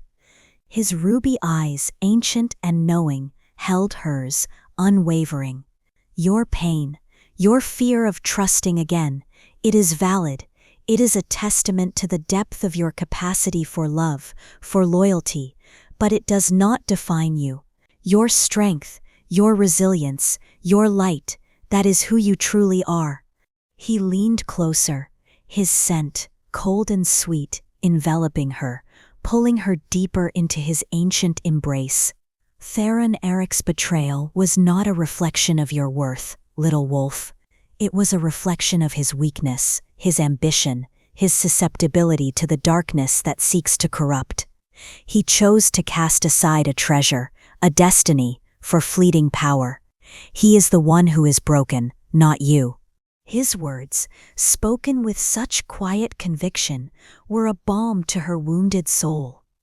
They resonated with a truth that pushed back against the insidious whispers of self-doubt, against the lingering ache of betrayal. He saw her pain, acknowledged it, and then, with a quiet strength, began to heal it. He was seeing her, truly seeing her, and affirming her worth, her strength, her vital role in this ancient conflict. "And your power," he continued, his gaze deepening, "the one they called a curse, a blight, it is a blessing, Lyra. A profound gift from the moon goddess herself. It is the very essence of balance, of mending, of restoration, and it is yours to embrace, fully, without fear."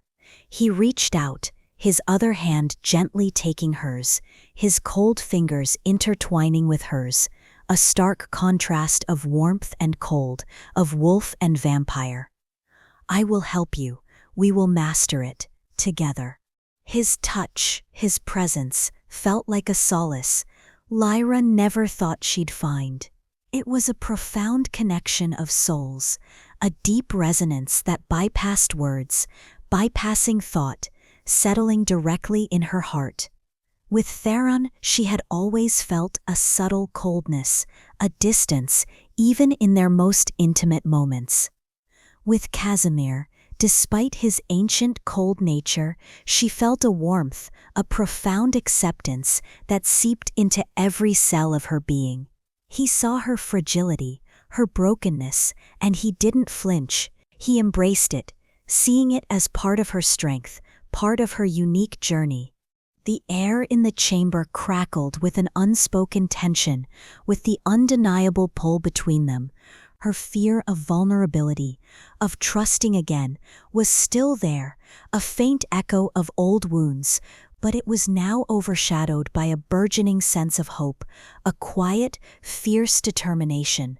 With each shared moment, with each whispered truth, the threads of their bond were weaving tighter, becoming an undeniable force.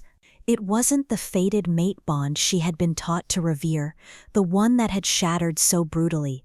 This was something different, something chosen, something deeper, an unbreakable thread forged in the crucible of shared burdens, ancient prophecies, and a quiet, profound intimacy that was blossoming in the shadows of his ancient stronghold.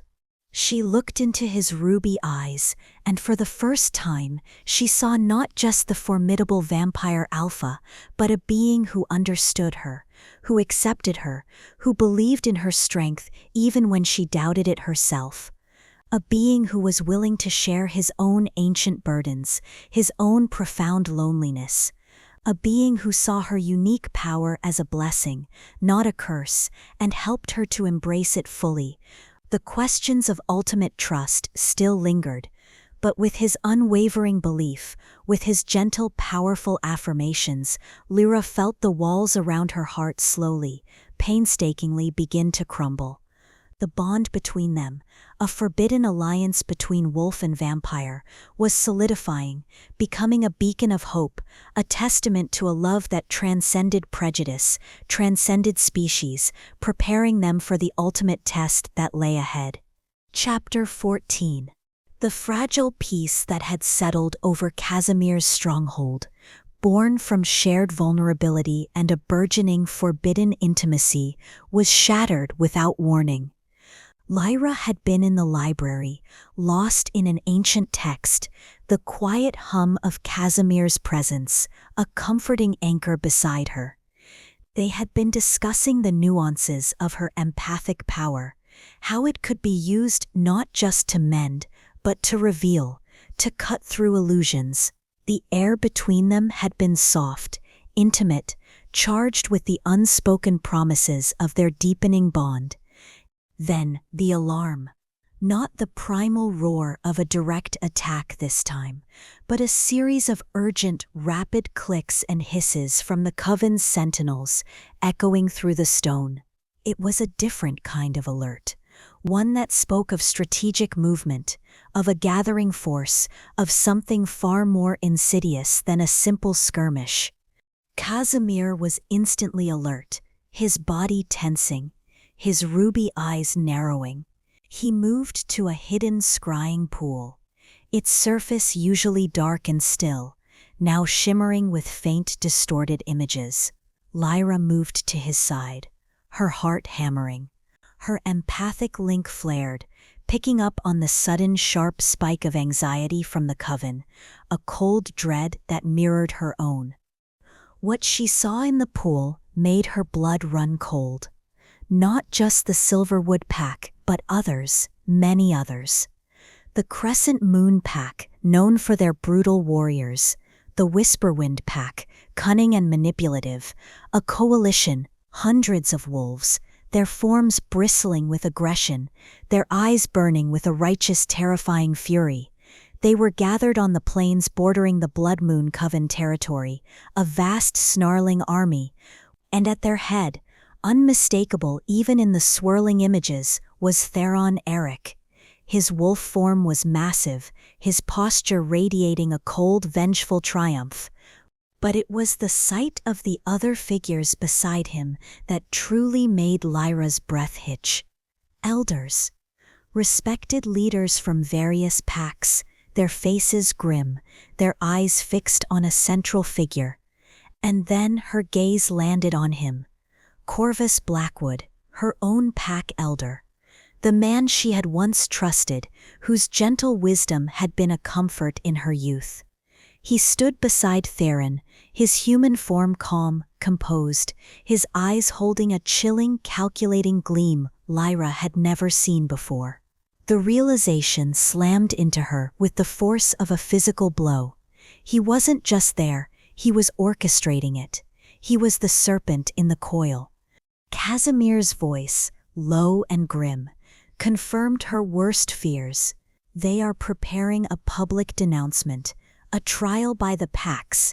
They mean to condemn you, Lyra, to twist the truth of your power, of our alliance, into a tale of dark magic and demonic pacts. The words hit Lyra like a physical punch, public condemnation, humiliation. Again, but this time, it wouldn't just be her pack. It would be a coalition of packs, a public spectacle designed to break her, to strip her of any remaining dignity, to justify their monstrous lies.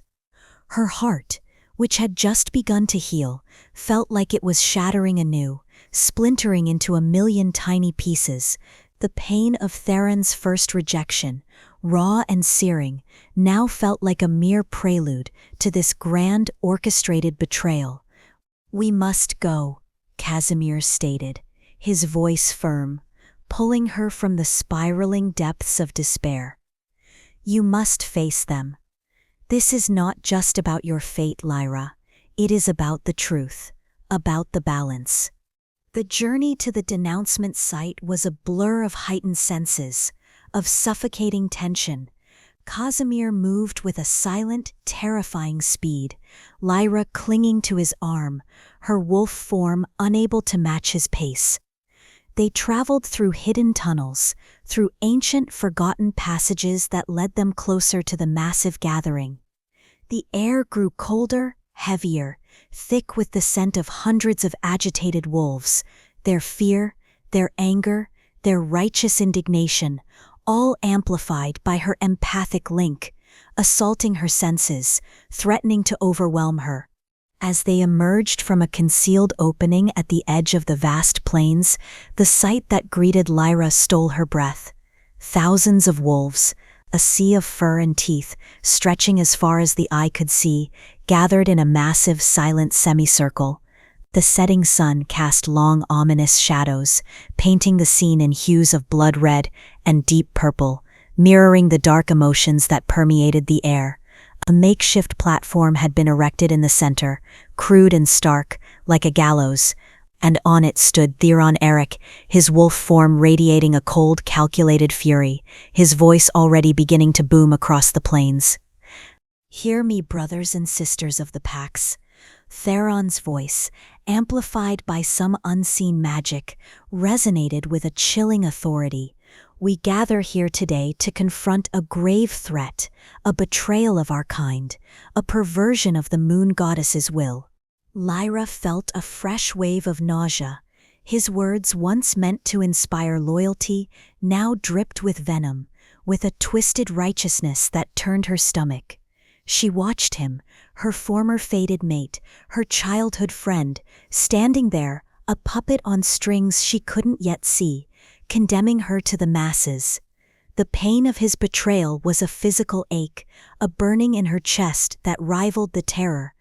For too long, Theron continued, his voice rising to a crescendo, the Silverwood Pack has harbored a blight, a creature of unnatural power, a she-wolf who consorts with forbidden magic, who defies the sacred laws of our kind. His gaze, sharp and accusatory, swept over the vast crowd, then, with chilling precision, landed on Lyra, hidden in the shadows with Casimir. He knew she was there. He had planned for it. The crowd roared, a guttural chorus of agreement, their anger a palpable force that slammed into Lyra, threatening to drown her. Her empathic link screamed with the intensity of their collective rage, their fear, their manipulated hatred. It was overwhelming, a chaotic symphony of hostile intent that made her head throb, her vision blur. She was chosen by the moon goddess as my fated mate. Theron's voice boomed, dripping with false sorrow, with a theatrical regret that made Lyra's blood boil. But her heart was corrupted, her spirit tainted by dark whispers. I, Theron Eric, Alpha of the Silverwood Pack, was forced to reject her, to sever the bond, to protect our people from her insidious influence. Lies, all of it, vicious, calculated lies. He was twisting the narrative, painting himself as the noble, suffering alpha, forced to make a difficult choice for the good of his pack. He was weaponizing her past, her rejection, turning it into a tool to condemn her, to justify his own ambition. The injustice of it all was a searing brand on her soul, a hot, bitter taste in her mouth. And now, Theron's voice hardened, becoming a cold, chilling pronouncement. She has fled to the forbidden lands, to the territory of the Blood Moon Coven, to the creatures of the night. She has forged an unholy alliance with the vampire Alpha, Casimir Volkov, seeking refuge among the very monsters our ancestors warned us against. A collective gasp rippled through the crowd, followed by a surge of renewed anger, of primal fear. Vampires, vampires, the word was a poison, a trigger for centuries of ingrained prejudice, of ancient hatred. Theron was twisting the truth of her alliance, her desperate need for survival, into a tale of dark magic and demonic pacts. He was framing her as a monstrous aberration, a traitor to her kind, consorting with the ultimate enemy. Lyra's true identity as the Luna of two worlds, her divine purpose, was being exposed but framed as a terrifying, unnatural perversion. The accusations rained down on her, each word a stone, bruising her spirit, reopening old wounds. She felt utterly exposed, utterly alone, despite Casimir's steady presence beside her. The fear of being judged, of being condemned by her own kind, was a suffocating blanket, stealing her breath. She had always craved acceptance, belonging, and now she was being publicly denounced, not just by her pack, but by a coalition of packs, by the very world she was destined to save. Then a new voice rose, calm and clear, cutting through Theron's booming pronouncements. A voice Lyra knew, a voice she had once trusted implicitly. My Alpha speaks the truth, my brothers and sisters. Lyra's gaze snapped to the platform. Corvus Blackwood. He stepped forward, his human form radiating an aura of quiet authority, his face etched with a false sorrow, a feigned regret that made Lyra's stomach churn. He was a figure Lyra had once confided in, sought guidance from, a man whose wisdom she had revered. The depth of this treachery, the cold, calculated nature of his manipulation, was a betrayal that cut even deeper than Theron's. It was a serpent's coil, tightening around her heart, squeezing the last vestiges of hope from her. "I have watched Lyra Vespera since she was a pup," Corvus said, his voice carrying across the plains, resonating with a deceptive sincerity. "I saw the strange light within her, the unusual power. I tried to guide her, to warn her, but her spirit was susceptible to darker influences, to the whispers of forbidden magic. Lies, all of it." He was twisting her unique power, her empathic link, into a dark, insidious force. He was exploiting her childhood sensitivity, her quiet nature, painting it as a weakness, a vulnerability to corruption. The sheer audacity of his deception, the cold, calculated malice behind his words, made Lyra's blood run cold. "Her rejection by Alpha Theron," Corvus continued, his voice dropping to a somber, almost mournful tone, "was a painful necessity, a sacrifice for the good of all packs, but she refused to accept it. She fled, and in her desperation, she sought refuge among the ancient enemy, the vampires. Their dark magic, their insidious influence has twisted her already unstable power into something truly monstrous." He paused, letting his words sink in, letting the fear and anger fester in the crowd. "She now wields a power that threatens to unravel the very fabric of our world.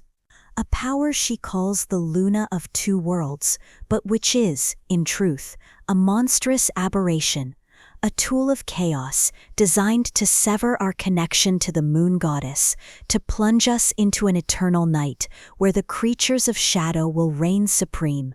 The crowd roared again, a terrifying, unified cry of outrage and fear.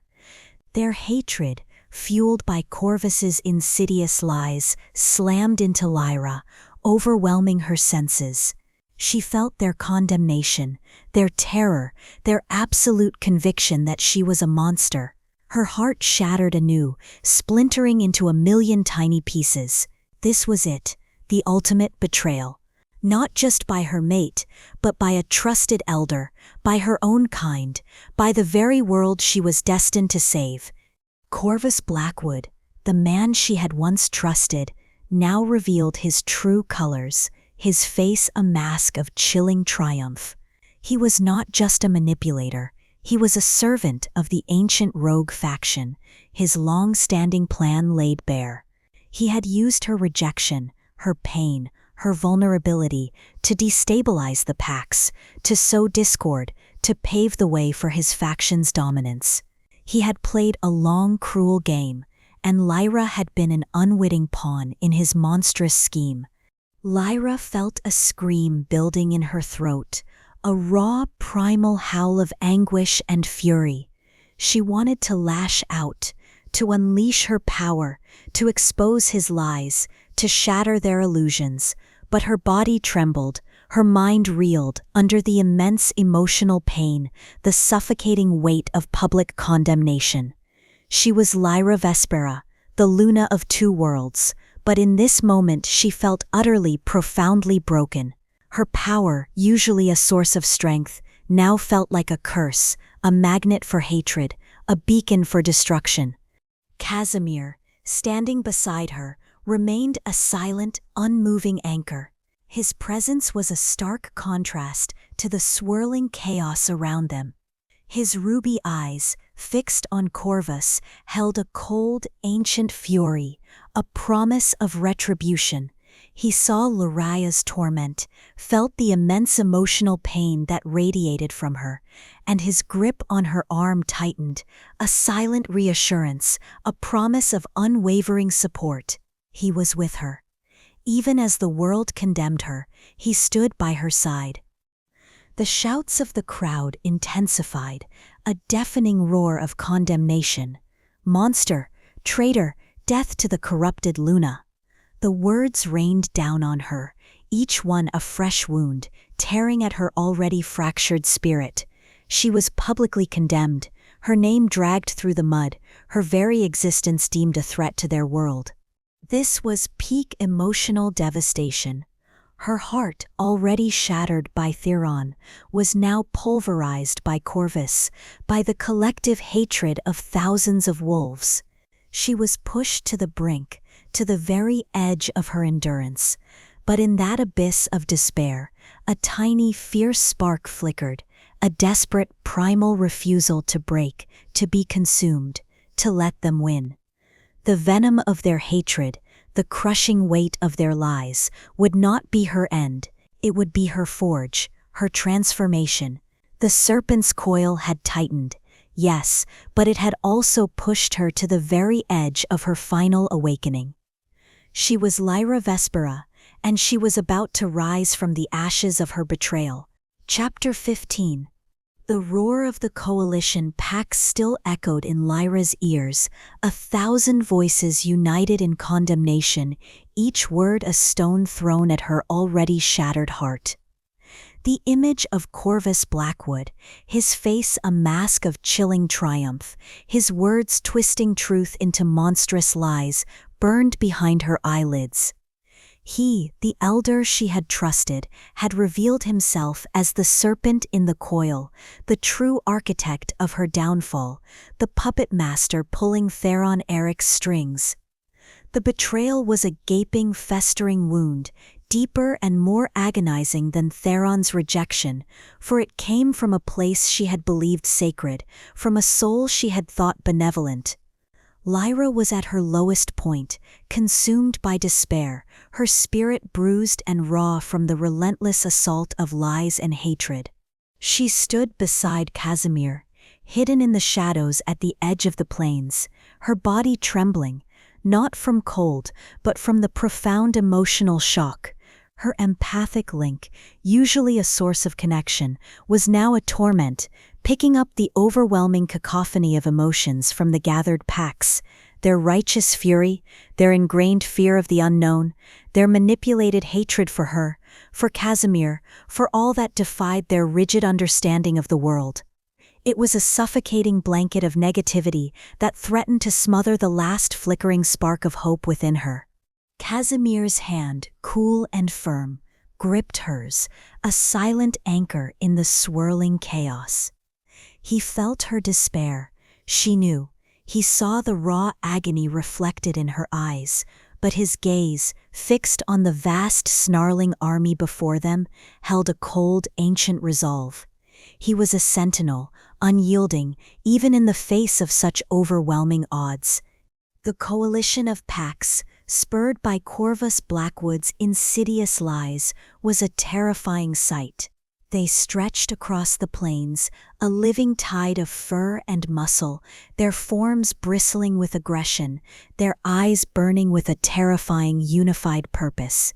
They were preparing to march on Casimir's stronghold, on the ancient forbidden territory of the Blood Moon Coven.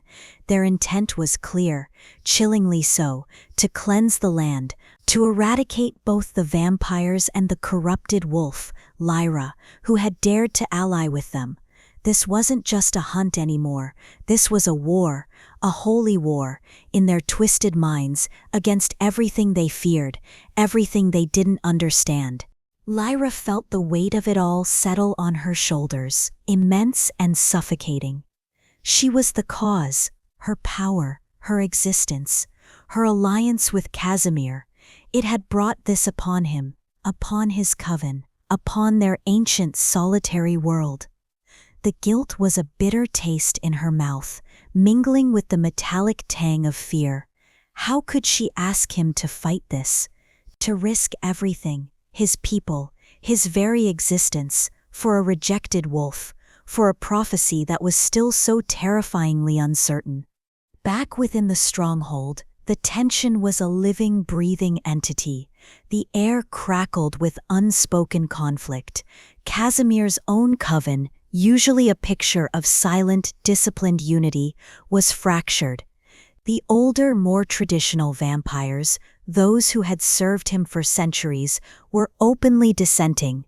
Valerius Kale and Rorik Vaughan, his most trusted yet most conservative council members, confronted him in the vast echoing council chambers.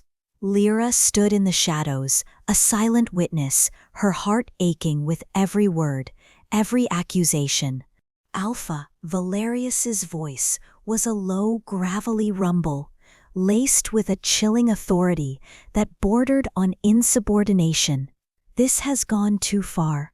The wolf packs are united. Their numbers are overwhelming. They will descend upon us like a plague, and it is she, his gaze cold as ice flickered to Lyra, who has brought this upon us, her presence here, her volatile power. It draws them like moths to a flame. Rorik Vaughan stepped forward, his grim expression etched deeper with fear and frustration. We have maintained our neutrality for centuries, Alpha. We have survived by remaining apart unseen. This alliance, it breaks every tradition. It jeopardizes every life within these walls. You must distance yourself from her. Cast her out. Let her face her own kind. It is the only way to ensure the coven's survival. Lyra flinched, her heart sinking. She felt their emotions, raw and unfiltered, their deep-seated fear for their coven, their ingrained prejudice against her kind, their desperate need for self-preservation. She was a burden, a liability. She had brought chaos to his ordered world. The familiar, insidious whispers of self-doubt surged, amplified by their open condemnation. They're right. I am a burden. I am the problem. I should leave. I should sacrifice myself for him, for his people. The thought was agonizing, tearing at her soul, but it felt like the only way to protect him, to protect the fragile alliance they had formed. Casimir stood before them, a solitary figure against the weight of centuries of tradition, against the collective fear of his own kind.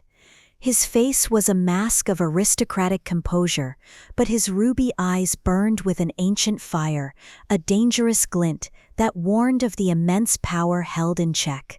He listened, silent, unmoving, allowing their fears, their accusations, to wash over him.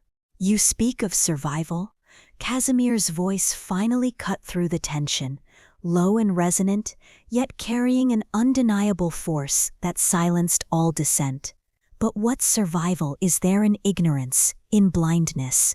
You cling to traditions that no longer serve us. The world is changing.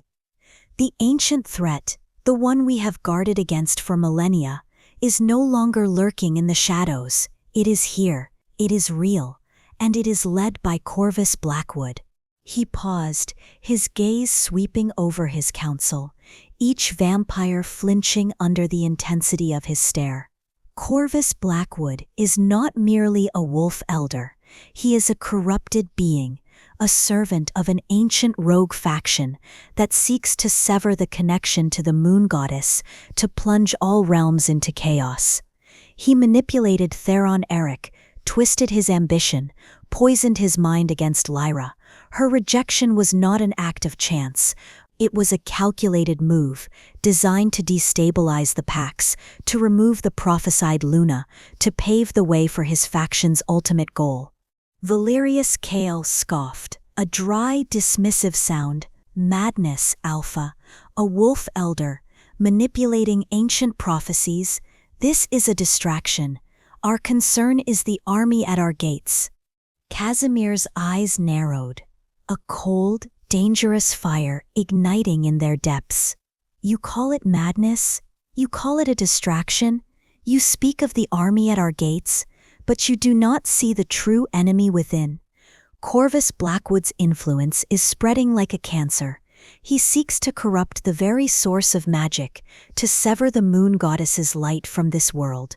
And Lyra Vespera, his gaze filled with an unwavering conviction, settled on her, is the key. Her unique power, her ability to mend broken bonds and restore balance to corrupted magic, is the only thing that can stop him. She is the Luna of two worlds, and she is essential to our survival, to the survival of all beings. His voice rose, not in a shout, but in a quiet, undeniable declaration that resonated with ancient power, filling the chamber, silencing all opposition. I will not distance myself from her. My choice is made. My duty is to the balance, to the world. And Lyra, you are central to that balance. My people will learn, they will understand, or they will fall. There was no arrogance in his tone, only a quiet, unshakable certainty, a profound, ancient resolve that brooked no further argument. He was willing to defy his own kind, to risk everything, to stand against centuries of ingrained prejudice, for her, for their shared destiny. The council members, though still clearly displeased, bowed their heads in reluctant deference. The power of his conviction, the sheer force of his will, was undeniable. They knew, in their ancient bones, that when Casimir Volkov made such a declaration, there was no turning back. They turned and exited the study, their silent departure leaving behind a heavy, yet profoundly altered silence. Lyra stood there, trembling, tears stinging her eyes, not tears of sorrow, but of overwhelming emotion, of a profound aching gratitude. He had chosen her. He had defended her. He had laid bare the truth of his ancient burdens, his fears, his unwavering belief, before his own people. He had risked everything for her. The depth of his commitment, the fierce, unyielding loyalty in his gaze, was a stark contrast to the coldness of Theron's betrayal, to the casual cruelty of her pack's abandonment. This was love, she realized with a jolt that resonated through her very soul.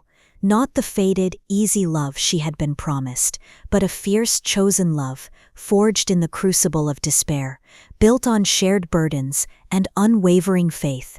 His gaze returned to her, soft now, intimate, yet still burning with that ancient fire. He walked towards her, his movements silent, unhurried, until he stood directly before her. He reached out, his hand, cool and dry, gently cupping her cheek. His touch was feather-light, yet it sent a shiver through her, a strange warmth spreading through her veins, a profound sense of peace. "You are not a burden, Lyra Vespera," he murmured, his voice low, intimate, a quiet force that seemed to calm the frantic beating of her heart. "You are the key, the catalyst, the hope, and I will stand by you no matter the cost. My people will learn, they will understand, or they will face the consequences of their ignorance." His thumb stroked her skin, a soft, almost imperceptible caress that spoke volumes, speaking of tenderness, of acceptance, of a quiet, fierce devotion that transcended species, transcended ancient hatreds. Lyra looked into his ruby eyes, and for the first time, truly saw not just the formidable vampire alpha, but a being who understood her, who accepted her, who believed in her strength even when she doubted it herself. A being who was willing to share his own ancient burdens, his own profound loneliness, a being who saw her unique power as a blessing, not a curse, and helped her to embrace it fully. In that moment, witnessing his unshakable faith, Lyra felt a spark, not just a flicker, but a fierce, burning spark of her own power ignite within her. It wasn't from prophecy alone, not from the moon goddess's direct intervention. It was from something deeper, something more primal. It was from pure, unadulterated love, love for him, love for the fragile, dangerous alliance they had forged, and defiance, a fierce, unyielding defiance against those who sought to break her, to control her, to twist her destiny.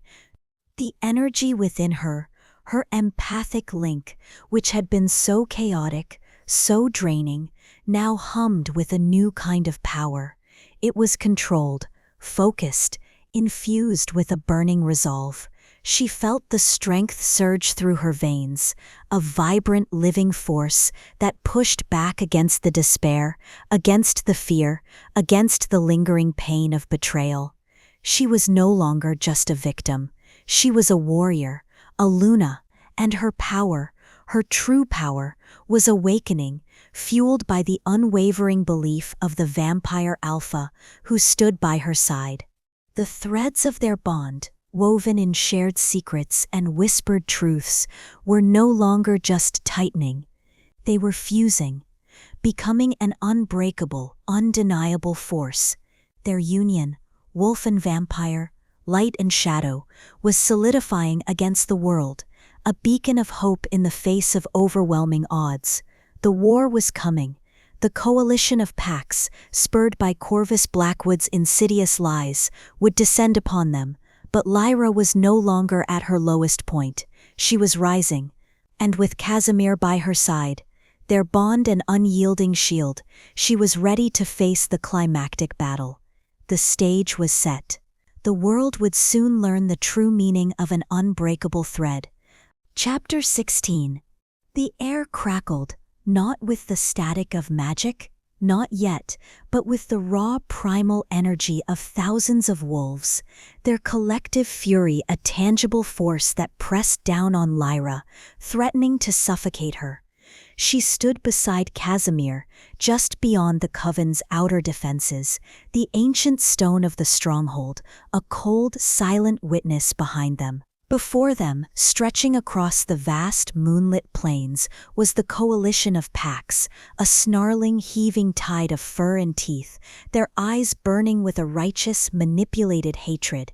At their head, unmistakable even in the dim light, were Theron Eric, his wolf form bristling with vengeful pride, and beside him the chillingly composed figure of Corvus Blackwood, his human face a mask of serene malice. Lyra's heart hammered against her ribs, a frantic drumbeat of terror and defiance. The memory of Corvus's betrayal, his calm, insidious lies, still burned like acid in her soul. He had twisted her truth, weaponized her power, and turned her own kind against her. The rage that had flared within her, sparked by Casimir's unwavering loyalty, now burned brighter, hotter, a fierce protective fire. She was no longer just the rejected Luna. She was the Luna of two worlds, and the weight of that destiny, the immense power that hummed beneath her skin, felt both terrifying and exhilarating. Casimir stood beside her, a silent, unmoving anchor. His hand, cool and firm, gripped hers, a silent promise of unwavering support. His ruby eyes, usually so unreadable, burned with a cold, ancient fury, a promise of retribution. He was ready, she was ready. The world, however, was about to be irrevocably changed. Then, the first howl, not a warning, but a battle cry, raw and guttural, ripping through the night. It was Theron Eric. A signal, and with it the entire coalition surged forward, a wave of snarling, snapping wolves, their forms blurring into a single terrifying mass. The ground trembled beneath Lyra's feet, vibrating with the thunderous charge. "Hold!" Casimir's voice, a low, resonant command cut through the din. His coven, a disciplined line of ancient warriors, moved with silent precision, their forms blurring as they met the charging tide of wolves. The battle began. It was a maelstrom of chaos, a brutal, visceral clash of two ancient species. The plains erupted into a whirlwind of fur and fangs, of snapping jaws and tearing claws, the air filled with the guttural snarls of wolves, the sharp, almost metallic hisses of vampires, the sickening thud of bodies colliding, the wet, tearing sound of flesh. It was a symphony of violence, each note a spike driven into Lyra's soul. Lyra's empathic link flared, overwhelmed by the sheer volume of raw emotion. The wolves' rage, their primal aggression, their manipulated hatred, slammed into her, a suffocating wave, But beneath it, she could feel their fear, their confusion, the insidious whispers of Corvus's lies still echoing in their minds. The vampires, on the other hand, radiated a cold, precise focus, their ancient hunger barely contained, their movements a blur of lethal grace. They fought with a chilling efficiency, striking with surgical precision, designed to incapacitate, to disorient, to eliminate. They were shadows, weaving through the chaotic mass of wolves, their attacks swift, silent, deadly. Lyra, still honing her abilities, found herself in the thick of it, not as a passive observer, but as an active, desperate participant. She shifted into her wolf form, her fur bristling, her teeth bared. She moved with a newfound agility, her senses heightened, her instincts sharp. She fought with a desperate ferocity, protecting Casimir's coven, protecting the fragile hope of their alliance. She was a whirlwind of silver fur and snapping jaws, her movements fluid, powerful, a stark contrast to the wild, almost uncontrolled aggression of the other wolves. But the numbers. Oh, the numbers were overwhelming. The coalition of packs seemed endless, a relentless tide that threatened to engulf Casimir's forces. His coven, though ancient and powerful, was smaller, more specialized. They fought with grim determination, their movements becoming more strained, their attacks less precise, as the sheer weight of the wolf army pressed in on them. Lyra felt their exhaustion, their growing despair, through her empathic link, a cold dread seeping into her bones. She fought side by side with Casimir, their movements a deadly dance of wolf and vampire. He was a force of nature, a whirlwind of dark power, his ancient strength undeniable. He moved with impossible speed, a blur of motion, his strikes precise, lethal, incapacitating his opponents with chilling efficiency. He was protecting her, always, his body a shield, his presence a constant anchor in the chaos. He was a beacon of unwavering strength, but even he, Lyra could feel, was beginning to tire, his power reserves slowly dwindling under the relentless onslaught. The battle raged, a brutal, chaotic symphony of violence. Lyra saw her former pack members, their faces twisted with hatred, their eyes devoid of recognition. She saw wolves she had known since puphood, now lunging at her with murderous intent, their minds poisoned by Corvus's lies. The pain of it was a constant throb beneath the adrenaline, a bitter taste in her mouth. She fought back, not with hatred, but with a desperate need to survive, to protect, to prove them wrong. Then, the tide began to turn. Slowly, inexorably, the sheer numbers of the wolf coalition started to overwhelm Casimir's coven. Lyra felt the despair rise, a suffocating wave. She saw vampires fall, their forms dissolving into dust. She saw her allies pushed back, their line faltering, their movements growing sluggish. The hope that had flickered so brightly within her began to dim, threatened by the encroaching darkness. A guttural roar ripped through the air, closer than anything. Lyra spun, her wolf form bristling. Theron Eric. He had broken through the main line, his eyes fixed on her, burning with a cold, triumphant fury. He was no longer disoriented, no longer reeling from her power.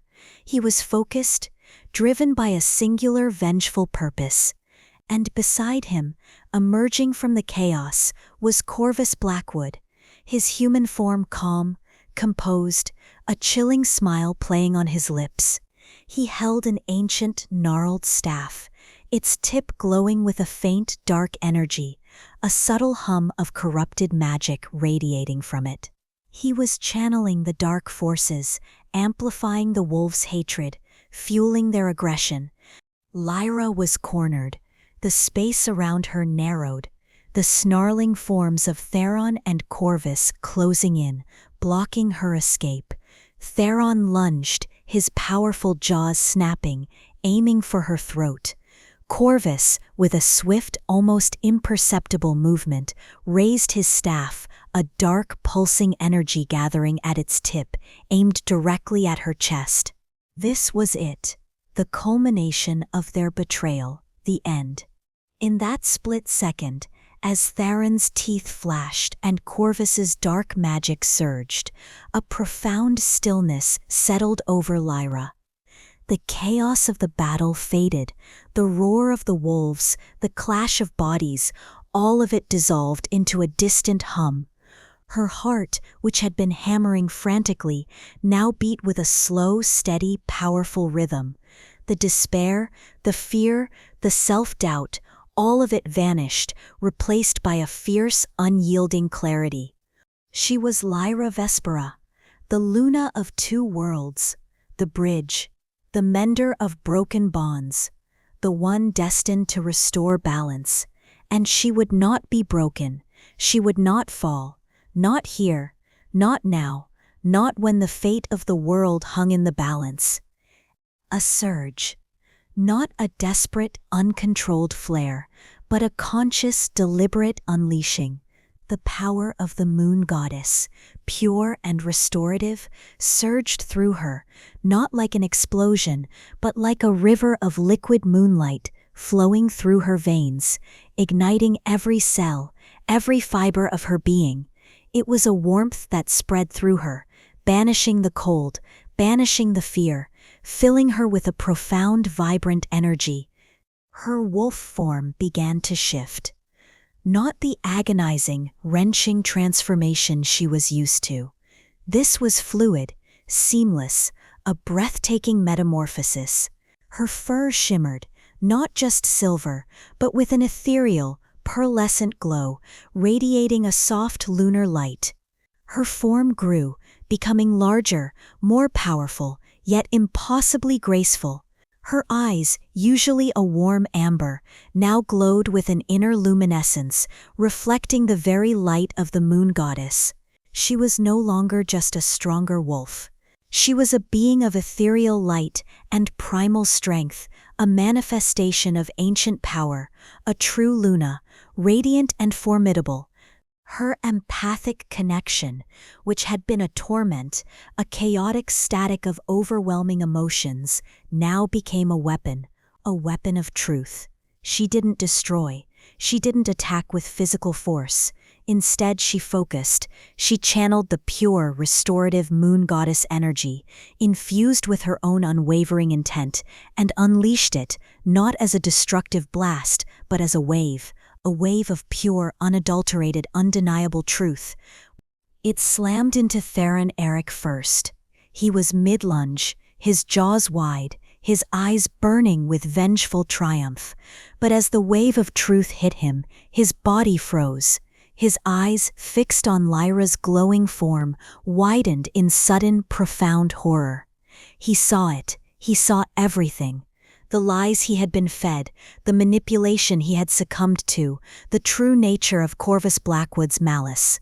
He saw Lyra, not as the traitor he had condemned, but as the true Luna, radiant and pure, the destiny he had so foolishly cast aside.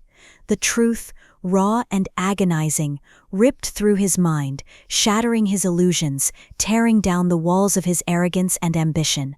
A guttural cry of pure, unadulterated agony and remorse ripped from his throat, a sound of utter devastation. He stumbled back, clutching his head, his powerful wolf form trembling, collapsing to his knees, utterly broken. Then the wave hit Corvus Blackwood.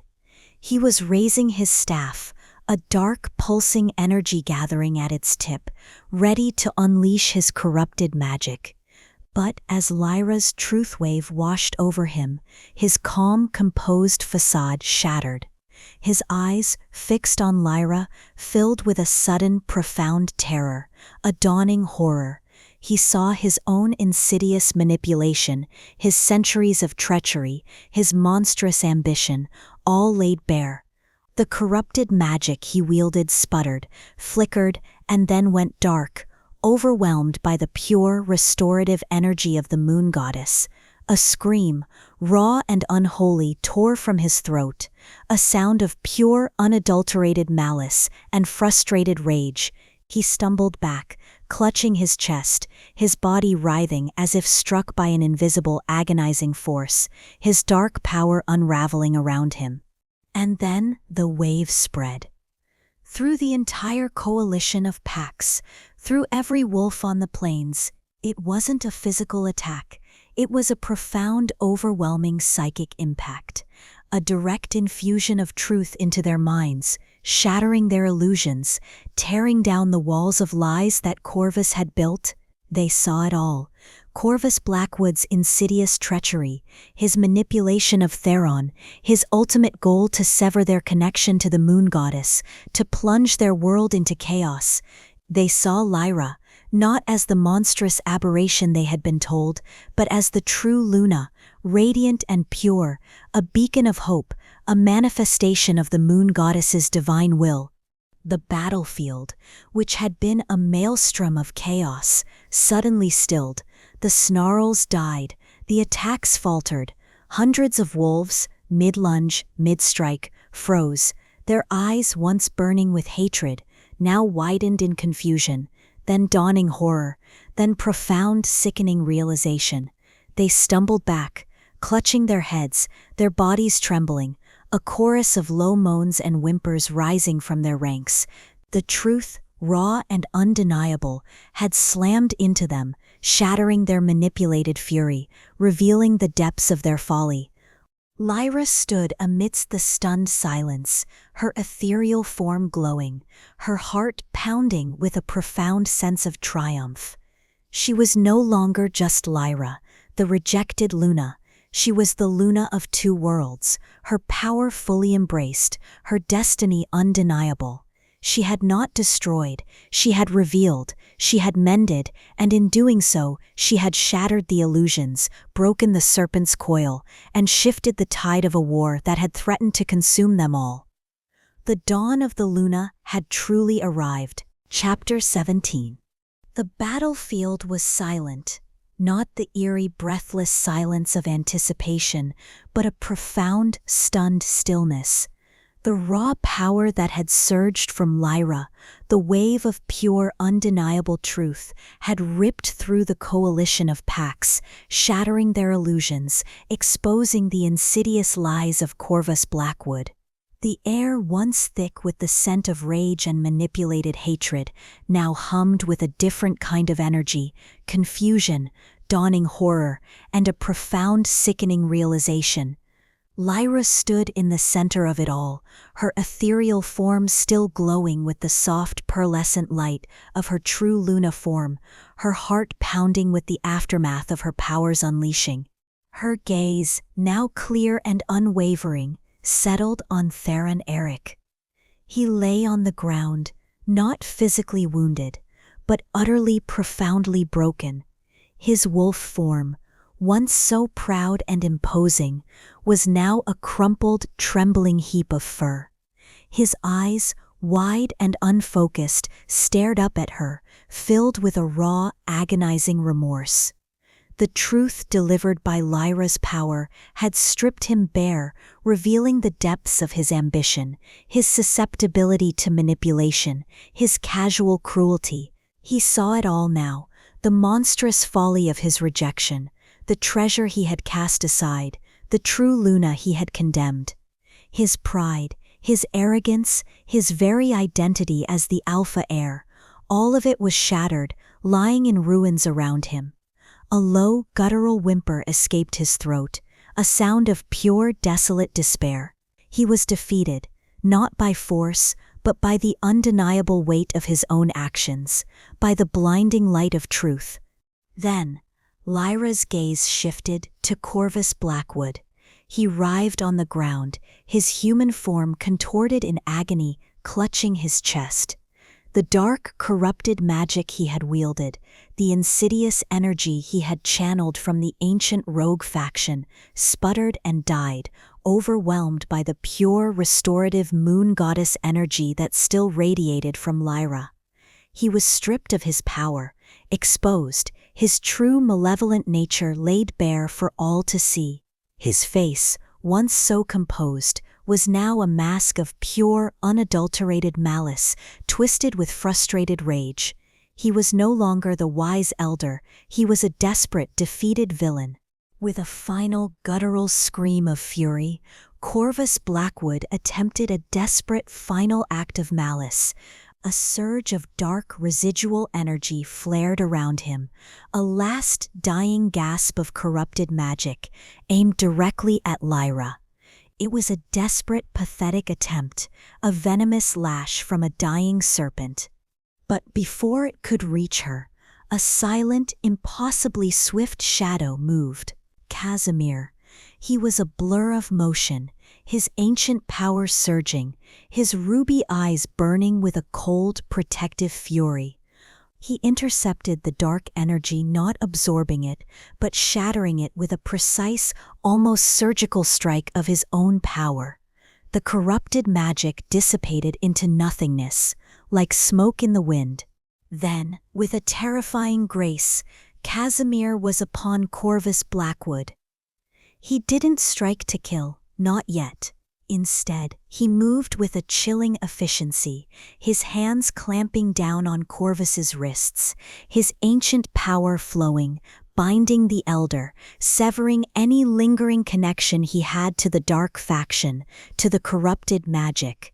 Corvus screamed, a raw, unholy sound of pure, impotent rage, his body writhing, but he was held fast, utterly defeated, stripped of his power, his influence, his very essence. The serpent was caught. The world reacted. Oh, how the world reacted to Lyra's complete awakening. It wasn't just the immediate battlefield. It was a cosmic response, a symphony of ancient magic stirring to life. The full moon, high above, which had been obscured by the dark clouds of conflict, now broke through, its light pouring down, brighter, purer than Lyra had ever seen it. It bathed the plains in an ethereal silvery glow, a benediction, a silent acknowledgement from the moon goddess herself. Beneath the earth, the ancient ley lines, which had been choked and corrupted by Corvus's dark magic, now hummed with renewed vitality. Lyra could feel it through her empathic link, a vibrant, pulsating energy, flowing freely, restoring balance, cleansing the very land. The air itself shimmered, alive with pure, untainted magic, and the very forest, the ancient trees that bordered the plains, seemed to breathe a collective sigh of relief. Their leaves rustled softly, a gentle whisper of gratitude, their branches swaying in a silent dance of renewed life. It was as if the earth itself was celebrating, rejoicing in the restoration of balance, in the triumph of light over shadow. The attacking packs, the thousands of wolves who had been frozen by Lyra's wave of truth, now began to stir. Their eyes, once filled with hatred, now held a profound confusion, then a dawning shame. They saw Corvus Blackwood, stripped of his power, writhing in Casimir's grip, his true malevolent nature laid bare. They saw Theron Eric, broken and humiliated, his lies exposed, and they saw Lyra. Not the monstrous aberration they had been told, but the true Luna, radiant and pure, bathed in the moon goddess's light, standing tall and powerful beside the formidable vampire Alpha. The collective emotions that washed over Lyra through her empathic link were overwhelming. Shock, remorse, deep, agonizing shame. They had been misled. They had been manipulated. They had condemned an innocent, attacked a sacred alliance, and served a corrupt master. The realization was a crushing blow to their pride, to their ingrained sense of righteousness. Some of the packs, unable to bear the weight of their shame, simply turned. They didn't run in terror, but retreated in a quiet, almost mournful silence, their heads bowed, their tails tucked low. They melted back into the shadows of the forest, leaving the plains in a profound, humbled stillness. Others, fueled by a sudden righteous fury at Corvus's betrayal, turned on him.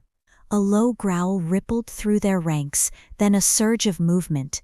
They surrounded him, their eyes burning with a cold, vengeful anger, ready to deliver their own form of justice. Casimir, with a subtle nod, released his hold, allowing them to claim their betrayer, to mete out the consequences of his monstrous deception. Lyra stood tall, her ethereal form slowly receding, her skin shimmering as she returned to her human form, though still radiating a powerful inner light. She was no longer just a rejected wolf. She was the prophesied Luna. Her power, once a source of confusion and self-doubt, was now undeniable, a vibrant, living force that pulsed beneath her skin. She had faced her betrayers, exposed their lies, and restored balance to a world teetering on the brink of chaos.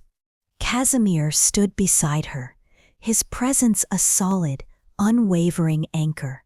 His hand, cool and firm, found hers, his fingers intertwining with hers, a silent testament to their unbreakable bond.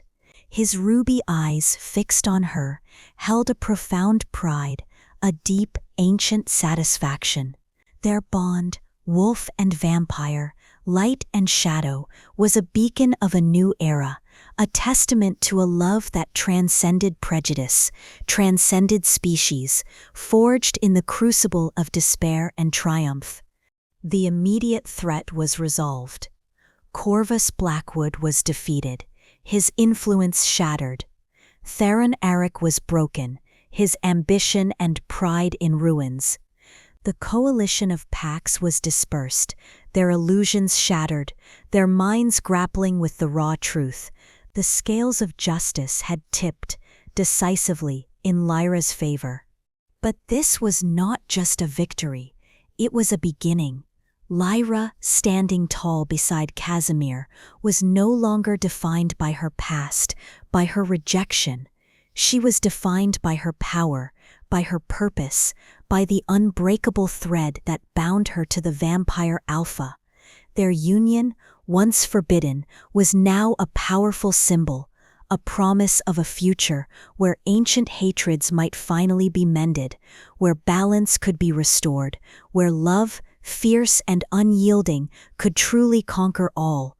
The world had witnessed the dawn of the Luna, and nothing, Lyra knew, would ever be the same. Chapter 18. The battle was over.